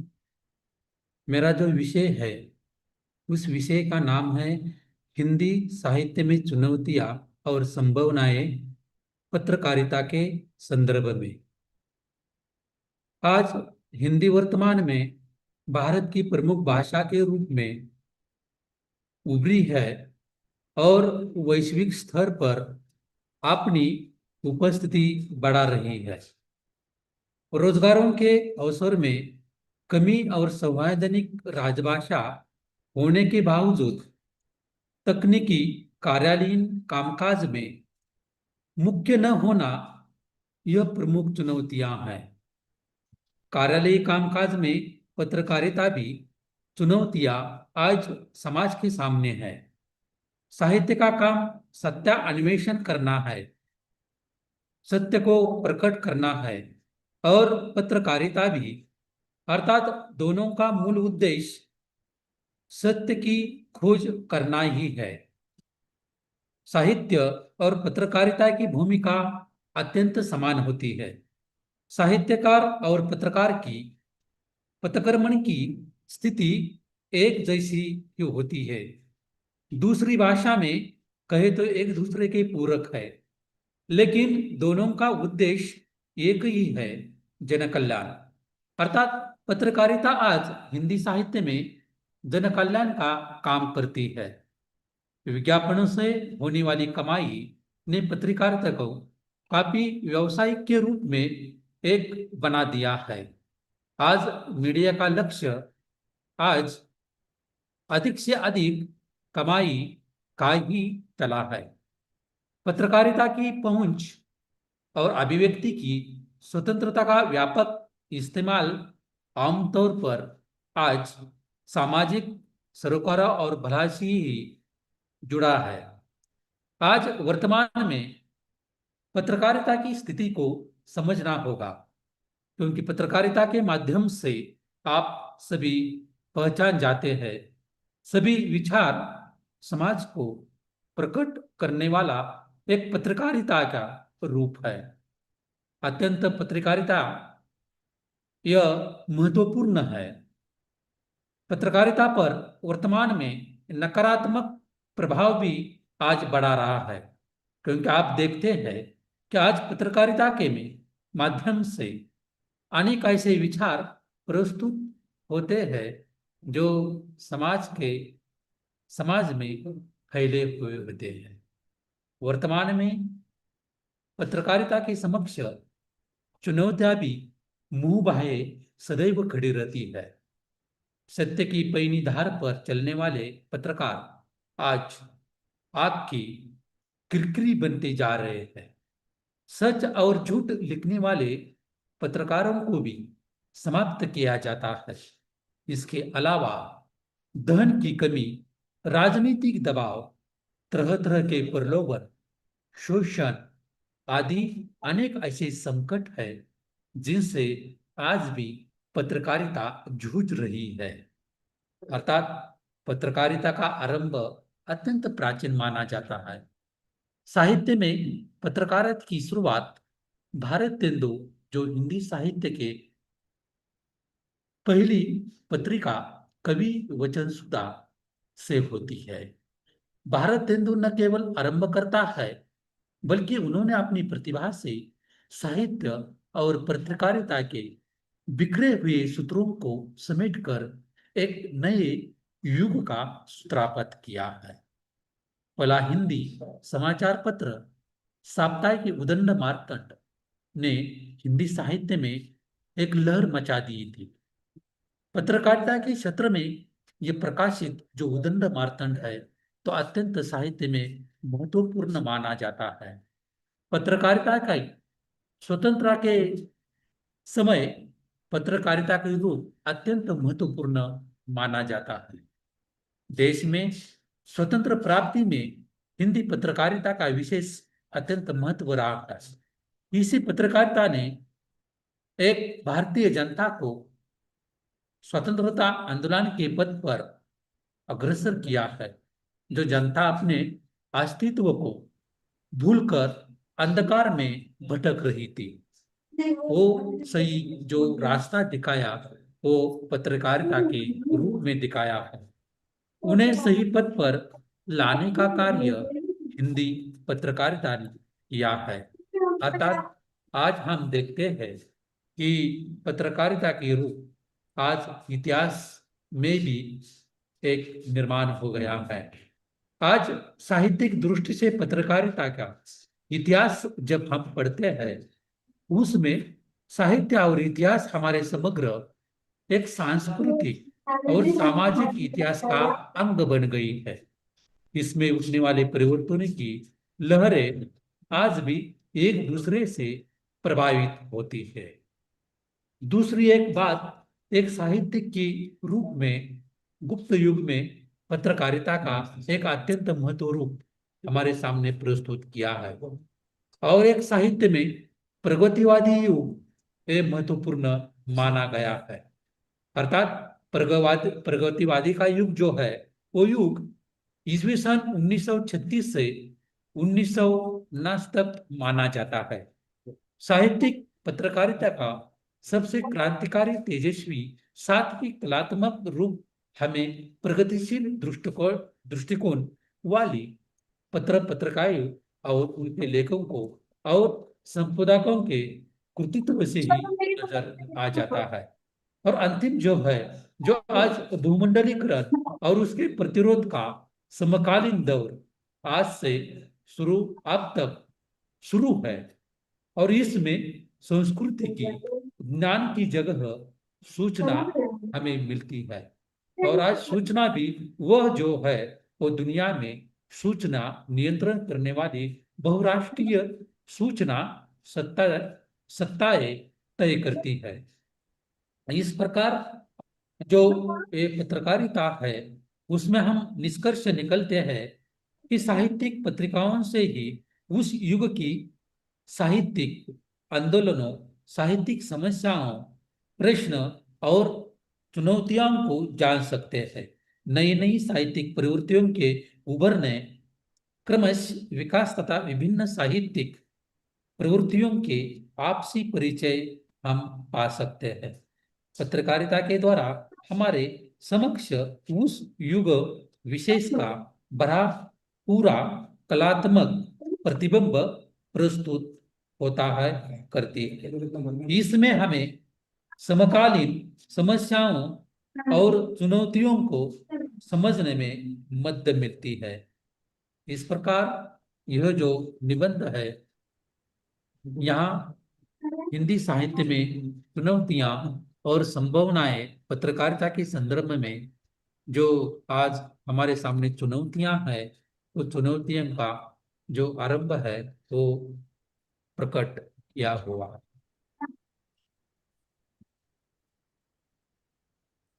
कृपया किसी के प्रश्न हो डॉक्टर बोबड़े को तो आप पूछ सकते हैं, सदन खुला है।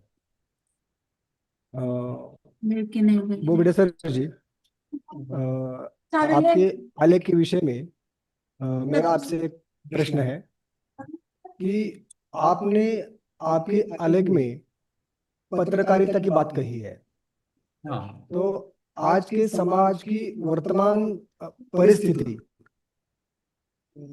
इस वर्तमान परिस्थिति को संवारने के लिए आज की पत्रकारिता की क्या भूमिका हो सकती है? कैसे तुम बात लगाते? आज पत्रकारिता जो वर्तमान में, मुझे ऐसा लगता है कि भारत में एक प्रमुख भाषा के रूप में सामने आई है।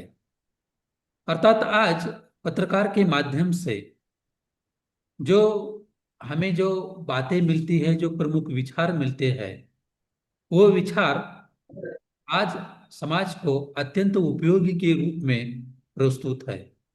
यानी जन कल्याण का जो पत्रकारिता काम करती है, वो प्रमुख एक समाज का जन कल्याण का विज्ञापन का एक पत्रकारिता के रूप में, एक व्यवसायिक के रूप में भी हमें नजर आता है।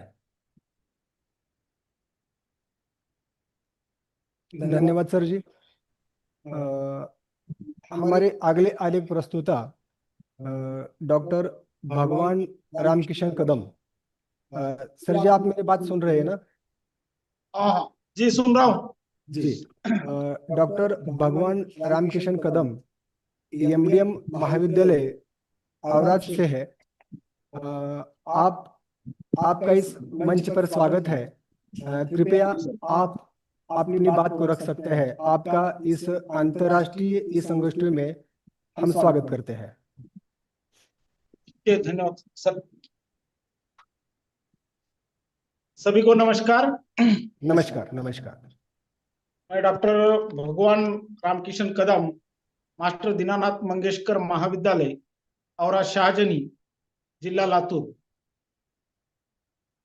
अपनी बात रखने से पहले मैं श्रीमंत भैया साहेब राजमान्य महाविद्यालय के मसवड़ के हिंदी विभाग का अभिनंदन करना चाहता हूं कि जिन्होंने साहित्य सृजन और बोध के अवसर एवं चुनौतियां, हिंदी भाषा और साहित्य के समकालीन परिप्रेक्ष्य, इस नवीनतम विषय पर अंतरराष्ट्रीय स्तर की आभासी संगोष्ठी लेने का जो सफल प्रयास किया है, इसके लिए इस विभाग के अध्यक्ष डॉक्टर बोबड़े सर, इस महाविद्यालय के प्रधानाचार्य डॉक्टर संजय जी दीक्षित सर, इन और उनकी पूरी टीम का मैं अभिनंदन करता हूं। और मेरे विषय पर आता हूं। मेरा विषय है हिंदी भाषा और साहित्य शिक्षण की शैक्षणिक समस्याएं। जिस किसी भी समस्या से हम मुकाबला जब करते हैं, तब उस समस्या का समाधान खोजने का एक मानव स्वभाव है कि वो उस समस्या का समाधान खोजने के लिए इतिहास में जाता है। तो ठीक इसी ढंग से वर्तमान समय में या समकालीन परिप्रेक्ष्य में जब हम हिंदी भाषा और साहित्य की समकालीन परिप्रेक्ष्य की चुनौतियां, इसके ऊपर अगर बात करेंगे तो सबसे पहले मुझे लगता है कि इतिहास में जाना पड़ेगा। अगर हम इतिहास में जाएंगे तो हिंदी भाषा को शिक्षा क्षेत्र में लाने का जो प्रयास सबसे पहले किया है, वह 1800 में हुआ है, जब कलकत्ता में फोर्ट विलियम कॉलेज की स्थापना हुई।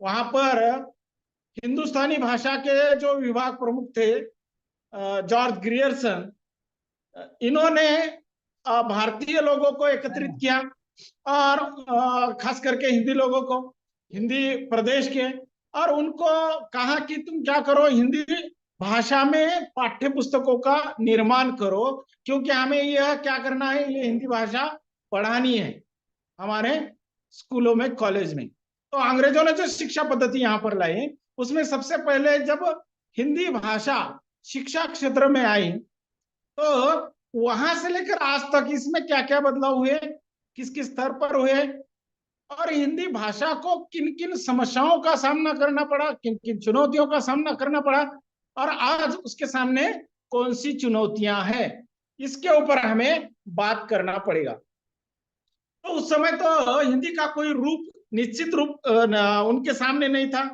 उन्होंने क्या किया, जॉर्ज ग्रियर्सन ने, फोर्ट विलियम कॉलेज के जो भाषा विभाग प्रमुख थे, हिंदुस्तानी भाषा विभाग प्रमुख, उन्होंने लल्लू लाल, सदल मिश्र और इंशाअल्लाह खान, ये हिंदी भाषी प्रदेश के विद्वानों को बुलाया और उनको कहा कि हमें ऐसी भाषा में या ऐसी हिंदी भाषा में किताबें बना कर दो कि जिसका इस्तेमाल हम हमारे स्कूलों में करके छात्रों, यहाँ के छात्रों को हम पढ़ा सके।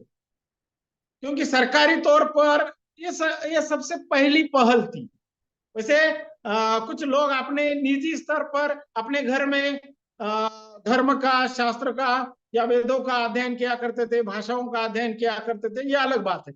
लेकिन शासकीय स्तर पर जो प्रयास हुआ है वह यहाँ से आरंभ होता है, हिंदी भाषा को पढ़ने का और पढ़ाने का। तो उस समय इन लोगों के सामने कोई निश्चित भाषा कौन सी पढ़ी जाए, या बच्चों के लिए जो किताबें हम उपलब्ध करा कर देने वाले हैं उन किताबों की भाषा कौन सी हो, इसके बारे में कई सारे मतभेद थे। क्योंकि आज जो हिंदी भाषा हम बोल रहे हैं वह भाषा न तो तुलसीदास द्वारा लिखित रामचरितमानस की अवधी भाषा है, और नहीं सूरदास ने जिस बाल कृष्ण को अपने वाणी द्वारा या लेखनी द्वारा नचाया और सभी का दिल मंत्रमुग्ध करके छोड़ा, वह ब्रज भाषा है। आज जो हम भाषा बोलते हैं, लिखते हैं या शिक्षा क्षेत्र में जिस भाषा का आज बोलबाला है वह खड़ी बोली हिंदी, वह हिंदी भाषा का एक विशिष्ट रूप है, खड़ी बोली हिंदी, जिसका ही विस्तार हुआ आगे चलकर द्विवेदी युग में, और वह आज पूरे भारत देश की प्रमुख भाषा या राजभाषा या राष्ट्रभाषा के रूप में जिसका स्वीकार हमने किया है, तो वह खड़ी बोली हिंदी है। तो उस समय भाषा के कई सारे इस प्रकार के रूप प्रचलित थे, उसमें साहित्य लिखा जाता था, लेकिन शिक्षा क्षेत्र में कौन सी भाषा हो इसके लिए एक प्रयास किया गया, और वह प्रयास जॉर्ज ग्रियर्सन ने किया, वह प्रयास लल्लू लाल मिश्र ने किया उनके माध्यम से, वह प्रयास सदा सुखलाल नियज ने किया, इंशा अल्लाह खान ने किया। इन्होंने कई सारी कहानियों की किताबें लिखकर जॉर्ज ग्रियर्सन के सामने रखी, और ग्रियर्सन ने जो अपना ग्रंथ लिखा the modern vernacular literature of Hindustan, इसमें वह इस भाषा को खरी बोली कहते, खरी बोली, KHREE, खरी बोली ऐसा उन्होंने उल्लेख किया है। तो वह खरी बोली आज के शिक्षा की प्रमुख भाषा है। अब ये खरी बोली का इतिहास क्या है, तो हिंदी के जो भाषाई क्षेत्र है उसको प्रमुख रूप से 2 या 3 भागों में बांटा जाता है, एक पहाड़ी हिंदी, दूसरी पूर्वी हिंदी और पश्चिमी हिंदी। तो पूर्वी हिंदी में अवधी, बघेली, छत्तीसगढ़ी इन बोली भाषाओं का समावेश होता है। तो पश्चिमी हिंदी में ब्रज, कनौजी, खड़ी बोली, राजस्थानी हिंदी इनका समावेश होता है। तो पहाड़ी हिंदी में अलग भाषाओं का समावेश होता है। मेरा विषय व्यापक हो रहा है बोलने का, तो इसलिए क्षमा चाहता हूँ, फिर से टॉपिक पर आता हूँ कि हिंदी भाषा और साहित्य शिक्षण की शैक्षणिक समस्याएं, ये विषय है। तो इस विषय को आज छेड़ने के लिए मैं थोड़ा सा पीछे चला गया कि हिंदी में शिक्षा का आरंभ कहाँ हुआ। तो फोर्ट विलियम कॉलेज की स्थापना, वहां पर जॉर्ज ग्रियर्सन और उनके द्वारा जो 4 उन्नय कहा जाता है खड़ी बोली हिंदी के, तो उनमें से राजा शिव प्रसाद सितारे हिंदवी एक है, इंशा अल्लाह खान है, और लल्लू लाल है, और सदल मिश्र, ये चारों ने सबसे पहले हिंदी में किताबें लिखी, और वो भी शिक्षा को केंद्र में रखकर। तो तब से जाकर तो उसमें जो भाषा है वो दिल्ली और मराठी, इसके आजू बाजू की जो भाषा, वहां पर जो भाषा प्रचलित थी उस भाषा में इन्होंने किताबें लिखी, ताकि वह भाषा समग्र हिंदुस्तान के, तत्कालीन हिंदुस्तान के, आज के भारत के लोग अधिकतर रूप में जानते थे और समझते थे। तो पूरे भारतवर्ष के छात्रों को शिक्षा के माध्यम से जो ज्ञान अर्जित करना है, वो उस ज्ञान की भाषा कौन सी हो, तो ये खड़ी बोली हिंदी हो, ऐसा उन्होंने निश्चित किया था, और उस ढंग से वह भाषा आगे चल पड़ी। उसके बाद अब यह खड़ी बोली को आज इस पद पर जाने के लिए किसी राजा का आश्रय नहीं मिला। मैं तो कहता हूं कि जो सशक्त होता है वह खुद के संघर्ष पर किस प्रकार से विकसित होता है और अपना साम्राज्य खुद प्राप्त करता है। तो वह साम्राज्य खड़ी बोली हिंदी ने आज खुद प्राप्त किया है, क्योंकि खड़ी बोली हिंदी को कभी भी राज आश्रय नहीं मिला है, उसको केवल समाज आश्रय मिला है। उसको कभी वो किसी राजा के दरबार की भाषा नहीं थी, या किसी भी राजा ने उसका पुरस्कार नहीं किया, या किसी राजा ने जानबूझकर उसके विकास के लिए प्रयास नहीं किए। ऐसी भाषा एक खड़ी बोली हिंदी है। फिर इसका प्रचार प्रसार किसने किया, तो सामान्य लोगों ने किया। जो भी बात जनता के हित की होती है, जनता उसको अपनी मानती है, तो जनता ही उसका अपने आप प्रचार और प्रसार करती है। और यही कारण है कि आज आधिकारिक तौर पर संवैधानिक स्थिति आप सभी को मालूम है, यहाँ पर जितने भी विद्वत जन बैठे हैं हिंदी भाषा और साहित्य के, उनको मालूम है कि हिंदी की संवैधानिक स्थिति क्या है और वर्तमान में हिंदी के साथ क्या हो रहा है भारत देश में। तो ये एक अलग चुनौतियां हैं। तो कहने का तात्पर्य हिंदी लोक भाषा बनी लेकिन राजभाषा नहीं बनी है, राष्ट्रभाषा बनी लेकिन राजभाषा नहीं बनी है। इसके पीछे कई सारे कारण हैं और उन चुनौतियों को हिंदी आने वाले दिनों में पार करेगी ऐसा मुझे लगता है।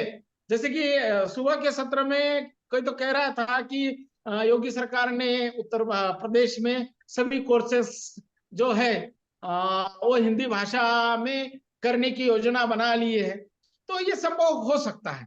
तो कहने का तात्पर्य क्या है कि हिंदी को राज आश्रय कभी प्राप्त नहीं हुआ, वह अपने आप में जनभाषा के रूप में एक निरंतर नदी की तरह बहते रही और आज वह समुद्र के रूप में उपन कर सभी के सामने आ रही है। आज की शिक्षा की अगर बात करनी है तो हिंदी में केवल भारत में शिक्षा नहीं दी जा रही है, तो हिंदी में लगभग विश्व के 45 या 49 देशों में हिंदी में अध्ययन और अध्यापन किया जा रहा है। और वह अध्ययन अध्यापन हमारे पड़ोसी मुल्क चीन से लेकर अमेरिका तक, मॉरिशस, सूरीनाम, फिजी, यहाँ पर तो हिंदी में अध्ययन अध्यापन ही नहीं होता है, तो कई सारी पत्र पत्रिकाएं निकलती हैं, कई सारे लेखक यहाँ पर मौजूद है जो हिंदी भाषा में लिखते हैं। सूरीनाम के अभिमन्यु आनंद लेखक बहुत प्रसिद्ध है। उनका उन्होंने जो उपन्यास लिखा है गांधी जी बोले थे, वो काफी चर्चा का विषय रहा हिंदी साहित्य में। तो इस प्रकार से सूरीनाम, मॉरिशस के कई सारे विश्वविद्यालय में वहां पर हिंदी विभाग भी स्थापित है। हफ्ते में कई सारी पत्रिकाएं वहां पर प्रकाशित हिंदी में होती है। तो इस प्रकार से हिंदी भाषा के सामने चुनौतियां कहां पर है, तो हमारे देश में है, बाहर नहीं है। कहने का तात्पर्य क्या है कि हिंदी भाषा और साहित्य और शिक्षा क्षेत्र में इन दोनों के सामने जो जो भी चुनौतियां हैं वह केवल भारत देश में ही है, ऐसा मुझे तो लगता है। अभी कौन कौन सी चुनौतियां हैं, तो मैं एक 5 मिनट में अपनी बात रखकर समाप्त करूंगा। तो कौन कौन सी चुनौतियां हैं, तो सबसे पहले अगर शिक्षा को लेकर पकड़ूंगा मैं, तो सबसे पहले शिक्षकों की कमी है। विश्वविद्यालय को छोड़ो, स्कूलों में अध्यापकों की भर्ती नहीं है। कोई अन्य भाषा या अन्य विषय का अध्यापक हिंदी छात्रों को पढ़ाता है, तो छात्रों तक उस साहित्य के भाव, संवेदनाएं किस प्रकार से पहुंच सकती है, यह सबसे बड़ी महत्वपूर्ण चुनौती है। अब वो कोर्स रखा है, करना है बोल के छात्रों को भी कैसा है, परीक्षा में अंक प्राप्त करने हैं। अब कौन पढ़ा रहा है, कैसे पढ़ा रहा है, इससे उनको भी संबंध ज्यादा नहीं है, या उनके अधिकार में ही वो चीज नहीं है। जो अध्यापक आएगा स्कूल में वो पढ़ाएगा, वो उनको सुनना है, फिर वह अपने लेखन में क्या क्या दोष सदोषपूर्ण लेखन कर रहे हैं, इसकी यथार्थ जांच वो अध्यापक अन्य विषय का नहीं कर पाएगा। और इसका मतलब यहाँ पर एक शिक्षा क्षेत्र को लेकर यह सबसे बड़ी चुनौती है। दूसरी चुनौती है पाठ्यक्रम की जटिलता।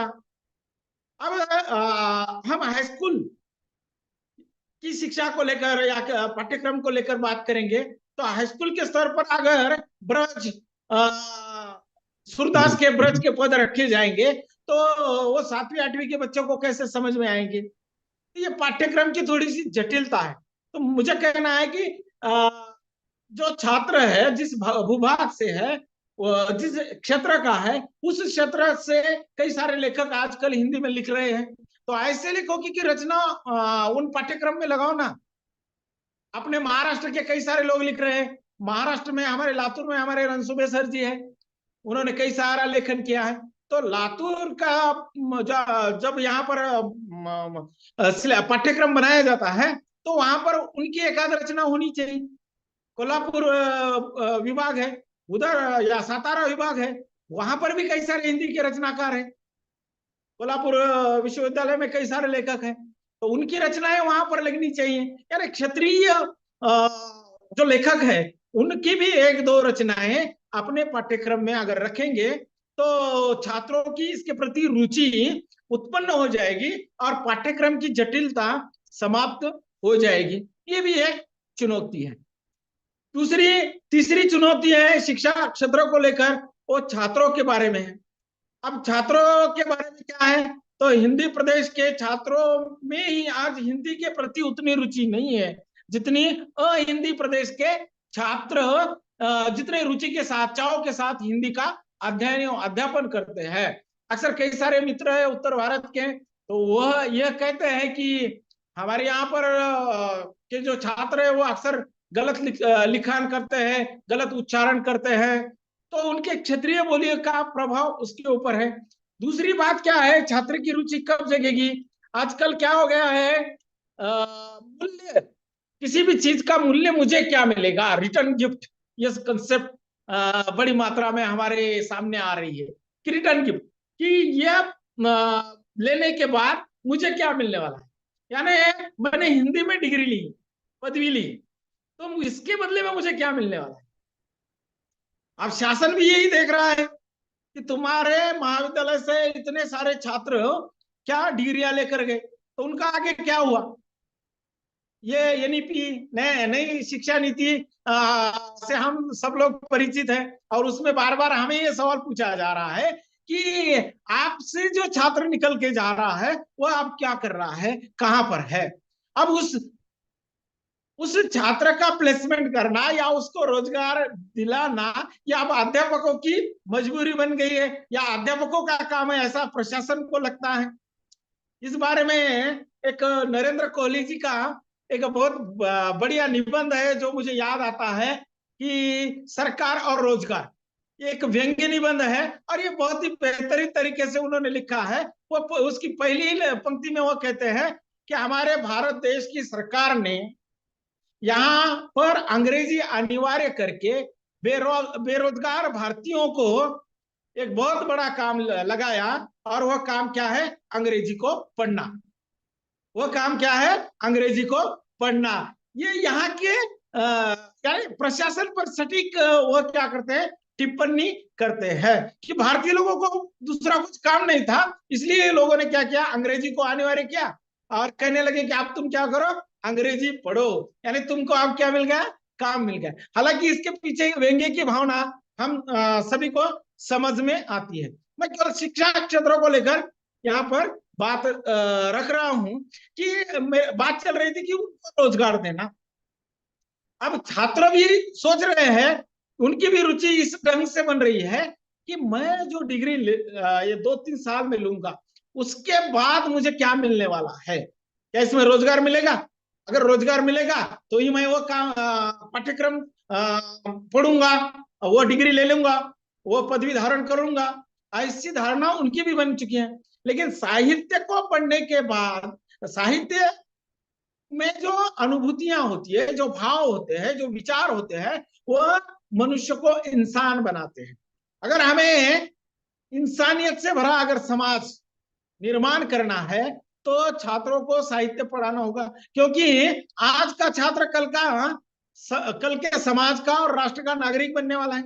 और उस नागरिक को अगर इंसानियत से भर दिया न जाए, उसका मन अगर संवेदनशील न हो, तो समाज में कई सारे प्रश्न उपस्थित हो सकते हैं और वह प्रश्न न तो रोजगार से छूट सकते हैं, क्योंकि हम देखते हैं कि अच्छे पद पर विराजमान व्यक्ति भी आज क्या कर रहा है, किसी थोड़े से कारणवश आत्महत्या कर रहा है। अपने परिवार को समाप्त करके थोड़ा सा तनाव अगर उसको उसके नौकरी के क्षेत्र में भी आया तो वो क्या कर रहा है, खुद आत्महत्या तो कर रहा है, लेकिन उसके साथ परिवार को भी वो मार रहा है। ऐसे कई सारे उदाहरण मैं आप लोगों को बता सकता हूं। कहने का तात्पर्य क्या है कि साहित्य के माध्यम से या भाषा के माध्यम से छात्रों को संवेदनशील, उसके मन को बनाना, उसको एक अच्छा नागरिक बनाना, यह उद्देश्य अब नहीं रहा है। अब शिक्षा का उद्देश्य वह कहां पर कैसे काम कर रहा है, क्या उसको कौन सी नौकरी मिल रही है, ये इससे उसका मूल्यमापन होने लगा। और यह भी एक चुनौती हिंदी भाषा और साहित्य के सामने है, ऐसा मुझे लगता है। दूसरा है संसाधनों की कमी। अगली चुनौती है हिंदी भाषा और साहित्य के सामने संसाधनों की कमी। अब संसाधन यानी क्या है? संसाधन यानी मानवीय संसाधन हो गए। उसके बाद जिस प्रकार से हम कोई दिक्कत है तो गूगल के पास जाते हैं, देखते हैं। अब गूगल के पास जाकर हमारे किसी शब्द का अर्थ हमें समझ में नहीं आ रहा है, किसी काव्य पंक्ति का अर्थ समझ में नहीं आ रहा है, तो देख सकते हैं, समझो आज की स्थिति के अनुभव के आधार पर।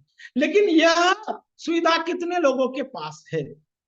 आज स्मार्ट मोबाइल कितने लोगों के पास है? उसमें बैलेंस डालने की क्षमता कितने छात्रों की है? इसकी ओर नजरअंदाज किया जाता है और लोगों को कहा जाता है कि सब कुछ गूगल पर क्या है, मिल रहा है, चैट जीपीटी आपको जो चाहिए वो मिलता है। लेकिन ये आज कौन से वर्ग के हाथ में है? ये जो संसाधन है वह आर्थिक रूप से जो सशक्त वर्ग है उनके हाथों में है, गरीब लोगों के हाथों में ये चीजें नहीं है। और ये गरीब वर्ग भी इस ओर आ नहीं सकता है, यानी शिक्षा के क्षेत्र में आ नहीं सकता है। तो वैसे ही कई सारी जो चीजें हैं, अब हिंदी में तो कई सारे चीजें हम इस पर कर सकते हैं, कंप्यूटर पर कर सकते हैं, संगणक पर कर सकते हैं, ये बात सही है। लेकिन फिर भी कई सारे ऐसे स्कूल है, कॉलेजेस है ग्रामीण देहातों में कि जिनके पास ये सुविधाएं अभी तक नहीं पहुंचती हैं। अगर मोबाइल उनके पास है लेकिन वहां पर मूल समस्या बिजली नहीं है, नेटवर्क नहीं है, ये कई सारी समस्याएं हैं जो मूलभूत समस्या है। क्योंकि हमारा देश केवल शहरों का देश नहीं है, देहातों का देश है। आधी से ज्यादा आबादी आज गांव में रहती है। तो उनके प्रति हमारा दृष्टिकोण क्या होगा, उनका उत्थान हम शिक्षा के माध्यम से कैसे कर पाएंगे? तो यहाँ पर संसाधनों की कमी यह भी एक महत्वपूर्ण समस्या है। उसके बाद हिंदी भाषा के सामने सबसे बड़ी चुनौती वर्तमान समय में एक है, मुझे लगता है कि वह है हिंदी का लेखन। जो कि आजकल क्या कर रहे लोग, जो भी डिजिटल संसाधनों का प्रयोग करते हैं, व्हाट्सएप हो गया, इंस्टाग्राम हो गया, या मैसेंजर हो गया, या टेलीग्राम हो गया, या ईमेल हो गया, या ब्लॉग लेखन हो गया, इस पर लोग बहुत क्या कर रहे हैं, संक्षिप्त में लिख रहे हैं। और वह भी किसकी सहायता से लिख रहे हैं? रोमन लिपि की सहायता से लिख रहे हैं। तो ये बहुत बड़ी समस्या है। अगर यह आदत अगर आगे चलकर जारी रही, हिंदी भाषा को रोमन लिपि में लिखने की यह आदत अगर इस समाज की, इस राष्ट्र के नागरिकों की, या हिंदी को अपनी जान, अपनी माँ या अपनी मातृभाषा मानने वाले वर्ग की यह आदत अगर यहां से जारी रही, तो मैं कहता हूं कि हिंदी के कई सारे तमाम शब्द जल्द ही नष्ट हो जाएंगे। हिंदी के शब्द ही नष्ट नहीं हो जाएंगे, बल्कि हिंदी लिखने की जो एक लिखावट है वह भी नष्ट हो जाएगी। लिपि जो हमारे देवनागरी लिपि है वह भी क्या हो जाएगी, अब पतन के कगार पर खड़ी हो जाएगी। और इसीलिए ये सबसे बड़ी और महत्वपूर्ण चुनौती है कि इसका रोमन लिपिकरण रोकना, या उसके लिए प्रयास करना। क्योंकि आज का जो जमाना है वो शॉर्टकट का जमाना है, और शॉर्टकट के जमाने में लोग शॉर्टकट में ही लिखने लगे हैं। तो बाकी चीजें तो सब चलती है हिंदी में, हिंदी ऑडियो वीडियो लोग सुनते हैं, हिंदी में क्रिकेट की समालोचना सुनते हैं। तो इससे तो उसका प्रचार प्रसार हो रहा है, लेकिन वह अगर संकुचित कहीं पर हो रही है तो वह लिखने के स्तर पर संकुचित हो रही है, ऐसा मुझे लगता है। और ये सबसे बड़ी चुनौती हिंदी भाषा और साहित्य के सामने है, ऐसा मुझे लगता है। उसके बाद जो एक दिक्कत ऐसी है कि एक वर्ग है, विशिष्ट वर्ग, जिसको हम उच्च वर्ग कहते हैं। तो उच्च वर्ग कमाते तो है हिंदी में, लेकिन बातें करते हैं अंग्रेजी में और दूसरों को प्रभावित करते हैं। तो ये ऐसे लोग, जब हम इन लोगों को देखते हैं टेलीविजन के पन्नों पर ऐसे लोगों को जब हम देखते हैं तो हमें भी उनका उनके प्रति आकर्षण निर्माण हो जाता है कि हम क्या करें।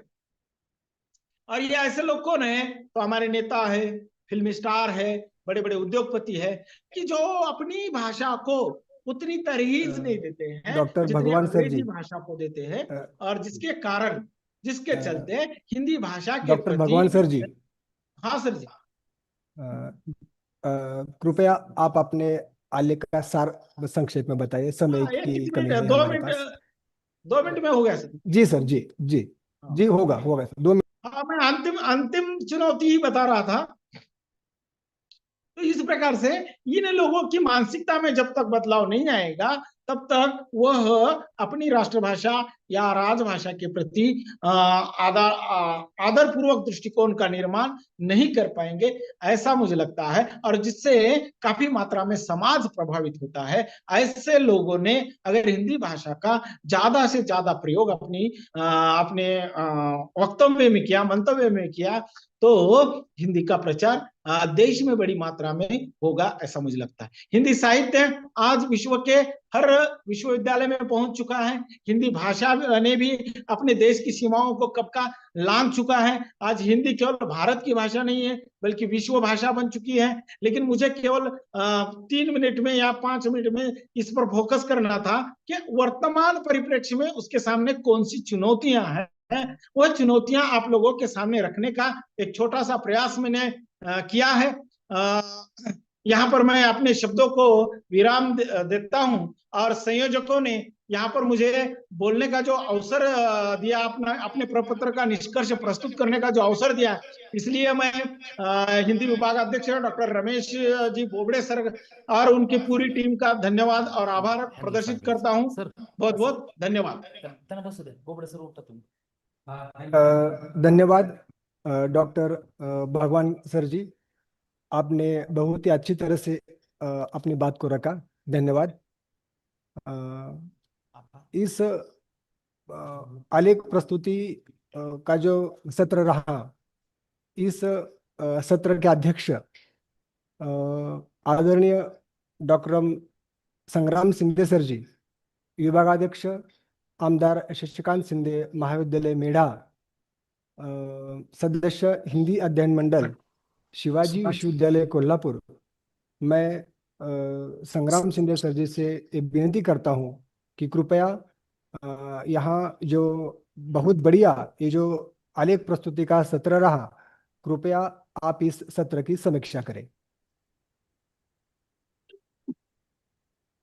तो कोई प्रश्न है तो पूछ सकते हैं सर। हाँ जी,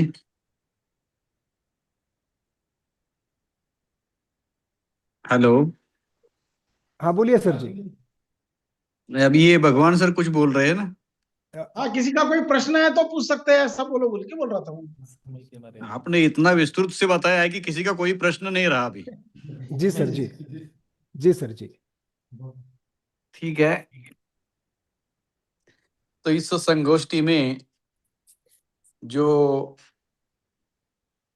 अभी आलेख प्रस्तुत कर दिए, यहाँ पर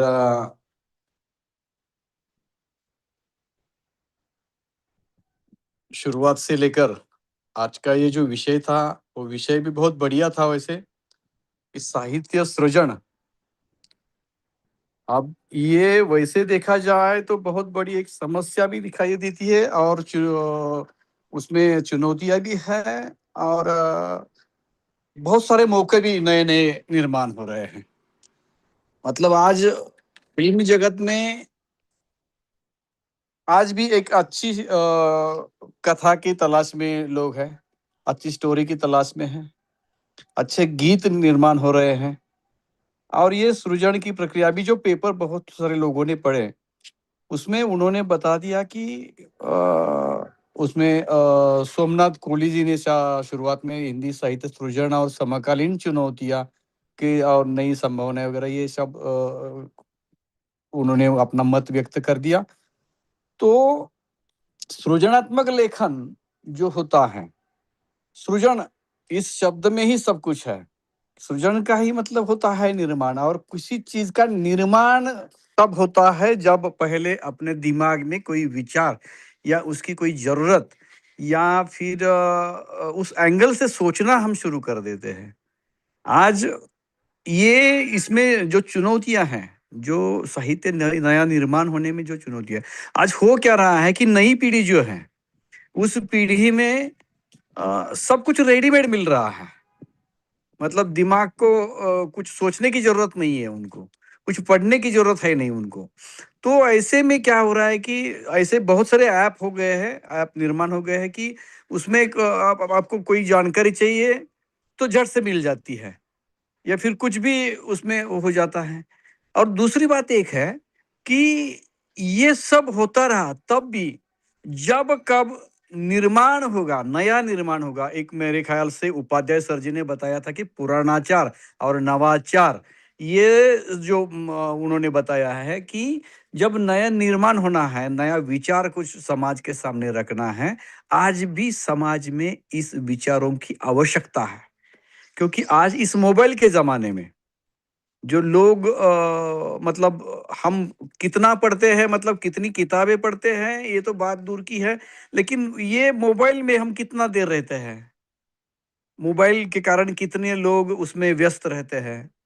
तो उसमें जो पुराना विचार जो है वो विचार भी उन तक पहुंचना जरूरी है, इस पीढ़ी तक, और नया विचार के भी निर्माण होने की आवश्यकता है। और ये अगर होना है तो इसमें इस नई पीढ़ी को एक सृजनात्मक लेखन जो होता है कि उसका कुछ आज वैसे तो देखा जाए तो बहुत सारी जगह है लिखने के लिए। मतलब जब भी हम कुछ लिखते हैं, एक छोटा सा मोबाइल पर मैसेज लिखते हैं, तो वो भी हम कितने लोगों ने पढ़ा है ये बार बार चेक करते हैं। तो हमारी एक धारणा रहती है कि हम अगर कुछ लिखते हैं तो उसे पढ़ने वाला कोई चाहिए, और ये पढ़ने वाली पीढ़ी बढ़ाने का काम हमें करना है।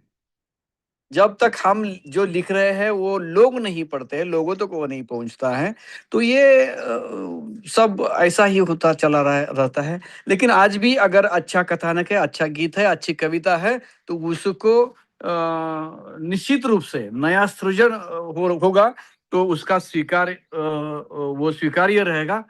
और बहुत सारी जगह भी निर्माण हो रही है, व्हाट्सएप है, इंस्टाग्राम है, रील्स है, बहुत सारी जगह है अभी। मतलब अपने आप को पब्लिश करने के लिए हमारा जो कुछ लिखा है, अब तक क्या होता था कि बहुत बार ऐसा लिखा हुआ घर में पड़ता था, वो प्रकाशित भी नहीं होता था, और प्रकाशित नहीं हुआ तो किसी के पास पहुंचता भी नहीं था। आज वैसे नहीं है। आज अगर कोई गीत या कोई कविता की 2 पंक्तियां भी आपको दिमाग में आ गई और सीधा अपने व्हाट्सएप पे डाल दी, तो उसको पसंद नापसंद करने वाले लोग सामने हाजिर होते हैं। एक बहुत बड़ी हमें उपलब्धि है, हमारे हमारे सामने एक बहुत बड़ा मौका है कि हम जब जो भी लिखते हैं, मेरा एक ही मैं आपको बताता हूँ, ये सारे पेपर बहुत अच्छे तरह से बहुत अभ्यासपूर्ण सारे लोगों ने पढ़े हैं कि कोरोना के वक्त ये सब जब बंद था, तब कोरोना के दिन में जब सारा लॉकडाउन था, तब मोबाइल के मैसेज लोग ज्यादा से ज्यादा पढ़ रहे थे।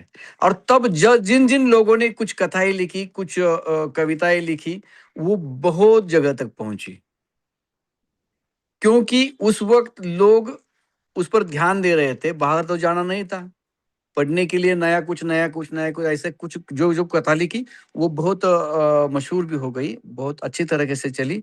तो मैं उम्मीद करता हूँ ज्यादा वक्त न लेते हुए, बंसुड़े सर जी, बहुत अच्छा ये सत्र रहा है, बहुत अच्छे तरीके से लोगों ने पेपर प्रस्तुत किए हैं, और उम्मीद करता हूँ कि इन साहित्यिकों के साथ, मतलब हम भी कुछ ना कुछ लिखते रहते हैं, उसके साथ जो आने वाली नई पीढ़ी जो है, जिनको बनाने का काम हमें करना है, उनमें ये विचारधारा जागरूक करनी जरूरी है। उनको हमें ये लिखने के लिए प्रवृत्त करना जरूरी है। आज हम कॉलेज का मैगजीन निकालते हैं, मैं ये बंद मुट्ठी खोलना नहीं चाहता हूँ। कॉलेज के मैगजीन में भी लिखने वाले छात्रों की संख्या दिन ब दिन बढ़नी चाहिए, बल्कि वो कम हो रही है। कविताएं लिखने वाले मतलब स्टोरी लिखने वाले ये छात्र अभी दिन ब दिन कम होते जा रहे हैं। ये कुछ अच्छी बात नहीं है। तो ये होना चाहिए, लिखने का तरीका मालूम होना चाहिए, क्या लिखना है, कैसे लिखना है, थोड़ा थोड़ा ज्ञान हो गया। और सबसे पहली एक बात है कि अगर लिखा हुआ कुछ पढ़ रहा है तो लिखने वाले को प्रोत्साहन मिलता है। ये बात है। इसी के साथ मैं अपना ये मंतव्य यहाँ पर समाप्त करता हूँ। आपने जो ये सत्र का अध्यक्ष बनाने का मौका मुझे दिया, इसलिए संयोजकों का मैं आभार प्रकट करता हूँ, उनको धन्यवाद देता हूँ। और आगे के जो सूत्र हैं वो बंसोड़े सर जी को सौंपता हूँ। धन्यवाद सर जी। बहुत ही अच्छी तरह से आपने यहाँ आलेख प्रस्तुताओं की समीक्षा की है। धन्यवाद सर। सिद्धवी फाउंडेशन तेलंगाना और फलटन एजुकेशन सोसाइटी संचालित श्रीमंत भैया साहेब राजामानी महाविद्यालय मसवड़, जो शिवाजी विश्वविद्यालय के अंतर्गत आता है, महाराष्ट्र भारत से, एक दिवसीय अंतर्राष्ट्रीय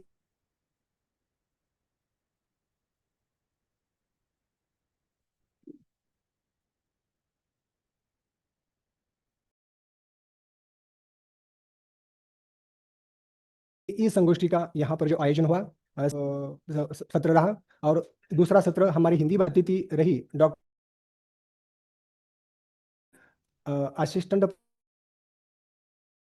professor department of philosophy, Lalit Narayan Mithila विश्वविद्यालय दरभंगा बिहार से। आपने बहुत ही अच्छी तरह से इस हमारे हिंदी के सत्र को संवारा। इसलिए महाविद्यालय की ओर से और सिद्धि फाउंडेशन की ओर से मैं आपके प्रति आभार ज्ञापित करता हूं।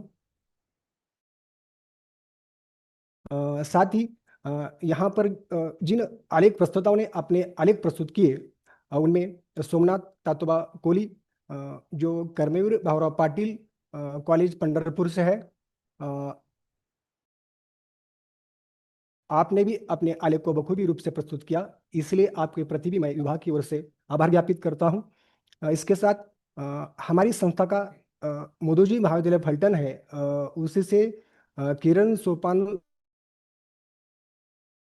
सोमलकर सर जी, आपने भी अपने आलेख में अपने विचार अच्छे से प्रस्तुत किए, इसलिए आपका भी मैं विभाग की ओर से आभार ज्ञापित करता हूं। इसके साथ डॉक्टर भारत बापूराव उपाध्याय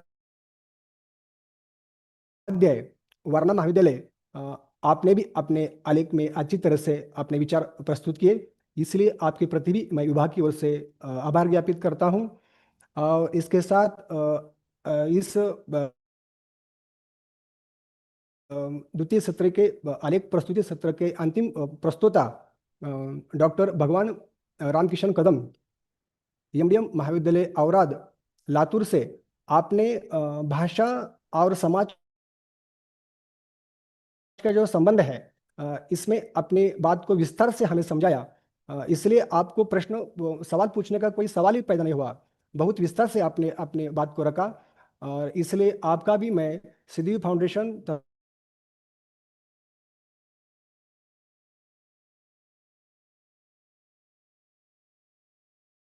तथा हमारे महाविद्यालय की ओर से आभार ज्ञापित करता हूं। आलेख प्रस्तुति का सत्र रहा। इस सत्र के अध्यक्ष आदरणीय डॉक्टर संग्राम सिंधे सर जी, आमदार शशिकांत सिंधे महाविद्यालय मेढा, यहाँ पर वे विभागाध्यक्ष के रूप में अपनी भूमिका निभा रहे हैं। साथ ही वे हमारे शिवाजी विश्वविद्यालय कोल्हापुर के हिंदी अध्ययन मंडल के सदस्य हैं। इसके साथ साथ वे ज्ञान गंगा शिक्षण संस्था के संस्थापक अध्यक्ष है। आपने भी बखूबी रूप से इस आलेख प्रस्तुति सत्र का अध्यक्ष के रूप में अपनी भूमिका अच्छी तरह से निभाई, इसलिए आपका भी मैं सिद्धि फाउंडेशन तेलंगाना और शिवाजी विश्वविद्यालय के अंतर्गत आने वाला हमारा श्रीमंत महाविद्यालय मसवड़, इस हिंदी विभाग की ओर से आप सभी का यहाँ पर आभार ज्ञापित करता हूँ। और इस मंच का संचालन सिद्धि फाउंडेशन तेलंगाना की सर्वे सर्वा डॉक्टर अरुणा मैडम जी से इस सत्र सौंपता हूँ। धन्यवाद। Hello, Dr. Arun ma'am. Dr. Aruna madam, I will carry and proceed for the further sessions. We are going to start Marathi session. Yes, me sir. Yes, sir. आजच्या मराठी सेशनचे या ठिकाणी सुरुवात झाल्याची घोषणा करतो आणि आमच्या महाविद्यालयाचे मराठी विभागाच्या प्रमुखांना डॉक्टर महेश कुमार सोनोने यांना आमंत्रित करतो आणि पुढील सेशन सुरू करावे असे मी त्यांना विनंती करतो.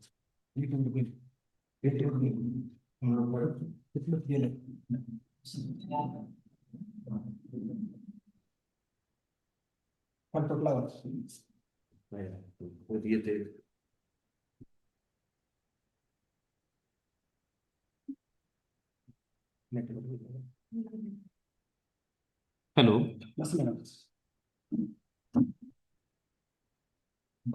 हॅलो.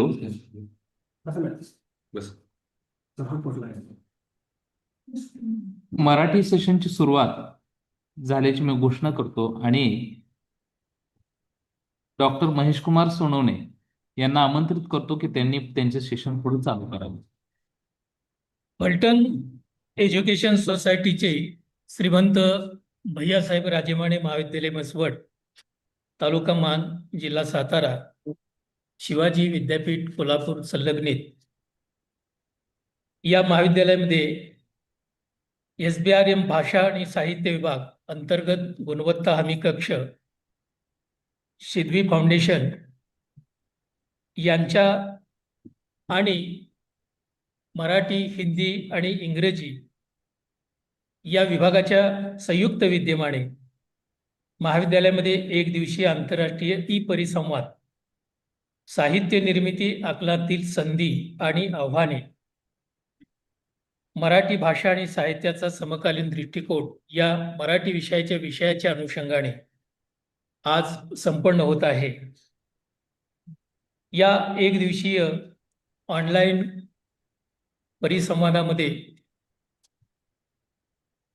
आम्हाला लाभलेले विषय तज्ञ, मार्गदर्शक, संस्थेचे अध्यक्ष, सेक्रेटरी, चेअरमन, महाविद्यालयाचे प्राचार्य, आयोजक, आयकॉकचे चेअरमन, संयोजक, सल्लागार समितीतील सर्व सहकारी, मी प्रथमतः सर्वांचं स्वागत करतो.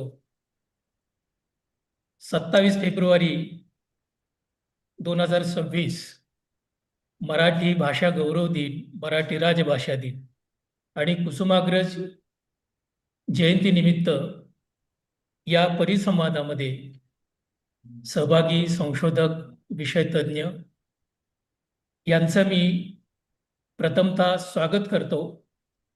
महाविद्यालयाच्या संस्थेच्या आणि मराठी वाङ्मय मंडळाच्या विभागाच्या वतीने मी सर्वांचं स्वागत करून त्यांना शुभेच्छा व्यक्त करतो. सातारा जिल्ह्यातील मसवड हा दुष्काळी भाग आहे आणि या दुष्काळी भागामध्ये बहुजन समाजातील मुलांच्या शिक्षणाच्या विकासासाठी महाविद्यालयाच्या सर्व सहकारी संस्थेचे संस्थाचालक, प्राचार्य सतत प्रयत्नशील असतात. या भूमिकेतून ज्ञानदानाचं, प्रबोधनाचं हे कार्य व्हावं या भूमिकेतून महाविद्यालयाच्या प्राचार्यांच्या तत्परतेतून आमच्या महाविद्यालयामध्ये आज एक दिवसीय आंतरराष्ट्रीय परिसंवाद आयोजित होत आहे. विशेषतः साहित्य निर्मितीने आकलनातील संधी, आव्हाने, मराठी भाषा आणि साहित्याचा समकालीन दृष्टिकोन या विषयावरील या एक दिवसीय आंतरराष्ट्रीय परिसंवादाचा उद्देश शिक्षण तज्ञ, संशोधक, अभ्यासक, शिक्षक आणि विद्यार्थ्यांसाठी एक गतिमान बौद्धिक व्यासपीठ उपलब्ध करून देणं हा तर मुख्य उद्देश आहेच, परंतु जागतिकीकरण, डिजिटल परिवर्तन आणि आंतरशाखीय चौकशीच्या संदर्भामध्ये मराठी भाषा आणि साहित्यातील समकालीन घडामोडींचा आढावा घेण्याचा स्तुत्य प्रयत्न या निमित्तानं होत आहे. मी सर्व विषय तज्ञ, अभ्यासक, या परिसंवादामध्ये सहभागी असलेले संशोधक या सर्वांचं मराठी विभाग प्रमुख या नात्यानं पुन्हा एकदा स्वागत करतो. आजच्या या चर्चासत्रामध्ये पहिल्या सेशनमध्ये आमच्या महाविद्यालयामध्ये संपन्न होत असलेल्या मराठी विभागामध्ये संसाधन व्यक्ती म्हणून आम्हाला लाभलेले डॉक्टर जगदीश दिनकर शेवते, शंकरराव बेलके महाविद्यालय नसरापूर येथे मराठी विभाग प्रमुख म्हणून कार्यरत आहेत.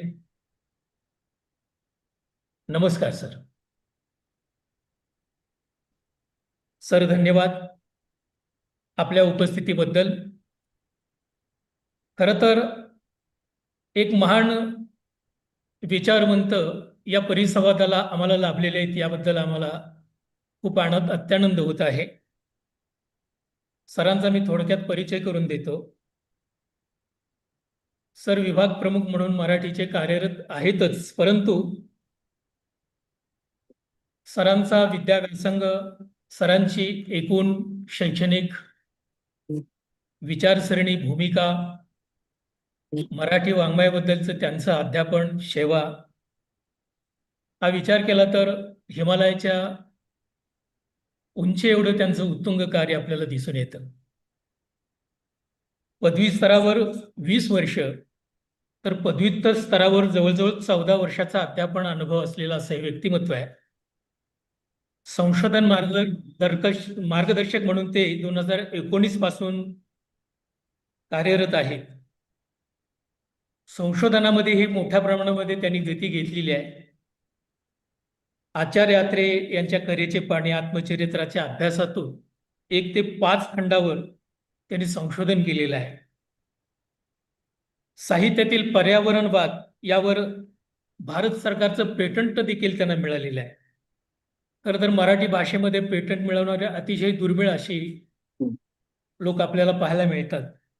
व्हिएतनाम, दुबई, पाकिस्तान, नेपाळ, भूतान इत्यादी विविध देशाचं त्यांनी दौरे करून तेथील साहित्य संस्कृती समजून घेऊन चिकित्सक पातळीवर त्याचा विचार त्यांनी मांडण्याचा प्रयत्न केलेला आहे. वेगवेगळ्या संस्थांशी त्यांचे सलोख्याचे नाते आपल्याला दिसतं. भाषा आणि संस्कृती हा त्यांचा एक YouTube चॅनेल सुद्धा कार्यरत आहे. विद्यापीठ स्तरावर भरारी पथक, मॉडरेटर, इव्हॅल्युएटर, विषय तज्ञ अशा विविध जबाबदाऱ्या ते आजही सांभाळते. वेगवेगळ्या संस्थांशी सासवड, पिरंगुट, मुळशी यासारख्या छोट्या मोठ्या शहरातून, गावातून, खेड्यातून संस्थांच्या मदतीने ते मराठी भाषेचा प्रसार आणि समाजसेवेचं कार्य करीत आहेत. आपल्या पर्यटन, नृत्य किंवा जुनी नाणी गोळा करणे यासारख्या छंदातून ते मराठी भाषेची अव्याहत सेवा करतच आहेत.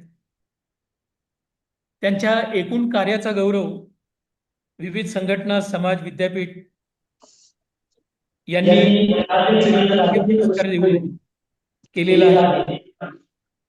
हा त्यांचा सन्मान आपल्यालाही आदरणीय, आदर्शवत अशा पद्धतीचा आहे. अशी महनीय संसाधन व्यक्ती आमच्या परिसंवादास लाभलेले याबद्दल संस्था, महाविद्यालय व मराठी विभागाच्या वतीने मी त्यांचे स्वागत करतो.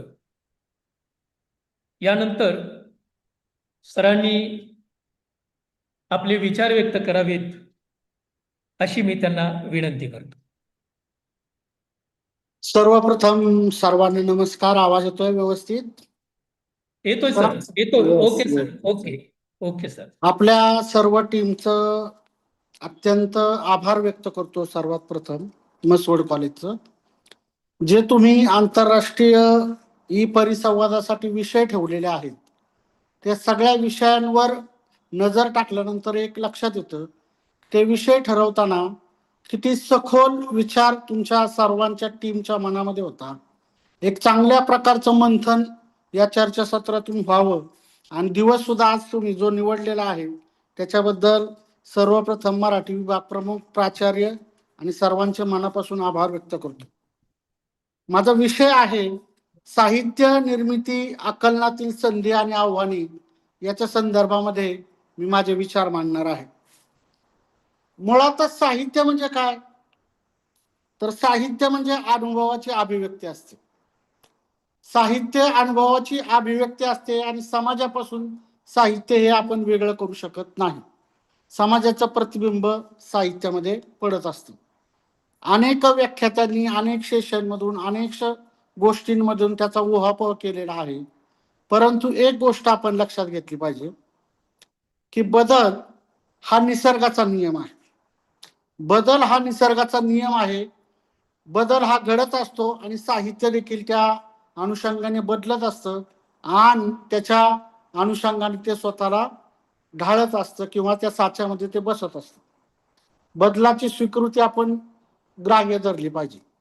आणि मग या सगळ्याच्या दृष्टिकोनातून, या सगळ्याच्या परिप्रेक्षातून जो साहित्यिक व्यवहार आहे, मग तो कोणत्याही भाषेतला असू द्या, मराठी, हिंदी, इंग्रजी किंवा अन्य कोणत्याही भाषेतला असू द्या, तो साहित्य व्यवहार होत असताना बदल हा होणं अपेक्षित आहे.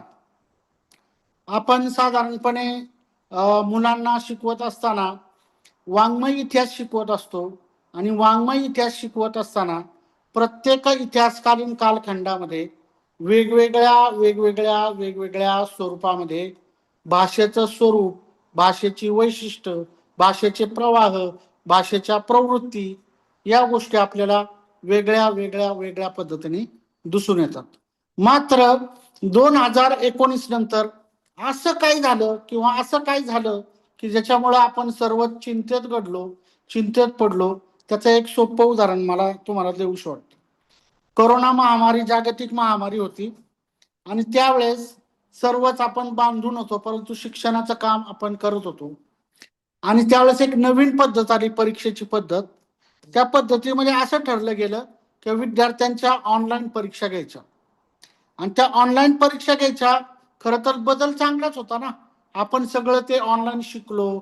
विद्यार्थ्यांना झूम मीटिंग, गुगल क्लासरूम याच्या वाटे आपण त्यांना संपर्क करू लागलो. परंतु ज्यावेळेस परीक्षा देण्याची वेळ आली त्यावेळेस असं आढळून आलं की ज्या विद्यार्थ्याला स्वतःचं नाव व्यवस्थित लिहिता येत नाही त्या विद्यार्थ्याला 80 ते 90 मार्क मिळाले पाहिजे. या सर्व सिस्टीमचा तो एक मोठा दोष होता आणि तो आपल्या सर्वांच्या नजरेत भरलेला आहे.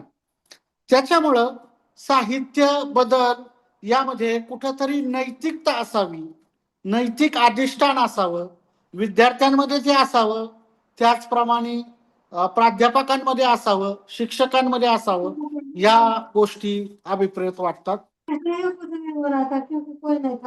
यामध्ये आपण सगळ्यात महत्वाचं म्हणजे साहित्यामध्ये या प्रकारचे बदल होत असताना काही अनुकूल अशा संधी निर्माण झालेल्या आहेत आणि त्या संधी आपण पाहणार आहोत. मी माझ्या विषयाबद्दल बोलणार आहोत. विषयामध्ये मराठी भाषेमध्ये पहिली गोष्ट, आता आपण सर्व डिजिटल झालेलो आहोत आणि डिजिटल प्लॅटफॉर्मवर संधी निर्माण झालेल्या आहेत. या गोष्टी आपल्याला स्वीकाराव्या लागणार आहेत. त्याच्यातील पहिली संधी म्हणजे तुम्हाला ज्या वेळेस वेळ उपलब्ध आहे त्यावेळेस तुम्ही तुमच्या सोयीनुसार तो वेळ तुमच्या मोबाईलच्या माध्यमातून, तुमच्यामध्ये जे गॅजेट आहे, लॅपटॉप आहे, त्याच्या माध्यमातून तुम्ही पुस्तक, ग्रंथ वाचन करू शकता. तशा पद्धतीची सुविधा त्याच्यामध्ये निर्माण झालेली आहे. दुसरं की एक गोष्ट आपल्याला अतिशय व्यवस्थितपणे मान्यच केली पाहिजे की मराठीमध्ये 2019 नंतर वेगवेगळ्या माध्यमातून निरनिराळ्या विषयांमध्ये जवळजवळ 301 ब्लॉग यामध्ये लिहिले जाऊ शकतात, लिहिले जात आहेत. आणि चांगली गोष्ट अशी आहे की हे 319 ब्लॉग आहेत, त्या ब्लॉगचं वाचन नियमित करणारा वाचक वर्ग देखील आहे आणि तो मिलियन मध्ये आहे, लाखो मध्ये आहे, ही वस्तुस्थिती आपल्याला लक्षात घेतली पाहिजे. आणि मी तर म्हणतो आता तर सावित्रीबाई फुले विद्यापीठाचं मी प्रतिनिधित्व करतो. मराठी अभ्यास मंडळाने एक संशोधनाचा PhD साठी विषय देखील मंजूर केलेला आहे. मराठी वरील ब्लॉग लेखन, त्यातील स्वरूप आणि विश्लेषण याच्या बाबतीमध्ये PhDचा दर्जा मिळावा, संशोधनाचा दर्जा मिळावा, त्याच्यावर लक्ष वेधलं जावं, अशा प्रकारचं लिखाण या ब्लॉग मधून आता व्हायला सुरुवात झालेली आहे. दुसरं आपण विचार करतो सोशल मीडिया किंवा मुलं कायम व्यस्त असतात. ठीक आहे ना, मी पहिला एक शब्द वापरला होता की ज्या वेळेस तुम्ही सोशल मीडिया, समाज माध्यम अशा प्रकारचे गॅजेट वापरता, फोन वापरता, त्यावेळेस तुम्हाला जर नैतिक अधिष्ठान असेल, आपण त्याला व्यवस्थित दिशा दिली, म्हणजे बघा मुलं जी असतात आपल्या समोरची, साधारणपणे त्यांचं वय किती असतं? 17 ते 22 वय. सर कोणतरी डिस्टर्ब करतोय आवाजाला. Tejaswini Kumari madam. Tejaswini Kumari madam, please please please. Tejaswini madam, तुमचा माईक ऑफ करा प्लीज. तेजस्विनी मॅडम, जरा माईक ऑफ करा, जरा डिस्टर्ब होतोय थोडा सरांना. ओके, काय हरकत नाही. धन्यवाद तेजस्विनी मॅडम. सोशल मीडियावर आपण पाहतो, परंतु तुमच्या एक गोष्ट लक्षात आलेली असेल की पूर्वीच्या काळी ज्या पारंपरिक पद्धती होत्या, पारंपरिक पद्धतीमध्ये ग्रंथालयामध्ये जाणं, ग्रंथालयामधून ते पुस्तक शोधणं, पुस्तक शोधल्यानंतर ते घरी येणं किंवा ग्रंथालयाच्या वाचनालयामध्ये जाऊन वाचणं आणि ते वाचल्यानंतर त्याचा आस्वाद घेणं, त्याचं मंथन करणं, त्याचं चर्वण करणं आणि त्याच्यातून तुमचे स्वतःचे विचार डेव्हलप करणं, अशा साधारणपणे प्रक्रिया होत होत्या. परंतु आपल्याला आता सोशल मीडियाच्या प्लॅटफॉर्मवर अतिशय चांगल्या दर्जाचे ई-बुक्स उपलब्ध झालेले आहेत. नवे तर फ्री मध्ये उपलब्ध झालेले आहेत. तुमच्या मोबाईलमध्ये आता अख्खं चांगल्या पद्धतीचं ग्रंथालय आहे असं आपल्याला जाणून येतं. कंटेंट्स असतात, वेगवेगळे तुमचे नियतकालिक आहेत, त्याचं तुम्ही डिजिटल वाचन करू शकता. त्याच्या पुढचं तेजस्विनी मॅडम, तुमचा माईक ऑफ करा जरा, सरांना डिस्टर्ब होतोय. हा, तुम्हाला वाचनाचा कंटाळा आला, तुम्ही निवांत बसलेले आहात आणि निवांत बसलेले असताना तुम्ही तुमच्या मोबाईलवर किंवा इलेक्ट्रॉनिक गॅजेटवर. तेजस्विनी मॅडम, जरा माईक बंद करा तुमचा, सरांना डिस्टर्ब होते, आम्हाला हे जरा अडचण होते.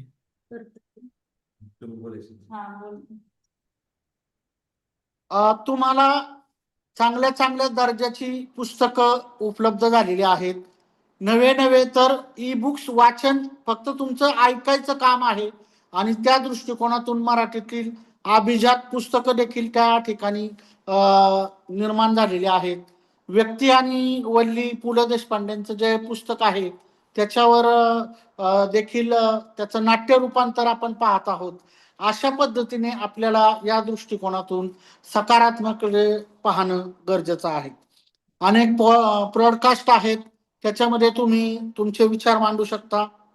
याच्यामध्ये एक झालेलं आहे की वाचन संस्कृती लोप पावलेली आहे, वाचन संस्कृती झालेली आहेत, विद्यार्थी वाचन करत नाही, या सगळ्या गोष्टी ठीक आहेत, बरोबर आहे. विद्यार्थ्यांना आपण काय करतो, हे करायचं नाही, ते करायचं नाही, इथं बसायचं नाही, इकडं बसा, तिकडं फिरायचं नाही, अशा गोष्टी साधारणपणे आपण सांगत असतो. परंतु आपण एक थोडंसं त्यात सांगा की तुम्ही हे करा, तुम्ही ते करा, आणि ते काय करू नका हे सांगत असतो, पण काय करा सांगत असताना वेगवेगळ्या पद्धतीने तुम्ही या वेगवेगळ्या साईटचे ॲड्रेस त्यांना दिले त्यांना ते उघडून दाखवलं. तुमच्या डिजिटल महाविद्यालयामध्ये अनेक डिजिटल लॅब असतात, त्याच्यामध्ये उघडून दाखवल्या तर त्याच्यामध्ये काय होतं, त्यांची अभिवृत्ती वाढण्याची अनेक शक्यता असते. वाचन संस्कृतीबद्दल अनेक ओरड निर्माण झाली की पुस्तकं ग्रंथालयामध्ये धूळ खात पडलेली आहेत, अनेक ग्रंथालय ओस पडलेली आहेत, अमुक आहे, तमुक आहे, तमुक आहे. परंतु याच वर्षी 2025च्या साधारणपणे डिसेंबर महिन्यामध्ये पुण्याला अखिल भारतीय बुक फेअर म्हणजे पुस्तक मेळा झाला आणि 81 कोटी रुपयाची पुस्तकं विकली गेली. 81 कोटी रुपयाची पुस्तकं विकली गेली. त्याची व्यवस्थित बातमी मीडियावर वगैरे सगळीकडे आली, तुम्ही देखील ऐकलेले असेल. ज्या लोकांनी ही पुस्तकं विकत घेतली ती आपल्या शोकेसमध्ये लावण्यासाठी नक्कीच घेतलेली नाही. म्हणजे तुमच्याकडे वाचक वर्ग आहे, त्याच्यापर्यंत चांगलं कंटेंट पोहोचवणं, चांगल्या दर्जाची पुस्तकं जाणं हे एक आपलं महत्वाचं काम आपल्याला एक शिक्षण क्षेत्रामध्ये एक जबाबदार व्यक्ती म्हणून करायला आपल्याला नक्कीच लागेल. उदाहरणार्थ आतापर्यंत अनुवादाच्या क्षेत्राबद्दल बोलूया. अनुवाद कसा असायचा? हिंदीतून मराठी, मराठीतून हिंदी, हिंदीतून इंग्रजी, इंग्रजीतून मराठी. साधारणपणे जागतिक भाषा इंग्रजी, त्याच्यानंतर जागतिक भाषा, नंतर राष्ट्रभाषा हिंदी आणि मातृभाषा मराठी, अशा पद्धतीने हे अनुवाद होत होते. परंतु परंतु परंतु जगातील अभिजात असलेलं चांगलं साहित्य तुम्हाला तुमच्या भाषेत अनुवाद केलेलं तुम्हाला मिळू शकतं. मग ते बंगाली भाषेतलं असू शकतं, बंगाली भाषेतल्या अभिजात स्टोरी असू शकतात, दख्खनी मराठी हिंदीतल्या असू शकतात. आणि अशा प्रकारे भाषेचा जो परिघ आहे अनुवादाच्या दृष्टिकोनातून मला सांगावासा वाटतो, तो आता विस्तारच चाललेला आहे. याचं आपल्याला थोडंसं का होईना श्रेय या डिजिटल प्लॅटफॉर्मला दिलं पाहिजे.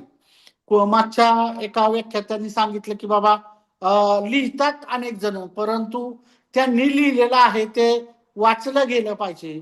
तर लिहिणाऱ्या व्यक्तीला जर ते दर्जेदार असेल, सकस असेल, तर वाचक आपल्या प्लॅटफॉर्मवरून समाज माध्यमावरून आज मी हे पुस्तक वाचलं, मला हे त्याच्यातलं भावलं, हे पात्र मला मनाला भावून गेली, अशा प्रकारची नुसती पोस्ट जरी टाकली तरी वाचकांच्या मनामध्ये कुतूहल निर्माण होतं आणि त्याच्यातून त्यांच्या मनामध्ये एक प्रकारे त्या पुस्तकाबद्दल एक आकर्षण निर्माण होतं. आणि ते पुस्तक जर सोशल मीडियावर नसेल तर ते प्रत्यक्ष घेऊन ते मिळवून वाचण्याची प्रवृत्ती सुरू झालेली असं मला वाटतं. सगळ्यात महत्वाचं एक गोष्ट आपण मान्य केली पाहिजे की वाचनालयात जाणं, ग्रंथालयात जाणं आणि तुमच्या आवडीची पुस्तकं चाळणं हा एक वेगळा अनुभव आहे. अगदी त्याच्याबद्दल माझं दुमत नाही.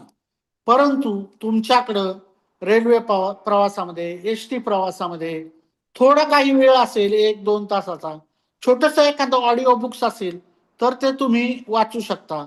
आणि याच्यामध्ये नवीन जे लेखक आहेत, नवोदित जे लेखक आहेत, ते नवोदित लेखकांचा कलच मुळात असा आहे की आपलं जे बुक्स आहे ते ऑडिओ स्वरूपामध्ये यावं, ऑडिओ स्वरूपामध्ये ऐकलं जावं, अशी त्यांची भूमिका असते. सगळ्यात महत्वाचं गोष्ट ही आपल्याला मान्य करावी लागेल की आपलं जे मसवडचं महाविद्यालय आहे त्यांनी ऑनलाईन चर्चासत्र घेतलेलं आहे. भूमिका किती चांगली आहे. आपण जे आहोत वेगवेगळ्या ठिकाणावरून, वेगवेगळ्या गोष्टींवरून आता आपण माझं मत ऐकता आणि त्याच्यावर तुमच्या नंतर तुम्ही प्रतिक्रिया देणार आहात. तुम्ही आयोजन चांगले केलेलं आहे. म्हणजे मराठी विभाग प्रमुख जे आहेत त्यांना मी पाहिलं सुद्धा नाही, परंतु अतिशय चांगल्या पद्धतीने कनेक्टिव्हिटी झाली, विचारांचं मंथन झालं.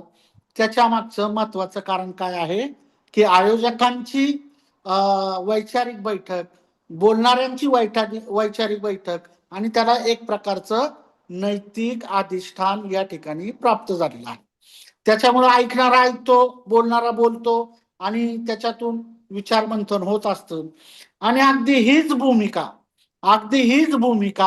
जर डिजिटल प्लॅटफॉर्मवर एखादा ग्रंथ, एखादं साहित्य, एखादा विचार, एखादी कविता जर तुम्हाला ऐकायची असेल आणि त्याच्यामध्ये नैतिक अधिष्ठान असेल तर तुम्ही त्याला एक वेगळं वलय निर्माण होऊ शकतं, तुमच्यामध्ये वैचारिक मंथन यामध्ये होऊ शकतं. संशोधक मार्गदर्शक आहे, थोडस सांगावंसं वाटतं. पूर्वीच्या काळी प्रबंध सादर करत असताना आपण संशोधन संदर्भ ग्रंथाची वगैरे यादी द्यायचो. अमुक अमुक लेखकाच्या ग्रंथामधून अमुक अमुक संदर्भ मी माझ्या PhDच्या प्रबंधासाठी घेतलेले आहेत. परंतु आता एक नवीन पद्धत आलेली आहे. तुम्ही संदर्भ ग्रंथ लिहितात, परंतु तुम्ही आता तुमचा डाटाबेस संदर्भाचा कुठून घेतलेला आहे ऑनलाईन, त्याची लिंक वगैरे काय आहे का, तर ती तुम्ही अक्षरशः त्याच्यात लिहित असता. एक महत्वाची गोष्ट आहे, अलीगड मुस्लिम युनिव्हर्सिटीमध्ये मराठी विषयामध्ये संशोधन होतं. राणी दुर्गावती विद्यालय जबलपूर याच्यामध्ये मराठी विषयाचं संशोधन होतं. आपल्या गोवा विद्यापीठामध्ये मराठी विषयामध्ये PhD होते. मॉरिशस मध्ये मराठी विषयाचं संशोधन होतं. वाराणसीमध्ये मराठी विभाग आहे. दिल्लीच्या JNU मध्ये मराठी विद्यापीठ आहे. आपले कानिटकर सर, डॉक्टर आनंद कानिटकर आहेत, ते गुजरातच्या बडोदा युनिव्हर्सिटीमध्ये मराठीचा अध्यापन करतात. ही जी लोक आहेत ही आपल्याशी कनेक्ट का आहेत? कारण की पहिली गोष्ट, त्यांच्या संपूर्ण वैचारिक गोष्टीला, त्यांच्या साहित्य सेवेला कुठंतरी एक तात्विक अनुष्ठान लाभलेलं आहे आणि ती लोक साहित्याचा सेवा करत असताना आपल्याशी संपर्क करत असतात. नवीन काय महाराष्ट्रात चाललेलं आहे, आमच्याकडे काय चाललेलं आहे, कर्नाटकमध्ये काय राणी चेन्नम्मा युनिव्हर्सिटी कर्नाटक बेळगावमध्ये देखील मराठी विभाग आहे, त्यांच्या विभागात काय चाललेलं आहे. अशा प्रकारे केवळ एका गॅजेटमुळे, इलेक्ट्रॉनिक गॅजेटमुळे, लॅपटॉपमुळे, मोबाईलमुळे आपण त्यांच्याशी चर्चा करू शकतो आणि ती चर्चा साधक बाधक स्वरूपात होतं. एक चांगलं सकारात्मक चित्र आपल्याला यामध्ये अध्ययनामध्ये दिसून आलेलं नक्कीच आहे. आता तर AI चा जमाना आहे. अहो तुम्ही चॅट GPT ला सांगितलं की डॉक्टर जगदीश शेवतेवर एखादी कविता करून दाखव, तर 30व्या सेकंदाला ती कविता तुमच्या हातात असते. याच्यातून क्रिएटिव्हिटी नाश पावेल असा जो आरडाओरडा चालू झालेला आहे तो परत मी त्याच मुद्द्यावर येतो की तुमच्या गॅजेटच्या किंवा तुमच्या कृत्रिम बुद्धिमत्तेच्या किंवा संसाधने हाताळताना तुम्ही ज्या वेळेस तुमच्या वैचारिक अधिष्ठान ज्यावेळेस तुम्हाला लाभेल, तुम्ही नैतिकता त्याच्या वेळेस पाळाल, त्यावेळेस त्याच्यातून सकारात्मकता देखील लक्षात येते. अजून एक 2 वर्षापासून संशोधन क्षेत्रामध्ये एक थोडासा बदल घडलेला आहे आणि एक पेपर आवर्जून टाकलेला आहे, ते म्हणजे इथिक्स, रिसर्च इथिक्स नावाचा जो पेपर आहे तो वेगवेगळ्या विद्यापीठाने टाकलेला आहे. त्याच्यावर संशोधन होत आहे आणि अशा प्रकारे रिसर्च इथिक्स नावाचा जो पेपर आहे तो मुलांना शिकवला गेला पाहिजे आणि त्याच्यातून मुलांनी देखील त्याचं पालन केलेलं आहे. या सगळ्या गोष्टी होत असताना सगळं काही सकारात्मकच होतंय का संशोधनाच्या क्षेत्रामध्ये, अध्यापनाच्या क्षेत्रामध्ये आणि शिकवण्याच्या क्षेत्रामध्ये सगळं सकारात्मक होतंय का? तर निश्चितच नाही. काही प्रश्न आपल्या सगळ्यांसमोर आहेत, काही आव्हाने आपल्या सगळ्यांसमोर आहेत आणि या आव्हानातून मार्ग आपणच काढणार आहोत. दुसऱ्याला दोष न देता आपणच आपल्यापासून सुरुवात करणार आहोत. अतिशय चांगलं गेल्या आठवड्यापासून गाजत असलेलं उदाहरण म्हणजे नवी दिल्ली येथे AI समिट घडलेलं होतं. संपूर्ण जगभरातील सगळे लोक आले होते. ती बातमी तुमच्यापर्यंत आलेली आहे आणि गालगोटिया युनिव्हर्सिटी नावाचं युनिव्हर्सिटी आहे आणि त्या युनिव्हर्सिटीने एक रोबोटिक बनवलेला होता, रोबोटिक कुत्रा बनवलेला होता, तो आम्हीच बनवलेला आहे अशा प्रकारची त्यांनी बतावणी केलेली होती. परंतु ती चोरी पकडली गेली. याच्या एका युनिव्हर्सिटीच्या अशा खोडसळ वागण्यामुळं म्हणजे त्याला आपण समर्थन अजिबात करू शकत नाही. संपूर्ण देशात जागतिक मीडियामध्ये नाचक्की झाली मग इथून पुढं अशा प्रकारचं कोणतीही गोष्ट होता कामा नये. नंतर त्यांनी मान्य केलं गालगोटिया युनिव्हर्सिटीने की हो आम्ही तो विकत घेतलेला होता आणि त्याला आमचं लेबल लावून अशा प्रकारे ते संशोधन आम्हीच केलेलं आहे अशा प्रकारचा दावा केला. शेवटी त्यांचा जो स्टॉल होता त्याच्यावर बॅन आलं. म्हणजे साधारण काय, तुमची छोटीशी चूक आपल्या संपूर्ण देशाचं जे चांगलं चांगलं संशोधन होणार आहे, जे क्रिएटिव्हिटी होणार आहे, ज्या ज्या गोष्टी नाविन्याने आपण स्वीकारतो, ज्या ज्या आपण जगासमोर मांडतो, एक चांगला प्लॅटफॉर्म, चांगलं व्यासपीठ आपल्याला उपलब्ध झालेलं आहे आणि अनेक गुंतवणूकदारांनी त्याच्यामध्ये आर्टिफिशियल इंटेलिजन्स मध्ये स्वतःची गुंतवणूक केलेली आहे, नवीन क्षेत्र म्हणून पाहतो. त्याच वेळेस एखाद्या संशोधकाने अशा प्रकारचा खोडसळपणा केल्यानंतर आपल्याला लाजेनी मान खाली घालायला लागलेले आहे. ही वस्तुस्थिती आपण स्वीकारलेली पाहिजे. हे आव्हान आपल्या समोर आहे. हे कसं शोधायचं, काय करायचं? एक उदाहरण सांगतो. आपण विद्यापीठामध्ये संशोधन करत असताना संपूर्ण देश पातळीवर कुठल्याही विद्यापीठामध्ये संशोधन झालं तर त्याचं विद्यापीठाचा जो प्रबंध आहे तो डिजिटल स्वरूपामध्ये शोधगंगावर आपल्याला टाकावा लागतो आणि तो सगळ्या विद्यापीठातून तो पाहिला जातो. ही एक सकारात्मक बाब आहे. त्याचप्रमाणे डिजिटल प्रबंध तुम्हाला प्लॅगरिझमला टाकावा लागतो आणि त्याच्यातून तुम्ही तो प्लॅगरिझम रिपोर्ट हा 20% जर कमी असेल तरच तो स्वीकारला जातो. म्हणजे तुमच्यावर बंधनं आहेत आणि तशाच पद्धतीने आपल्याला या गोष्टी आहेत. लोक चुकतात, लोक नाचक्की करतात, म्हणून संशोधनाचं काम, शिकवण्याचं काम, शिकण्याचं काम आतापर्यंत कधीही थांबलं नव्हतं आणि इथून पुढे कधीही थांबलं जाणार नाही. ही एक निरंतर चालणारी प्रक्रिया आहे.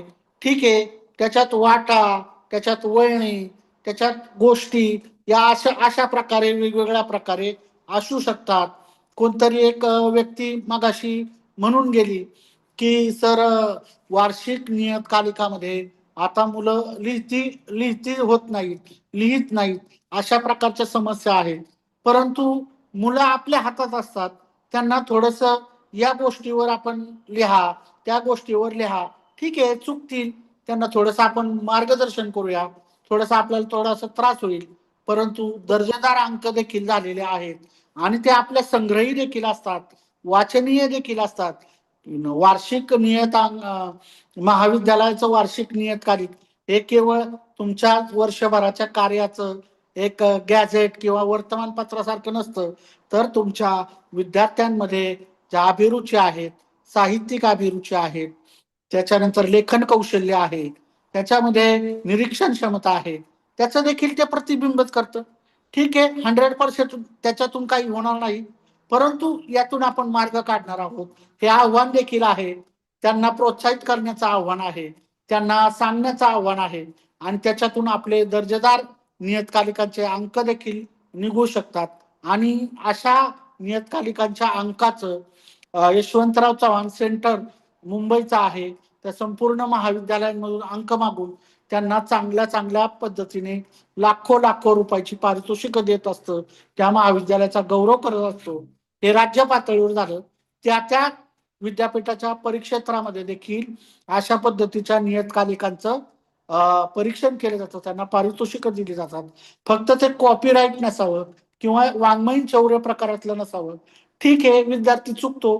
17व्या वर्षी, 18व्या वर्षी, 19व्या वर्षी हे जे विद्यार्थी असतात त्यांचं भावविश्व वेगळं असतं, परंतु त्यांनी लिहितं केलं पाहिजे, ते लिहितं झालं पाहिजे. मुलं वाचतच नाही, मुलं करतच नाही. ठीक आहे, थोडी पिढी भरकटलेली आहे, परंतु सगळीच्या सगळी मुलं तशी नसतात. काही वादविवाद स्पर्धेमध्ये भाग घेतात, काही इतर गोष्टीमध्ये भाग घेतात आणि त्यांचे देखील विचार हे खूप छान असतात, सुंदर असतात. तुम्ही तुमच्या शिक्षणाच्या पद्धतीमध्ये, शिक्षणाच्या गोष्टीमध्ये आता बदल करण्याची आणि आत्मपरीक्षण करण्याची आता वेळ आपल्या सर्वांवर निश्चितच आलेली आहे. आतापर्यंत काय होतं, ब्लॅकबोर्ड, चॉक, ब्लॅकबोर्ड, खडू फळा सिस्टीम होती, परंतु आता आपल्याला तसं करून चालणार आहे का? आणि आता शासनाने ठरवलेलं आहे NEP च्या धोरणानुसार तुम्ही आता तुमचं 40% लेक्चर हे ऑनलाईन ठेवा आणि तुम्ही तुमच्या पद्धतीने दोन्ही मेथडचा वापर करणार आहोत. आता आपल्याला अपडेट होण्याची गरज आहे आणि लक्षात ठेवा, जो कोणी असेल तो प्राध्यापक मराठीचा असू द्या, तो प्राध्यापक हिंदीचा असू द्या, तो प्राध्यापक इंग्रजीचा असू द्या, तो प्राध्यापक फिजिक्स, केमिस्ट्री, जिओग्राफी कुठल्याही विषयाचा असू द्या, जे विषय महाविद्यालयामध्ये शिकवले जातात आणि तो प्राध्यापक त्याचा कंटेंट्स, त्याचे व्हिडिओ हे जर चांगले असतील तर ते पाहिले जातात, त्याला व्ह्यूज मिळतात, त्याला लाईक्स मिळतात, नवे नवे तर तुम्हाला फोन येतात. सरांनी माझा परिचय करून देताना एक सांगितलं की सरांचं स्वतःचं यूट्यूब चॅनल आहे, स्वतःचं इंस्टाग्राम अकाउंट आहे. या भाषा आणि संस्कृती यूट्यूब चॅनलवर माझे काही व्याख्यानं आहेत की मी ती अपलोड करत असतो. मला माहिती नव्हतं एवढा चांगला रिस्पॉन्स भेटेल, परंतु महाराष्ट्राच्या कानाकोपऱ्यातून त्याला रिस्पॉन्स भेटलेला आहे आणि सांगायला अत्यंत आनंद वाटतो की ते केवळ विद्यार्थीच पाहतात का? नाही, ज्यांना आवड आहे ते लोक सुद्धा पाहतात, ते सुद्धा ऐकतात, ते सुद्धा फोन करतात आणि ते तुम्हाला सांगतात 8.3 दशलक्ष म्हणजे 83 लाख लोकांनी एक व्हिडिओ पाहिलेला आहे, त्याला लाईक्स केलेला आहे आणि याच्यातून तुम्हाला उत्पादनाचं नवीन साधन देखील निर्माण झालेलं आहे. आणि आपल्या प्राध्यापकाचा नेहमीचे चाकोरीबद्ध जीवन वगैरे करत असताना कुठेही व्याख्यानाला गेलो, कुठेही विचार मांडण्यासाठी गेलो तर कोणीतरी एक येतो, हा सर मी तुमचा व्हिडिओ पाहिलेला आहे, मला तुमचं म्हणणं पटलेलं आहे, हा व्हिडिओ मला आवडला नाही असं सुद्धा सांगणारे लोक असाल, त्याचा आपण स्वीकार केला पाहिजे, त्याच्यातून आपली गोष्ट केली पाहिजे आणि खूप चांगले चांगले कंटेंट्स आपल्या या सगळ्या गोष्टीमध्ये येत असतात. आणि या सगळ्या गोष्टीमध्ये हे कंटेंट्स येत असल्यामुळं आपल्याला एक नवीन क्षेत्र याच्यामध्ये निर्माण झालेलं आहे. याच्यामुळं काय होणार आहे माहितीये का? ज्या प्राध्यापकाचा व्यासंग दांडगा आहे, ज्या प्राध्यापकाचं ई कंटेंट चांगलं आहे, त्या प्राध्यापकाच्या व्हिडिओला मागणी ही राहणार आहे. तुमचे विचार हे सर्वदूर पोहोचणार आहेत. आता आपल्याला अपडेट होण्याची गरज आहे. आता आपल्याला त्या माध्यमांचा स्वीकार करण्याची गरज आहे आणि त्यातून विद्यार्थ्यांची मानसिकता काय आहे? ठीक आहे, त्याला वेळ मिळेल त्यावेळेस तो पाहत असतो, परंतु काय पाहायचं हे त्याच्या हातात आहे. म्हणून परत एकदा मी त्या शब्दावर येतो, त्याला जर नैतिक अधिष्ठान असेल, वैचारिक प्रबलता असेल, एखाद्या पुस्तकाबद्दल रुची असेल, एखाद्या विषयाबद्दल असेल तर त्याच्यामध्ये ती मुलं रुची घेत असतात. एक चांगलं उदाहरण सांगतो, अनेक महाविद्यालय आहेत जी रेग्युलर कार्यक्रम होतात. उदाहरणार्थ आजचाच कार्यक्रम घ्या की मराठी भाषा गौरव दिनाचा कार्यक्रम आहे. महाविद्यालयाचे स्वतःचे इंस्टाग्राम पेज आहेत आणि ते इंस्टाग्राम पेज विद्यार्थी पण पाहतात, त्या गावातले लोक पण पाहतात आणि त्या गावातले पालक पण पाहतात आणि त्याच्यामुळं महाविद्यालयाच्या प्रती एक सामाजिक दायित्व त्याच्यातून दिसून येतो. महाविद्यालयामध्ये अशा अशा गोष्टी चाललेल्या आहेत याची जाणीव होते आणि एक कुठे ना कुठं कम्युनिकेशन पालकांबरोबर होतं, विद्यार्थ्यांबरोबर होतं आणि सर्वच साधारणपणे जो भाषिक व्यवहार आहे महाविद्यालयामध्ये काय काय चाललेलं आहे त्याच्या गोष्टीचं आपण हे करतो. या गोष्टी सगळं सांगत असताना याच्यामध्ये सगळ्याच गोष्टी गुढी गुढी आणि सगळं चांगलं आहे का? काही आव्हानं आहेत का? सगळं काही व्यवस्थित होतंय का? तर माझं उत्तर त्याला असं असेल, निश्चितपणे या गोष्टी सगळ्या स्मूथपणे सरळसूतपणे चाललेल्या नाही आहेत. आपल्याला नवीन परिप्रेक्षामध्ये, जागतिक परिप्रेक्षामध्ये साहित्याचा अध्यापन करत असताना, आपल्या विषयाचं अध्यापन करत असताना काही आव्हानं त्याच्यामध्ये निर्माण झालेली आहेत. याच्याकडं आपल्याला लक्ष देणं गरजेचं आहे. मी आता तुम्हाला सांगितलं की मागणी तसा पुरवठा, म्हणजे पूर्वी एखादा कवी असेल तर कवीची कविता ऐकण्यासाठी आपण सभागृहात जायचो आणि ते आपण ऐकायचो, ऐकल्यानंतर त्याला दाद द्यायचो, दाद दिल्यानंतर ती कविता फुलायची. हे आपले अनुभव आहे. परंतु आता एक वेगळी प्रवृत्ती या कवितेच्या क्षेत्रामध्ये आलेली आहे. विशेषतः मराठी कवितेच्या क्षेत्रामध्ये आलेली आहे. ती प्रवृत्ती म्हणजे मागणी तशी कविता तुम्हाला पुरवठा करणे. मनची एक कविता मी त्याला नाव देईल की ज्या व्ह्युअर्सला त्या कविता आवडतात तशा पद्धतीने त्या कविता सादर केल्या जातात आणि व्ह्युअर्स वाढवण्याच्या नादामध्ये सकस, दर्जेदार, अर्थ संदर्भ असलेल्या, गर्भित अर्थ असलेल्या चांगल्या चांगल्या कविता या फक्त पुस्तकातच राहतात काय, या पुस्तकात ग्रंथालयातच राहतात काय, अशा प्रकारे या गोष्टी होऊ लागलेल्या आहेत आणि आत्मचिंतन करण्याची वेळ आता आलेली आहे. कवितेचे विषय कुठले येऊ शकतात? गुंठा गुंठा जमीन विकून अशा प्रकारचं कविता भारत दौंडकर नावाचा महाराष्ट्रभर गाजलेला कवी आहे, त्याच्या कविता आहेत. त्याच्यानंतर सीझर कर म्हणते माती, कवितेचे संदर्भ. सीझर हा शब्द कधी साहित्यात आपण ऐकला नाही, पुस्तकात ऐकला नाही, परंतु वैद्यकीय क्षेत्रात आपल्या कानावर पडलेला होता. परंतु आता त्या कवितेमध्ये तो प्रतिके स्वरूप आलेला आहे. आणि कल्पना दुधाळ सारखी जी अतिशय सामान्य गावामध्ये, बारामती सारख्या गावामध्ये असलेली कविता, तालुक्यामध्ये असलेली जी मुलगी आहे कविता कल्पना दुधाळ, ती संपूर्ण जगभरात पोचलेली आहे. मग अशा पद्धतीने ते सामर्थ्य पण आहे आणि त्याचे तोटे देखील आहेत. या गोष्टी आपण हे केलेलं आहे. अजून एक महत्वाची गोष्ट,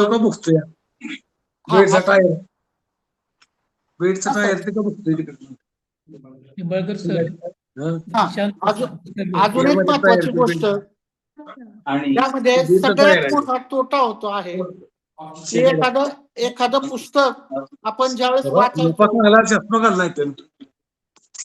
आपला काळ आठवा, त्या काळामध्ये आपण एखादं पुस्तक वाचायचो, आपल्या हाती नवीन पुस्तक भेटलं तर ते पुस्तक मध्ये वाचन असताना पहिली काही पानं वाचल्यानंतर आपल्या मनामध्ये त्या पुस्तकाविषयी उत्कंठा निर्माण झालेली आहे. आपण ते पुस्तक वाचत असतो आणि ते पुस्तक वाचत असताना आपल्याला यामध्ये रुची निर्माण व्हायची आणि कधी कधी रात्रभर जागरण करून पुढे काय होणार आहे, पुढे काय होणार आहे, पुढे काय होणार आहे, अशा पद्धतीने आपली उत्सुकता जागृत होऊन आपण ते पुस्तक रात्रभर वाचून काढायचो. मात्र आजच्या या जागतिक परिप्रेक्षामध्ये, नवीन अध्यापनामध्ये किंवा नवीन गॅजेट स्वीकारल्यामुळे, आपण व्हर्च्युअल झाल्यामुळे आता काय झालेलं आहे, वाचन केल्यानंतर त्याचं मनन करणं, त्याचं चिंतन करणं आणि त्याच्यावर आपलं स्वतःचं मत तयार करणं, या गोष्टी कुठेतरी संपुष्टात येतात का, अशा प्रकारचं गोष्ट इथं होतं. ई बुक्स आपल्याला आळशी बनवतात असं माझं म्हणणं नाही, परंतु ई बुक्स ऐकताना त्याच्यावर आपण किती पद्धतीने मनन करतो, कशा पद्धतीने वाचन करतो आणि चिंतन करतो का, हा देखील प्रश्नचिन्ह, हे देखील प्रश्नचिन्ह आपल्याला या ठिकाणी आहे. त्याच्यानंतर लाईक्स पाहिजेत, सबस्क्राईब पाहिजे. या संस्कृतीमध्ये कुठंतरी कसहीन, कुठंतरी दर्जाहीन, कुठंतरी वेगळ्या पद्धतीचं केवळ शब्दाला शब्द जोडून कविता करणं, अशा पद्धतीचं काहीतरी व्हायला लागलेलं आहे, होत आहे. त्याचं समर्थन या ठिकाणी मी निश्चितपणे करणार नाही. आणि सगळ्यात महत्वाचं म्हणजे इमोजी, कॉपीराईट, भाषा शुद्धता. सोशल मीडियावरची भाषा व्यक्त होताना त्याच्यामध्ये भाषा शुद्धता, एक भाषेचा प्राध्यापक म्हणून मला असं वाटतं ते प्रमाण अतिशय नगण्य आहे. केवळ व्यक्त होणं इतकं महत्वाचं नसून शुद्ध भाषेत, चांगल्या भाषेत, प्रमाण भाषेत तुम्ही व्यक्त होणं खूप महत्वाचं आहे. आणि अशा पद्धतीने भाषेच्या अध्यापनामधील नवीन गोष्टींचा स्वीकार करताना काही आव्हानं देखील आहेत आणि ती आव्हानं म्हणजे वाचन संस्कृती लोप पावलेली आहे. तर हो, वाचन संस्कृती लोप पावलेली आहे. वाचक वर्ग वाढलेला आहे, परंतु त्याच्यामध्ये कसदार वाचन होत नाही. दुसरं, वाचन जेव्हा असतो त्याच्यामध्ये शुद्ध लेखनाचे नियम, विरामचिन्हांचा वापर होतोच असं नाही. ते वाचकांवर सोडतात, कुठं विरामचिन्ह टाका, कुठं टाकायचं ते टाका, तुमचं तुम्ही वाचा. मागणी तसा पुरवठा. मंची कवितांबद्दल मी सांगितलं तशा पद्धतीने लेखन व्हायला लागलेलं आहे आणि अशा प्रकारचं लेखन हे भाषेसाठी निश्चितच मार्क आहे. लाईक आणि सबस्क्रायबरचे शिकार अनेक जण होत आहेत. ब्लॉग लेखन आहेत, मिलियन्स मध्ये वाचक आहेत, ही चांगली गोष्ट आहे. मात्र सर्व कन्क्लुजन करताना मला एवढंच सांगावं असं वाटतं की नव्याचा स्वीकार आपण सगळ्यांनी केला पाहिजे. नित्य नूतनता आणि नव्याचा स्वीकार हा निसर्गाचा नियम आहे. आपल्याला तो स्वीकारावाच लागेल. 40% अध्यापन इथून पुढं ऑनलाईन करावंच लागेल. परंतु ते करत असताना विद्यार्थ्यांनी सुद्धा आणि प्राध्यापकांनी सुद्धा आणि एकूण सिस्टीमने सुद्धा नैतिक अधिष्ठान स्वतःच गमावता कामा नये. उगाच प्राध्यापक लेक्चर देतोय आणि पाहतोय तर विद्यार्थी नुसतं मोबाईल चालू ठेवलाय, बाकीची कामं काहीतरी करतोय, असं चित्र आपण कोरोना काळामध्ये कितीतरी वेळा पाहिलेलं आहे. आणि अशा प्रकारच्या ज्या गोष्टी आहेत त्या आपण स्वीकारला पाहिजेत. आणि या सगळ्या गोष्टींमध्ये थोडंसं कुठंतरी नैतिकता पाळली, लेखकाने पाळली, वाचकाने पाळली, ऐकणाऱ्यांनी पाळली, विद्यार्थ्यांनी पाळली आणि एकूणच मागणीचा पुरवठा न करता हो ना चांगल्या गोष्टीला, चांगल्या साहित्याला, चांगल्या कवितेला मागणी आहे हो. त्या आपल्या कानावर येतात आणि त्या आपण ऐकतो आणि लोक मग त्याचं मोबाईलमध्ये रिंगटोन ठेवतात, अमुक ठेवतात, तमुक ठेवतात आणि विद्यार्थ्यांमध्ये रुची निर्माण व्हावी याची काळजी आपण घेतली पाहिजे. मात्र हे सगळं करत असताना पारंपरिकता, खडू फळा जी शिक्षणाची पारंपरिक पद्धत आहे त्याच्याबरोबर आधुनिकतेची कास आपण सर्व धरूया आणि सर्व आपण जे आहेत साहित्य व्यवहारामध्ये गुंफलेलं आहेत, शिक्षण व्यवहारामध्ये गुंफलेलं आहेत, विद्यादानामध्ये गुंफलेलं आहेत, ते सर्वांनी आपण एक नैतिकतेची कास धरूया एवढं सांगून मी थांबतो. धन्यवाद. खूप खूप धन्यवाद सर.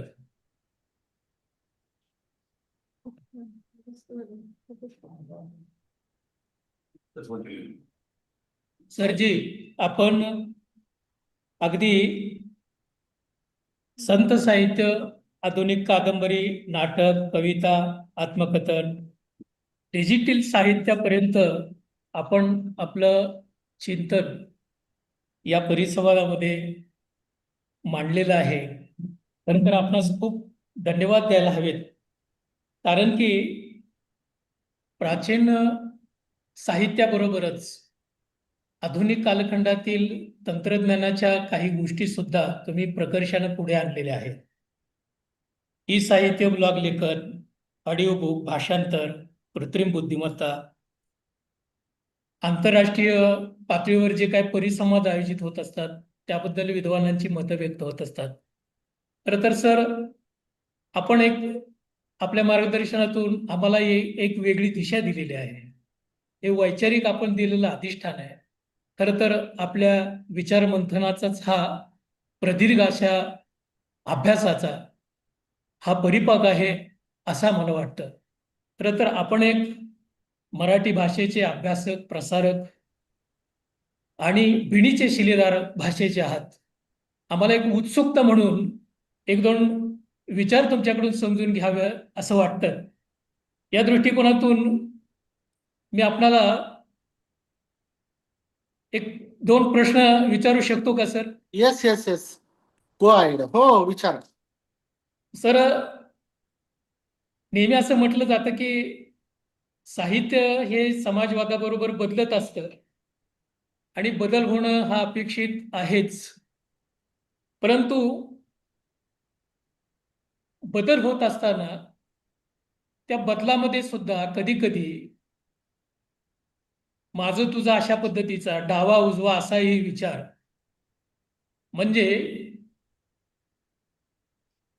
दलित साहित्य किंवा सवर्णांचं साहित्य अशा संदर्भामध्ये सुद्धा काही ठिकाणी आजही थोडासा कोतेपणा विचारवंतांच्या मध्ये दिसून येतो. बरोबर. तर या दृष्टिकोनातून नवलेखकांनी अशा पार्श्वभूमीवर कोणत्या पद्धतीने मांडणी करणं अपेक्षित वाटतं? अगदी बरोबर आहे.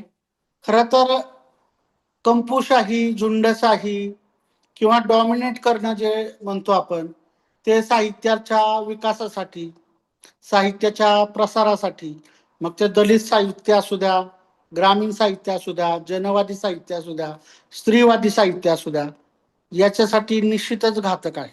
निश्चित आणि हे होतंय हे प्रामाणिकपणे मी कबूल करतो. या प्रवृत्ती ज्या आहेत या जर आपल्याला घालवायच्या असतील, मग दलित साहित्याच्या संदर्भातच मी बोलेन की मग जे काही नव लेखक आहेत दलित साहित्यामध्ये लिहिणारे, अहो तुम्ही असं लिहा की त्या वर्गाला ओलांडून तुम्ही विश्व तुमच्या कवेत घेऊ शकता. बरोबर आहे ना? त्या ज्या गोष्टी आहेत त्या साहित्यामध्ये आलेल्या नाहीत, बऱ्याच गोष्टी आलेल्या नाहीत. आणि आज इतक्या वर्षानंतर सुद्धा स्वातंत्र्याच्या इतक्या वर्षानंतर सुद्धा, एवढ्या पिढ्या शिक्षित झाल्यानंतर सुद्धा काहींच्या वाटेला अक्षरशः सर तेच अनुभव येतात, त्याच गोष्टी येतात. त्या अनुभव कथन असू द्या, ते व्यवस्थित तुम्ही चित्रित केलं तर तुमच्या अनुभवांना तुम्ही जर व्यवस्थित मांडलं तर याचा सकारात्मक परिणाम होऊ शकतो. एवढा सकारात्मक परिणाम होऊ शकतो की ठराविक जो वर्ग आहे, जो तुमचं साहित्य वाचत नाही, त्याच्यामध्ये उत्सुकता निर्माण झाली पाहिजे. अरे एवढं फेमस झालं, एवढं हे झालं, नक्की त्याच्यात लिहिलं काय आहे, या गोष्टी देखील पाहिल्या जाऊ शकतात. तेवढी ताकद दलित साहित्यामध्ये आहे असं माझं प्रामाणिक मत आहे. सर, दुसरी गोष्ट एक सर अशी मला विचारायची वाटते की मराठी भाषा आजही असं वाटलं जाते की ती महाराष्ट्रापुरती मर्यादित आहे. तुम्ही एक अनुवादाचा मुद्दा मांडला, तो अतिशय मला महत्वाचं असं वाटतं सर, की जगातलं साहित्य हे अनुवादित झालं पाहिजे, उत्तम साहित्य मराठीमध्ये आलं पाहिजे. बरोबर. परंतु भाषिक संकर जो मोठ्या प्रमाणामध्ये मराठीमध्ये होतोय, विशेष करून यापूर्वी आपण इंग्रजीचा जास्त दुस्वास करत होतो. आता हिंदी किंवा काही इतर भाषा देखील त्या मराठी भाषेवर आक्रमण करताना दिसत आहेत. आणि असा काहीतरी एखादा मराठी राजभाषा दिन, गौरव दिन, एखादा असा समारंभ किंवा दिवस आला की आपण त्या वेळेपुरतं आपण फक्त जागृती करतो. आपण मत व्यक्त केलेलं आहे की यापूर्वी ही जबाबदारी खरं तर सर्वांची आहे. परंतु या अनुवादाच्या माध्यमातून मला असं वाटतं सर की परकीय साहित्य ज्या पद्धतीनं मराठी भाषेमध्ये आलं पाहिजे, तशा पद्धतीनं मराठी साहित्य परकीय भाषेमध्ये मोठ्या प्रमाणामध्ये जात नाही.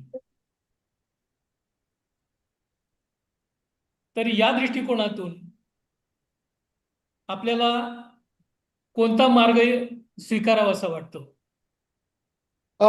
बरोबर आहे सर तुमचं. याच्याबद्दल मला एक अनुभव कथन करावं असं वाटतो. सर, परिचय करून देताना तुम्ही एक सांगितलं होतं की सर पाकिस्तानला जाऊन आलेले आहे. सर, मी 6 दिवस पाकिस्तानमध्ये होतो. आणि तुम्हाला सांगायला आवडेल की पाकिस्तानमध्ये कराचीमध्ये मराठी शाळा आहे. पाकिस्तानमध्ये कराचीमध्ये मराठी शाळा आहे. त्या शाळेला मी आवर्जून भेट दिलेली आहे. आणि आवर्जून भेट दिल्यानंतर मी त्यांना सांगितलं की मी सासवड, पुणे जिल्ह्यातील सासवड या गावावरून आलेलो आहे. तर मला त्यांनी पहिला प्रश्न विचारला की आचार्य यात्रे यांचा सासवड गाव का, तेच का? तर असं काही नाही, बाउंड्री तुमचं साहित्य कधीही सीमित करू शकत नाही. बरोबर. म्हणजे त्याचं चांगलं उदाहरण म्हणजे माझा रशियाचा प्रवास, अण्णाभाऊ साठेंचं साहित्य असेल, बाबासाहेब आंबेडकरांचं जे लेखन आहे त्याच्या बाबतीत चांगल्या पद्धतीने अवेअरनेस झालेला आहे. नेपाळमध्ये मला त्याच्याबद्दल विचारण्यात आलं. तर साहित्य तुमचं तर मुळातच दर्जेदार असेल तर तुम्हाला भौगोलिक सीमा, देशाच्या सीमा, प्रांताच्या सीमा या थांबवू शकत नाही. परंतु त्याच्यामध्ये एक अट आहे, केवळ दर्जेदार साहित्य असू नाही तर त्याला एक चांगला प्लॅटफॉर्म निर्माण झालेला पाहिजे. उदाहरणार्थ मला सांगता येईल, अभिजात साहित्याबद्दल आपण बोलतो. APJ अब्दुल कलाम यांचं विंग्स ऑफ फायर हे पुस्तक आहे, परंतु त्याचा छानपैकी अग्निपंख मराठीमध्ये अनुवाद झालेला आहे. बरोबर आहे. आमच्याकडं एक हिंदीचे चांगले लेखक आहेत. त्यांनी अतिशय चांगल्या पद्धतीने कबीरचे दोहे जे आहेत ते मराठीमध्ये केलेले आहेत. म्हणजे हे जे अभिजात लेखक आहेत, कबीर आपण ऐकलेलं आहे, परंतु कबीरच्या दोह्यांचं मराठीमध्ये अनुवाद वाचण्याची एक जी मजा आहे ना, हिंदीमध्ये तर आहेच, परंतु अनुवाद वाचण्यामध्ये जी मजा आहे ना ती काही सर औरच आहे. आणि काळाच्या कसोटीवर उतरायचं असेल तर अभिजात साहित्य, मग ते मराठी भाषेतले असू द्या, मग त्याला कोणताही आडू शकत नाही. जाता जाता सर एक प्रश्न आणखी शेवटचा. हा, आपण म्हटलं की डिजिटल संधी ह्या स्वीकाराव्याच लागतील आणि ते अपरिहार्यच आहे, परंतु साहित्य अभिव्यक्ती झाल्याशिवाय समाजामध्ये ते पोचू शकत नाही आणि समाजाचं परिवर्तन करू शकत नाही. समाज संस्कारशील बनवता येऊ शकत नाही साहित्याच्या वैचारिक अधिष्ठानामुळं. पण डिजिटल तंत्रज्ञानामुळे काही वेळेला त्यामध्ये मर्यादा सुद्धा आता जाणवू लागलेल्या आहेत सर. म्हणजे जसं व्यक्त भाषा साहित्यातून व्हावी असं आपल्याला वाटतं, तुम्ही मत मांडलं, पण इमोजी सारखा जो तुम्ही संदर्भ दिला त्यातून अव्यक्त भाषा उदयाला येते आहे. दुसरी गोष्ट सर, तुम्ही असं म्हटलं की एखादी कविता कोणत्याही विषयावरची पाहिजे असेल तर तंत्रज्ञानाच्या माध्यमातून आपल्याला तात्काळ ती मिळू शकते. अगदी अगदी. त्याच्यातून खरोखर संवेदनशीलता किंवा भावभावनांचं उदात्तीकरण होताना दिसतं का, आढळतं का, असं मला एक प्रश्न आहे. याबाबत आपलं काय मत व्यक्त करता येऊ शकतं? तर अतिशय चांगला प्रश्न विचारला की ज्या आपल्याला 30 सेकंदामध्ये कविता करून मिळतात त्याच्यामध्ये भावनिक संवेदना वगैरे गोष्टी या असतीलच असं नाही, किंवा जवळजवळ त्या नसतातच. ते काय मागणीचा पुरवठा, मी एक शब्द वापरलाय, मंचीय कविता एक शब्द वापरलेला आहे, तर हे घातक आहे. याचं माझं प्रामाणिकपणे मत आहे की हे क्रिएटिव्हिटी, क्रियाशीलता किंवा जी तुमची सृजन आहे त्याच्यासाठी निश्चितच बाधक आहे. आणि हे इथं रोखलं गेलं पाहिजे, नाही तर माणूस विचार करायचं सोडून दिलो. बरोबर आहे, बरोबर आहे. विचार करायचं सोडून देईल, सगळं त्याच्यावर सोपवलं कसं होईल. तर हे घातक आहे आणि तुमचा प्रश्न एकदम बरोबरच असेल. यायचं तंत्रज्ञान आता अलीकडं त्याचा फारच गवगवा चालू आहे सध्या समाज व्यवस्थेमध्ये.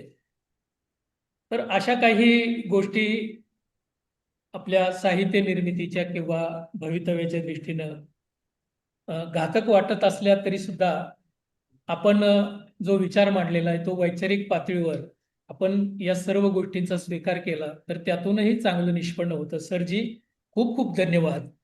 आपला विचार आमच्या या महाविद्यालयामध्ये आपण प्रस्तुत केला. खरं तर सरांनी साहित्य निर्मिती एक अनुभवाची अभिव्यक्ती असते आणि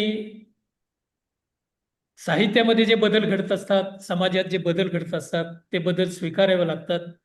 ते बदल स्वीकारून साहित्यिकांनी त्यांची अभिव्यक्ती प्रामाणिकपणे करावी असं सरांनी आवाहन केलेलं आहे. खरं तर सर जसे विचारवंत आहेत तसे ते समाज प्रवर्तक देखील आहेत आणि म्हणून तळमळीतून आत्मीयतेतून त्याने आपले हे विचार आपल्या भाषणामध्ये व्यक्त केलेले आहेत. साहित्यामध्ये त्यांनी मांडलेला मुद्दा असा आहे की नैतिकता असली पाहिजे. हा मुद्दा मला अतिशय महत्त्वाचा वाटतो. नैतिकतेवर खरं तर सर्वच समाज व्यवस्था अवलंबून असते. देश, राष्ट्र, अगदी घरातलं कुटुंब सुद्धा नैतिकतेवर अवलंबून असतं.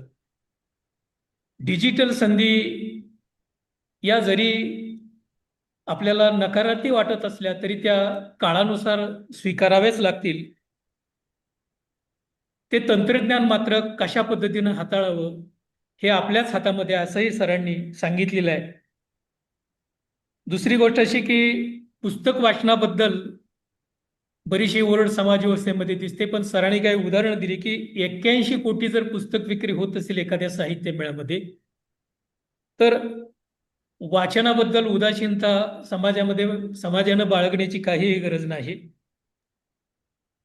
वाचनालयामध्ये जावं, वाचकांनी जावं, लेखकांनी वाचकांशी संवाद करावा, लेखकांनी समाजाशी बांधिलकी राखावी आणि समाजाशी बांधिलकी राखूनच आपली साहित्य निर्मिती निर्माण करावी, असं सरांनी आपल्या विचारातून आपल्या भावना व्यक्त केलेल्या आहेत. विशेषतः प्लॅगॅरिझमचा एक मुद्दा सरांनी अतिशय महत्वाचा असा व्यक्त केलेला आहे. खरं तर नियम व्यवस्था कशासाठी लागू करावी लागते हा एक मोठा चिंतेचा प्रश्न आहे.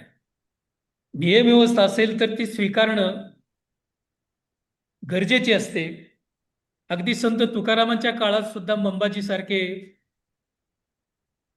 प्लॅगॅरिझमच्या प्रांतात गुंतलेले काही संदर्भ आपल्याला आढळतात. तशा आजच्या काळात देखील अशा पद्धतीची प्रवृत्ती थोड्याफार प्रमाणामध्ये दिसते, पण डिजिटल तंत्रज्ञानामुळं यावर देखील मात करता येऊ शकते असं सरांच्या विचारातून आपल्या लक्षात आलेलं आहे.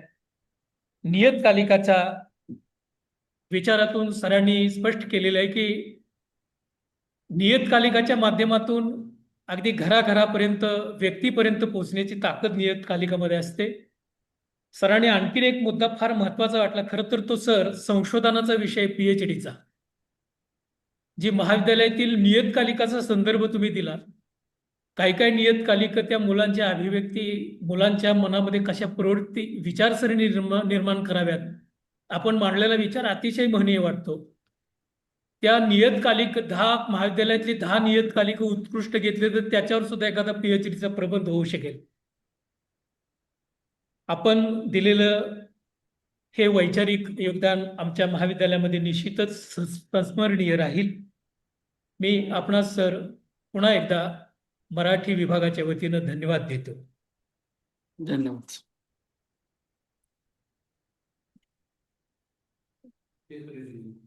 यानंतर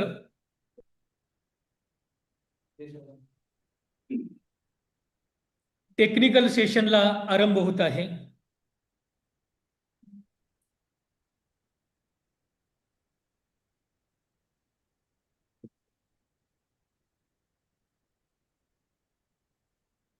टेक्निकल सेशन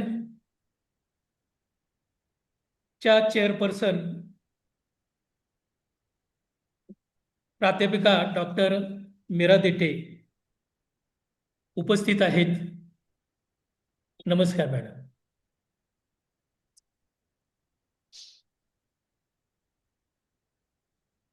संस्था, महाविद्यालय आणि मराठी विभाग आणि इंग्रजी, मराठी आणि हिंदी या विभागाच्या वतीनं मी आपले स्वागत करतो. मॅडमचा थोडक्यात मी परिचय करून देतो. रयत शिक्षण संस्थेच्या दहिवडी कॉलेज दहिवडी येथे त्या उपप्राचार्य या पदावर सध्या कार्यरत आहेत. मराठी विभाग प्रमुख म्हणून देखील त्या कार्यरत आहेत. देठे मॅडम मराठी विषयाच्या तज्ज्ञ व्यासंगी असून त्या नामांकित प्राध्यापिका आहेत. विविध रयत शिक्षण संस्थेच्या वरिष्ठ महाविद्यालयातून त्यांनी आपली अतिशय उत्कृष्ट सेवा केलेली आहे. आजही त्या योगदान देत आहेत. त्यांची एकूण 22 वर्ष सेवा झालेली आहे. विजय राज्याध्यक्ष आणि मन्नू भंडारी यांच्या कथेचा तौलनिक अभ्यास या विषयावर त्यांनी चिकित्सक वैचारिक मांडणी केलेली आहे. PhDच्या माध्यमातून त्यांनी ते लेखन केलेलं आहे. डॉक्टर देठे मॅडम या वेगवेगळ्या चर्चासत्र परिसंवादामध्ये सहभागी होतात. उत्कृष्ट मार्गदर्शन करतात आणि आपले विचार व्यक्त करत असतात. आणि ते विचार व्यक्त करताना त्यांचा निडरपणा मला नेहमी दिसतो. त्यांच्या मराठी भाषा साहित्य विषयक विचार मंथनातून त्यांनी राज्य, राष्ट्रीय, आंतरराष्ट्रीय स्तरावर आपले विचार व्यक्त केलेले आहेत, मांडलेले आहेत. अशा अभ्यासू अध्यक्षा मराठी विभागाच्या परिसंवादातील टेक्निकल सेशनसाठी लाभलेले आहेत. त्यांचे मी पुन्हा एकदा स्वागत करतो. आणि टेक्निकल सेशनची सूत्रे त्यांनी स्वीकारावीत अशी मी त्यांना विनंती करतो. निबंध वाचन सुरू करू.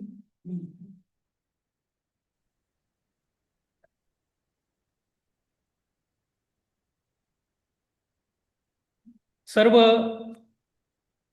परिसंवादातील संशोधक, निबंध वाचक, विषय तज्ञ टेक्निकल सेशनच्या निमित्ताने मी पुन्हा एकदा त्यांचं स्वागत करतो. आणि निबंध वाचनाच्या सत्राला आरंभ होत आहे याविषयी मी त्यांना सूचित करतो. यामध्ये प्रथमतः निबंध वाचन करतायत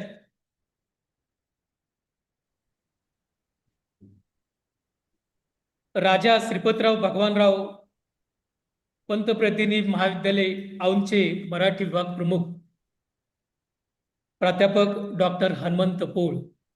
सर नमस्कार.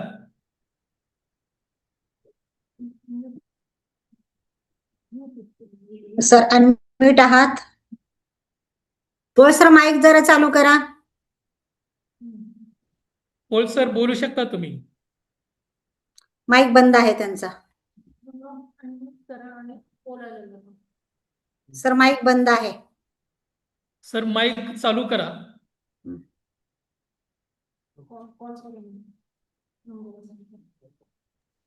हा झाला का चालू? हो सर, हो बोला बोला सर. Okay okay okay. नमस्कार. सर्वप्रथम नमस्कार सर, बोला. सर्वप्रथम सर्वांना मराठी भाषा दिनाच्या हार्दिक शुभेच्छा देऊ. मी बोलायला सुरुवात करतो. खूप वेळ झालेला आहे आणि फार पसरटपणानं आणता जेवढं थोडक्यात करता येईल. ओके सर बोला. मी माझं म्हणणं मांडतो. मित्र, अलीकडच्या काही दिवसामध्ये IT क्षेत्रामध्ये प्रचंड खळबळ माजली आणि खळबळ माजण्याचं कारण एक महाराष्ट्रातला राहुल पाटील नावाचा युवक कारणीभूत त्याला ठरला. याला पाटील इफेक्ट असं म्हटलं जातं. अँथ्रोपिक या स्टार्टअपच्या कंपनीमध्ये हा CTO या पदावरती होता आणि याने क्लाउड कोवर्क नावाचं AI शोधून काढलं आणि या AI मुळे संपूर्ण IT क्षेत्रावरती संकटाचे ढग जमा झाले. याची कारण अशी की IT क्षेत्र जे प्रोव्हाइड करत होतं ते सर्व AI प्रोव्हाइड करण्याचं तंत्र त्यानं विकसित केलं आणि त्यामुळे संपूर्ण IT क्षेत्रामध्ये खळबळ माजली.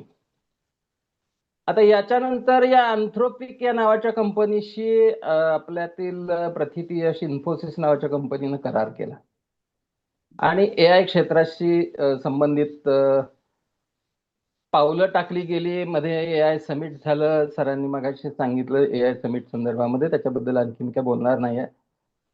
पण या AI मुळे हे संपूर्ण आपलं जीवन व्यापलेलं आहे. आपण त्याच्यापासून दूर जाऊ शकत नाही अशी अवस्था. आता खरं तर AIच्या बाबतीमध्ये जर विचार करायचं म्हटलं तर AI ही एक जुनी संकल्पना आहे. 1940च्या दशकातली ही संकल्पना आहे. आर्टिफिशियल न्यूरल नेटवर्क या संकल्पनेवरती AIची जी बीज आहेत ही बीज रोवली गेलेली आहेत. आता हे न्यूरल नेटवर्क म्हणजे काय? तर न्यूरल नेटवर्क म्हणजे एखादी समस्या सोडवण्यासाठी एकमेकांसोबत मिसळून काम करणाऱ्या लोकांसारखं एक नेटवर्क आहे. खेडेगावात माणसं कशी एकत्रित येऊन पूर्वी इर्जिक नावाचा प्रकार करत होते आणि एकमेकांना मदत करत होते किंवा पैरे करत होते, तशा प्रकारे हे न्यूरल नेटवर्क काम करतं. हे न्यूरल नेटवर्क दरवेळी स्वतःच्या कामातून शिकत असतं. ज्या वेळेला काही गोष्टी योग्य होतात त्यावेळेला ते ही गोष्ट योग्य आहे अशी ते नोंद करतं आणि जेव्हा सुधारणा करायची असेल तेव्हा ते त्यामध्ये बदल करून नवीन कनेक्शन तयार करतं. ही प्रक्रिया नेहमी होत राहते आणि काळानुसार या प्रक्रियेमध्ये सुधारणा होते. आपणाला माहिती असेल की आपण जर सोशल मीडियावरती एखाद्या विशिष्ट प्रकारचा शोध घेतला, समजा सोशल मीडियावरती आपण युट्यूबचा विषय घेऊया, युट्यूबवरती एखाद्या विशिष्ट प्रकारचे आपण व्हिडिओ बघायला सुरुवात केली तर युट्यूब तशाच प्रकारचे अनेक व्हिडिओ आपल्या समोर सादर करताना दिसतं. हे युट्यूब करत नाही, हे संपूर्ण AI करत असतं.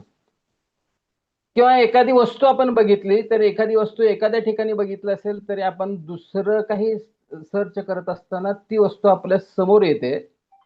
हे संपूर्ण न्यूरल नेटवर्क काम करत असतं आणि हे AIचं काम आहे.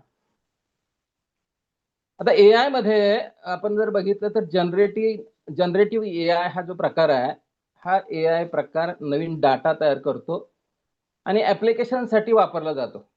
म्हणजे त्यामध्ये प्रसिद्ध असं ChatGPT असेल, Google चॅटबॉट असेल, ही त्याची उदाहरणं आहेत. आणि हे काय करतात की उत्तर लॉजिकचा वापर करून लॉजिकली उत्तर देतात. याची कारणं अशी आहेत की AI ला विचार करता येत नाही.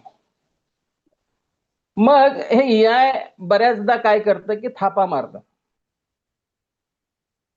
आता माझंच उदाहरण सांगायचं झालं तर अवकाळी पावसाच्या दरम्यानची गोष्ट या संदर्भामध्ये माहिती मी विचारण्याचा प्रयत्न केला, तेव्हा ही एक कथा आहे असं AI कडून सांगण्यात आलं. किंवा सकाळीचा विषय झाला आमच्या एका मित्रांनी ते भुत्याच्या झाडाचं पान AI ला पुरवलं आणि हे कोणतं झाड आहे असं विचारलं, तेव्हा त्याने हे रक्तीचंदनाचं झाड आहे असं सांगितलं. म्हणजे याचा अर्थ असा की AI बऱ्याचदा चुकीची माहिती तुम्हाला पुरवत असतं. म्हणजे AI न पुरवलेली माहिती पूर्णपणे बरोबर असेल याची खात्री देता येत नाही आहे. AI हा डाटा कुठून कलेक्ट करतं, तर AI हा डाटा सोशल मीडिया किंवा इंटरनेटवरती वगैरे जो उपलब्ध आहे त्याच्यावरून कलेक्ट करतं. याचं उदाहरण घ्यायचं झालं तर मायक्रोसॉफ्ट नावाची कंपनी आहे. मायक्रोसॉफ्ट नावाच्या कंपनीनं टे नावाचं एक AI तयार केलेलं होतं आणि या AI नं वर्णभेदी आणि आक्षेपार्ह अशी उत्तर द्यायला सुरुवात केली.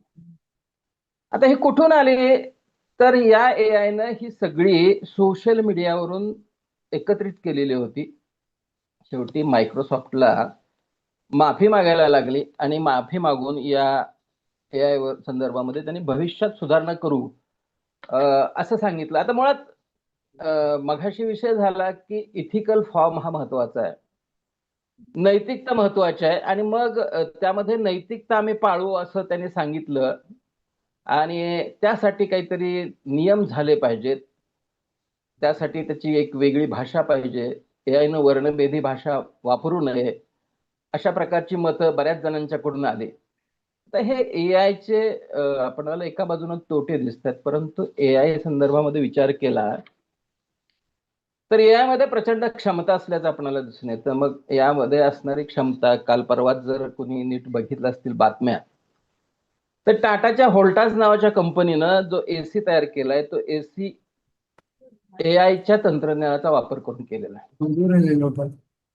आता हा AIच्या तंत्रज्ञानाचा वापर करून AC केलाय म्हणजे काय केलंय की AIचं तंत्रज्ञान त्याने सांगितलं की काही दिवस आठवडाभर तुम्ही AC वापरत असताना कोणत्या वेळेला तुम्हाला कसा AC पाहिजे, संध्याकाळच्या वेळेला किती वरती AC पाहिजे, दुपारच्या वेळेला कसा पाहिजे, सकाळच्या वेळेला किती डिग्रीमध्ये पाहिजे, ह्या सगळ्यांचा एक आठवड्याचा डाटा कलेक्ट करणार आणि त्याच्यानंतर आपोआप त्या मोडमध्ये तो जाणार. म्हणजे AIची जी काही वाटचाल आहे ती वस्तूमध्ये सुद्धा आलेली आपल्याला दिसतं. आरोग्य क्षेत्रामध्ये AI नं तर क्रांती करायला सुरुवात केलेली आहे. AI नं नवीन औषधं शोधण्यासाठी समीकरण तयार करून दिलेले आहेत. कॅन्सरच्या पेशी शोधण्यासाठी AI चा वापर केला जातो. मुळात AI हे जे आहे हे क्लिष्ट गोष्टी समजत नसतील तर ते समजून सांगतं, म्हणजे AI हे शिक्षक होतं. आणि AI हा प्रचंड माहितीचा स्रोत आहे. आता शिक्षकांचा आणि AIचा जो संबंध आहे, या संबंधाकडे आपण वळूया. मुळात AI आणि शिक्षक हा आपला विषय आहे. शिक्षकाच्या संदर्भामध्ये बघितलं तर केरळमध्ये आयरिस नावाची प्रथम शिक्षिका लॉन्च झाली आणि ह्या शिक्षिकेला चाकं होती. ती एका ठिकाणाहून दुसरीकडे जात होती. KTC हायर सेकंडरी एज्युकेशन स्कूलमध्ये त्या AI ला ठेवण्यात आलं आणि ही AI 3 भाषांमध्ये बोलत होती. मानवी शिक्षकासारखं विद्यार्थ्यांच्या प्रश्नाला ती उत्तर देत होती. याच्या पुढचं व्हर्जन IIT पवईमध्ये शालू नावाची शिक्षिका तयार केली. आयरिसला 3 भाषा येत होत्या, 4 भाषा येत होत्या आणि इथं शालूला 47 भाषा बोलता येत होत्या. त्यापैकी 9 भारतीय भाषा होत्या, बाकीच्या इंटरनॅशनल होत्या. आणि ज्या पद्धतीनं शिक्षक विद्यार्थ्यांना प्रश्न विचारून झाल्यानंतर विचारतो की मुलांना समजलं का, अशा पद्धतीची विचारणा ही शालू करताना दिसून येते. ती प्रश्न विचारते, मात्र इथं सुद्धा एक मर्यादा आहे. हे करत असताना तुम्ही लेसन प्लॅन करायचा आणि लेसन प्लॅन करून तो क्लाउड मध्ये अपलोड करायचा आणि अपलोड केला की तो डिलिव्हर करतो. म्हणजे जो लेसन प्लॅन केलाय, जो क्लाउड मध्ये घातलाय, तेवढ्याच ते उत्तर देते, तेवढ्या संदर्भातच माहिती घेते. म्हणजे इथं सुद्धा शिक्षक ज्या पद्धतीनं एखाद्या विद्यार्थ्याच्या समस्येचं निराकरण करेल, एखाद्या इतर बाबी संदर्भामध्ये जर विद्यार्थ्यांना प्रश्न विचारला तर त्या संदर्भामध्ये विद्यार्थ्याला ज्ञान देईल, त्या पद्धतीनं ही शालू तुम्हाला ज्ञान देणार नाही. शिक्षकांसाठी सुद्धा काही उपयुक्त अशी AI आहेत. आता उदाहरणार्थ एखाद्याला प्रेझेंटेशन करायचं आहे तर त्याला स्लाइड्स AI वापरता येतं किंवा टॉम AIच्या सहाय्यानं तो विषयावरती हव्या त्या भाषेमध्ये तो प्रेझेंटेशन करू शकतो. आता हे प्रेझेंटेशन पूर्णपणे व्यवस्थित असतं का, तर नाही. हे 70% वापरता येण्यासारखं असतं. त्याच्यामध्ये 30% स्वतःचे मुद्दे तुम्हाला घालावे लागतात आणि त्याला एडिट करावं लागतं. एडिट करून ते वापरावं लागतं. त्यामध्ये भाषेचे जे व्याकरणाचे नियम असतील ते व्याकरणाच्या नियमासाठी व्याकरणाचं AI पुन्हा वापरावं लागतं. हे प्रेझेंटेशनसाठी उपयुक्त असणार स्लाइड्स AI आहे. त्याचबरोबर असाइनमेंट तपासण्यासाठी ग्रेडस्कोप नावाचं जे AI आहे, हे असाइनमेंट तुमचं ई स्वरूपात असेल तर तुम्हाला असाइनमेंट तपासण्याची गरज नाही. त्याच्यामध्ये तुम्ही टाकलं की ते आपोआप तपासून तुम्हाला देणार, त्याचे मार्क्स वगैरे देणार. YIPP-ITY नावाचं जे काही AI आहे, हे AI प्रश्नपत्रिका काढण्याचं काम करतं. तुम्हाला प्रश्नावरती पर्यायी उत्तर देता येतात आणि विविध ठिकाणी वापरलेल्या प्रश्नावरती आधारित तुम्ही प्रश्न विचारू शकता आणि या पद्धतीचं काम ही AI करतं. मगाशी आपला विषय झाला की पेटेंट संदर्भामध्ये सुद्धा गुगल पेटेंट नावाचं AI आहे, हे माहिती देतं की कोणत्या कोणत्या विषयाचे पेटेंट कोणी मिळवलेले आहेत आणि तुम्हाला ज्या विषयाचं पेटेंट मिळायचंय त्याचं पेटेंट अगोदरच कोणी घेतलंय किंवा नाही घेतलं, किंवा याच्यावरती तुम्हाला पेटेंट जर दुसऱ्याने केलं असेल तर मिळवण्याची एक चान्सेस आहेत, अशी माहिती ते तुम्हाला प्रोव्हाइड करते.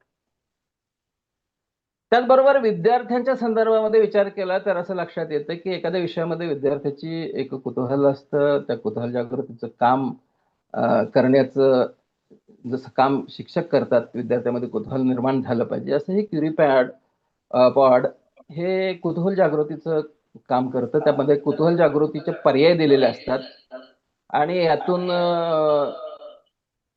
कुतूहल जागृती होते. कॉग्नी नावाचं जे AI आहे, हे विद्यार्थी प्रत्येक वेगळा आहे आणि त्याच्यासाठी फीडबॅक देण्यासाठी त्याचा वापर केला जातो. म्हणजे एखादा विद्यार्थी हुशार आहे त्याच्यासाठी वेगळा, एखादा जो विद्यार्थी कमी गतीचा आहे त्याच्यासाठी वेगळा. त्याच्यानंतर जे AI आहे ते प्रिप्लेक्सी AI आहे, हे संशोधनासाठी डाटा कलेक्शन करतं. परप्लेक्सिटी या AI मध्ये जो डाटा आहे तो हा संशोधनासाठी आपल्याला वापरता येते. डाटा कुठून घेतला, कुठल्या पुस्तकामधून घेतला, कशातून, कोणत्या ग्रंथातून घेतला त्याचा संदर्भ देतं, शिवाय सायटेशन संदर्भामध्ये सुद्धा माहिती देतं. प्लॅगॅरिझमसाठी GPT-0 किंवा ओरिजिनॅलिटी, कॉपीलिक्स हे 3-4 AI आहेत. आणि आपण जे वापरतो त्यामध्ये गुगल जेमिनी आहे, खान अकॅडमीचं एक AI आहे एज्युकेशनसाठी, मॅजिक स्कूल आहे, त्याच्यानंतर लिओनार्ड AI आहे, रनवे AI आहे, कॅनवा AI आहे, चॅट GPT आहे, स्पीचिफाय आहे जे AI आहे, मजकूर जो आहे तो तुम्हाला बोलून दाखवतो. आपल्याला लक्षात येतं की आपण ज्या वेळेला नेटवरती बोलतो तेव्हा पुढून तिथं काही प्रश्न, काही जर मजकूर आपल्याला बोलून हवा असेल तर हे स्पीचिफाय आपल्याला बोलून दाखवतं. वर्ल्ड ट्यून हे वाक्य सुधारण्यासाठी वापरलं जातं. ग्रामरली हे व्याकरण शुद्धीसाठी वापरता येतं. ग्रँडस्कोप हे स्वयंचलित असाइनमेंटसाठी वापरलं जातं. क्विझिट सराव प्रश्नासाठी वापरलं जातं. आणि कॅनवा स्लाइड शो तयार करण्यासाठी वापरलं जातं. असे अनेक जे काही AI चे टूल्स आहेत हे AI चे टूल्स शिक्षकांना वापरता येतात. परंतु AI शिक्षकाची जागा घेऊ शकतं का या प्रश्नाचं उत्तर नाही असंच आहे. मात्र AI हे शिक्षकांची जागा घेत नसलं तरी बऱ्याच अंशी शिक्षकांचं काम करत असताना आपल्याला दिसतं. आपण दोन त्या ज्या काही शिक्षिका होत्या शालू आणि आयरिस यांच्या संदर्भामध्ये बघितलं. सिनेमाच्या संदर्भात विचार करायला गेलं तर रोबोट नावाचा रजनीकांतचा सिनेमा होता आणि त्याचबरोबर टर्मिनेटर नावाचा एक इंग्रजी सिनेमा होता. हे AI-चेच अवतार आहे. म्हणजे AI-च्या क्रांतीमध्ये काय घडेल पुढं हे सांगता येत नाही. काल परवाच न्यूज झाली होती की AI मध्ये भावना भरता येतील का या संदर्भामध्ये सध्या संशोधन सुरू आहे. म्हणजे क्षेत्र AI-चं झपाट्यानं बदलत चाललेलं आहे. प्रत्येक क्षेत्रामध्ये येत चाललेलं आहे AI. मी मगाशीच सांगितलं व्होल्टास कंपनीनं आपले AC बनवलेले आहेत. सगळे वस्तू आपणाला AI-च्या साहाय्यानं हे करता येतात. हे तुमचा सॅमसंग नावाची जी कंपनी आहे, सॅमसंग नावाच्या कंपनीमध्ये जो मोबाईल आहे त्या मोबाईलमध्ये जो कॅमेरा वापरलाय तो AI-चा वापर करून वापरलेला आहे. आणि मग त्या सॅमसंगच्या कॅमेऱ्याने इथून जरी चंद्राचा फोटो घेतला तरी क्लिअर येतो आणि म्हणजे त्यांचा कॅमेरा क्लिअर आहे असा कंपनीनं दावा केला. परंतु खरं तर तो फोटो AI-च्या साहाय्यानं तो घेतला जात होता. वास्तविक पाहता तोच फोटो त्या कॅमेऱ्याने खाली टेबलावरती ठेवून काढला तेव्हा तो फोटो तसा आला नाही. म्हणजे इथं सुद्धा म्हणजे आपल्या मोबाईलच्या कॅमेऱ्यामध्ये सुद्धा AI-चं तंत्रज्ञान वापरलं जातंय. आपण बघतोय विविध व्हिडिओ AI-च्या साहाय्याने केले जातात. माणसाचे आवाज, माणूस, त्याचं बोलणं हे सगळं AI-च्या साहाय्याने होतंय. आणि या झपाट्यानं बदलणाऱ्या या AI-च्या दुनियेमध्ये शिक्षकानं AI-चा वापर हा करायला हवा. जरी AI त्याची जागा घेणार नसलं तरी AI पासून त्यानं बाजूला जाऊन चालणार नाहीये.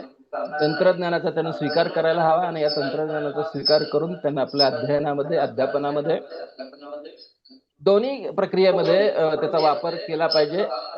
एवढं माझं मत नोंदवून मी आपली रजा घेतो. धन्यवाद. धन्यवाद सर. खूप खूप धन्यवाद सर. AI-च्या भूमिकेबाबत मांडलेली आपण मांडलेली भूमिका आणि AI हा शिक्षकाची भूमिका काही बजावू शकत नाही. त्याबद्दल AI हा शिक्षकाची भूमिका काही बजावू शकत नाही. पण सर एक तरी सुद्धा तर एक प्रश्न फक्त असा विचारायचा वाटतो. AI तंत्रज्ञान हे जरी स्वीकारार्ह असलं तरी सुद्धा AI तंत्रज्ञानाबाबत लोकांच्या मनामध्ये वातावरण मात्र भीतीचं वातावरण तयार झालं. नोकऱ्या जाती किंवा AI हे फसवत तंत्रज्ञान त्यामुळे आपल्या जीवनात काहीतरी वेगळं हा समाजाचा अनभिज्ञता आहे. आपलं काय मत सर याबद्दल? या संदर्भामध्ये मी समाजाची जी भीती आहे ही खोटी नाहीये, ही भीती खरं आहे. मला वाटतं आपल्या भारत सरकारनं सर्वांश नावाचं AI सुरू केलंय. आणि हे AI तुम्हाला तिथं एखादी रिसेप्शनिस्ट जशी उत्तर देते त्या पद्धतीनं उत्तर देते. तिथं रिसेप्शनिस्टची गरज नाही. बऱ्याच ठिकाणी आता मगाशीच राहुल पाटलांचा उल्लेख केला. राहुल पाटलांनी जे काही AI तयार केलं ते AI तुम्हाला ऍप्लिकेशन तयार करून देणार आहे, मोबाईलचे ऍप्लिकेशन. मग जर मोबाईलचे ऍप्लिकेशन AI तयार करत असेल तर IT कडे ऍप्लिकेशन तयार करण्यासाठी कोण जाईल? नोकऱ्या जाण्याचा धोका आहेच. आणि हा मोठा गंभीर स्वरूपाचा धोका आहे. पण आता हे सगळं जरी असलं तरी AI आपल्यावरती येऊन आदळलेलं आहे. आपण त्याला काही करू शकत नाहीये. आपणाला आलेल्या परिस्थितीला सामोरं जावं लागणार आहे आणि ते स्वीकारावं लागणार आहे. Thank you sir, thank you. खूप खूप धन्यवाद सर, धन्यवाद. थँक्यू. यानंतर आमच्या महाविद्यालयाच्या सहाय्यक प्राध्यापिका अंजली माने आपला शोध निबंध सादर करतील. त्यांनी थोडक्यामध्ये आपले विचार व्यक्त करावेत असं मी त्यांना विनंती करतो. नमस्ते, मी प्राध्यापक अंजली राजाराम माने, श्रीमंत भैयासाहेब राजमाने महाविद्यालय, मसवड. आज 27 फेब्रुवारी ज्ञानपीठ पुरस्कार विजेते कवी कुसुमाग्रज यांचा जन्मदिवस मराठी भाषा गौरव दिन म्हणून सर्वत्र अतिउत्साहात साजरा केला जातो. मराठी भाषा गौरव दिनाच्या सर्वांना मनपूर्वक शुभेच्छा.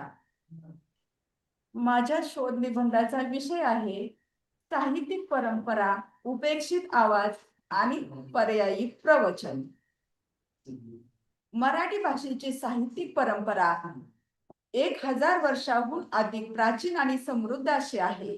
शिलालेखापासून सुरू झालेली ही परंपरा महानुभाव व वारकरी संप्रदायाच्या भक्ती साहित्याने बहरली.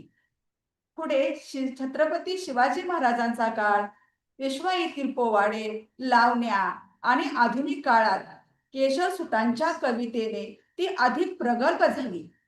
पुढे कादंबरी, ग्रामीण, स्त्रीवादी साहित्य, दलित साहित्य यांनी ही परंपरा अधिक प्रगत केली. मराठी साहित्यात साहित्यिक परंपरेचे काही कालखंड आहेत. त्यापैकी पहिला कालखंड प्राचीन आणि मध्ययुगीन. मराठी भाषेतील पहिले उपलब्ध कोरीव लेख 11व्या शतकातील आहेत. 11व्या ते 17व्या शतकापर्यंत मराठी भाषेला आकार देण्याचे महत्वाचे काम महानुभाव पंथाने केले, ज्यामध्ये चक्रधर स्वामींचे तत्वज्ञान, लीळा आणि ईश्वर भक्तीचा प्रसार आहे.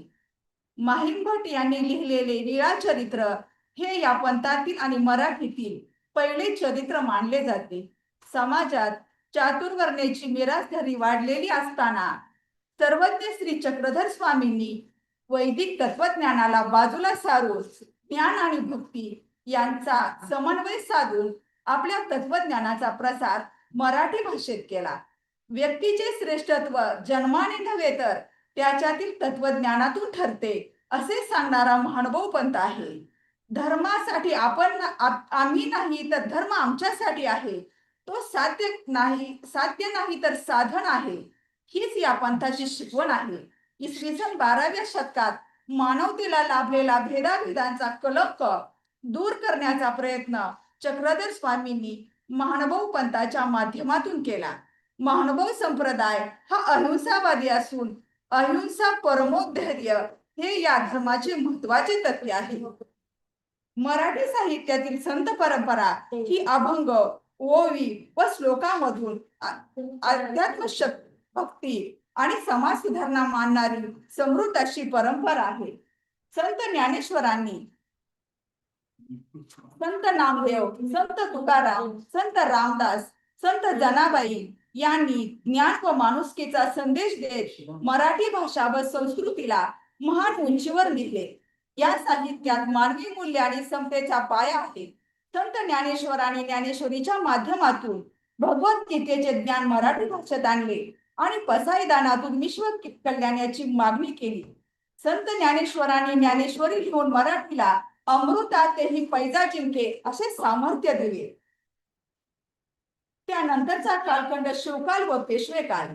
बखर वाङ्मय हे 17व्या ते 19व्या शतकातील मराठी गद्य लेखनाचा सुवर्ण काळ आहे, ज्यातून मराठी भाषेचे सौंदर्य, नादमाधुर्य आणि लवचिकता दिसून येते.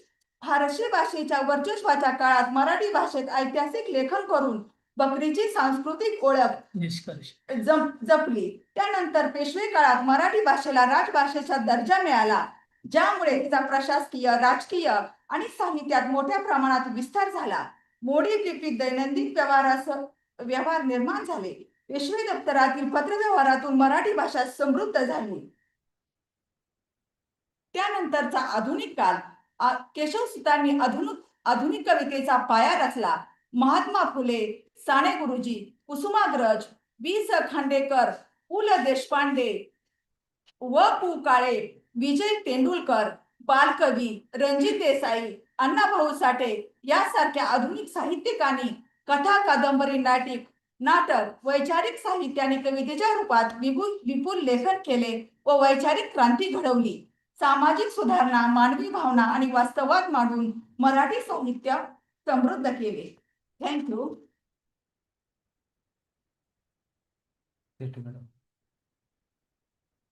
Okay madam. त्याच्यानंतर पुढचं कोण आहे? खूपच संशोधकांची अपेक्षा आपले विचार मांडण्याची आहे, परंतु वेळेच्या मर्यादेमुळे आपण सत्र शेवटच्या टप्प्यापर्यंत आणतोय.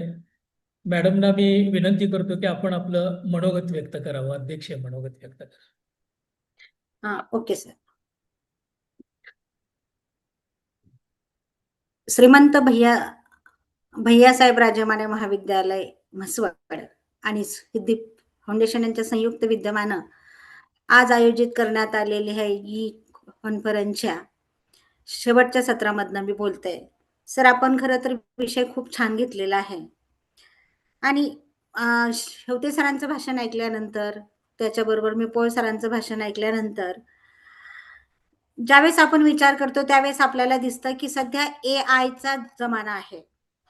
मुळात AI म्हणजे काय, तो कृत्रिम बुद्धिमत्ता. एकीकडे आपण बघतो की आपल्याला थोडीशी भीती घातली जाते की AI मुळे आपल्याला बऱ्यापैकी पुढे धोके निर्माण होऊ शकतात. ते खरं आहे, परंतु AI च्या माध्यमामध्ये जी भाषा पुरवली जाते, जी माहिती पुरवली जाते, ती मुळात आपण एखाद्या कम्प्युटरमध्ये फीड केलेली असते, म्हणजे त्यांना आपण दिली जाते आणि जी माहिती आपण त्यांना पुरवतो तीच माहिती परत आपल्या समोर येते. कारण AI हा सर्जनशील विचार करू शकत नाही. आपल्याला जी माहिती आहे ती माहिती त्यांच्याकडे जर आपण दिली तर तीच आपल्यापर्यंत पोहोचवण्याचं काम AI च्या माध्यमातून केलं जातं. परंतु तरीही ही एक जमेची बाजू असली तरी आज जगभराचा जर आपण विचार केला तर AI ने एक गोष्ट मात्र केलेली आहे की मनुष्यबळ हे AI चा जर वापर मोठ्या प्रमाणात व्हायला लागला तर मनुष्यबळ हे कमी कमी होत जाईल. नोकऱ्या जाण्याची शक्यता आहे, ही खरी आहे, परंतु नोकऱ्या निर्माण सुद्धा होऊ शकतात. कारण AI च्या माध्यमातून आपल्याला अनेक संशोधन सुद्धा करण्याच्या संधी उपलब्ध होऊ शकतात. ही जमेची बाजू आहे.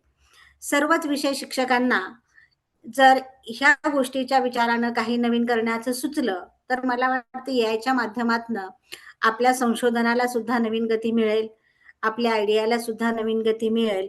ही जमेची बाजू जर आपण विचारात घेतली तर AI हे आपल्याला ज्ञानपूरकही ठरू शकतं असं मला वाटतं. संयोजकांनी मला शेवटच्या सत्राचं, टेक्निकल सत्राचं चेअरमन केल्याबद्दल मी त्यांची आभारी आहे. धन्यवाद सर. ज्यांनी पेपर वाचले त्यांचेही सर्वांचे धन्यवाद. इथे मी थांबते.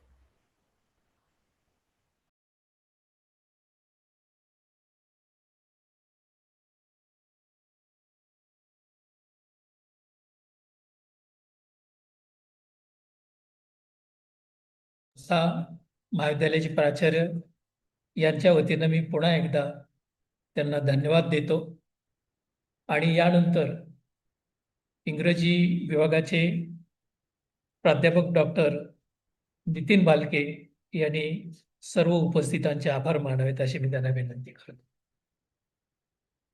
Thank you so much, Professor Dr. Sonone sir. It was very wonderful session. Now it is time to wind up, to say goodbye. It is very not easy to say goodbye because it is a very wonderful day for us. We had got so many, so much knowledge, so many ideas through this conference. Now I will. It is a part of Photo Thanks of whole conference. In this one-day international e-conference, navigating challenges and opportunities in literary creation and comprehension, contemporary perspective of English language and literature. तसेच हिंदी सृजन बोध व अवसर चुनौतियां हिंदी भाषा और साहित्य समकालीन प्रेक्षपीय आणि मराठी भाषेतील साहित्य निर्मिती आकलनीय संधी आणि आव्हाने मराठी भाषा आणि साहित्याचा समकालीन दृष्टिकोन. In this three departmental conference, I conclusively say vote of thanks to respected Dr. Rani Alampu, guest of the conference, then Radha Narayan, Soni Sharma, Jagdish Shevte sir, Dr. Sarita Mane ma'am, Dr. Sangram Shinde sir, Dr. Meera Dethe ma'am, respected Professor Sanjay Dixit sir, and all the HODs of the department, Professor Ranaure sir, Bobde sir, and Sonone sir, and the heart of this conference, Dr. Aruna Sidvi Foundation. So I will end this session with national anthem. Yeah. Please stand up, all of you. I will request to stand up all the participants.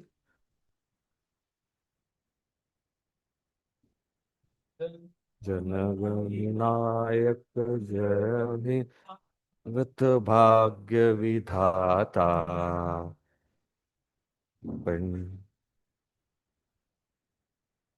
Punjab Sindh Gujarat Maratha Dravid उच्चल बंग विंध्य हिमाचल यमुना गंगा उच्छल जलति तरंग तव शुभ आशीष मागे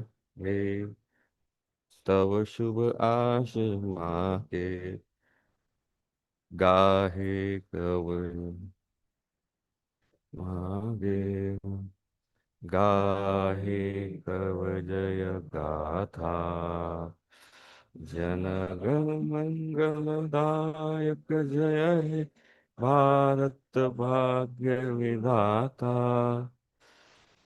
जय हे जय हे जय हे जय जय जय हाँ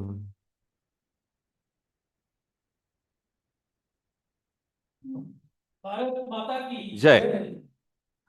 Thank you so much. I will now hand over the session to respected. Okay, I will end this session. Thank you, sir. Thank you so much, Aruna ma'am. Yeah, yeah. Within a couple of days, I'll send all the participation and presentation certificates and guest certificates also. Thank you so much. Okay, ma'am. Okay, okay. Thank you so much. Thank you. Yeah. So officially, I'm ending the meetings. Yes, ma'am. Yes, ma'am. Yeah.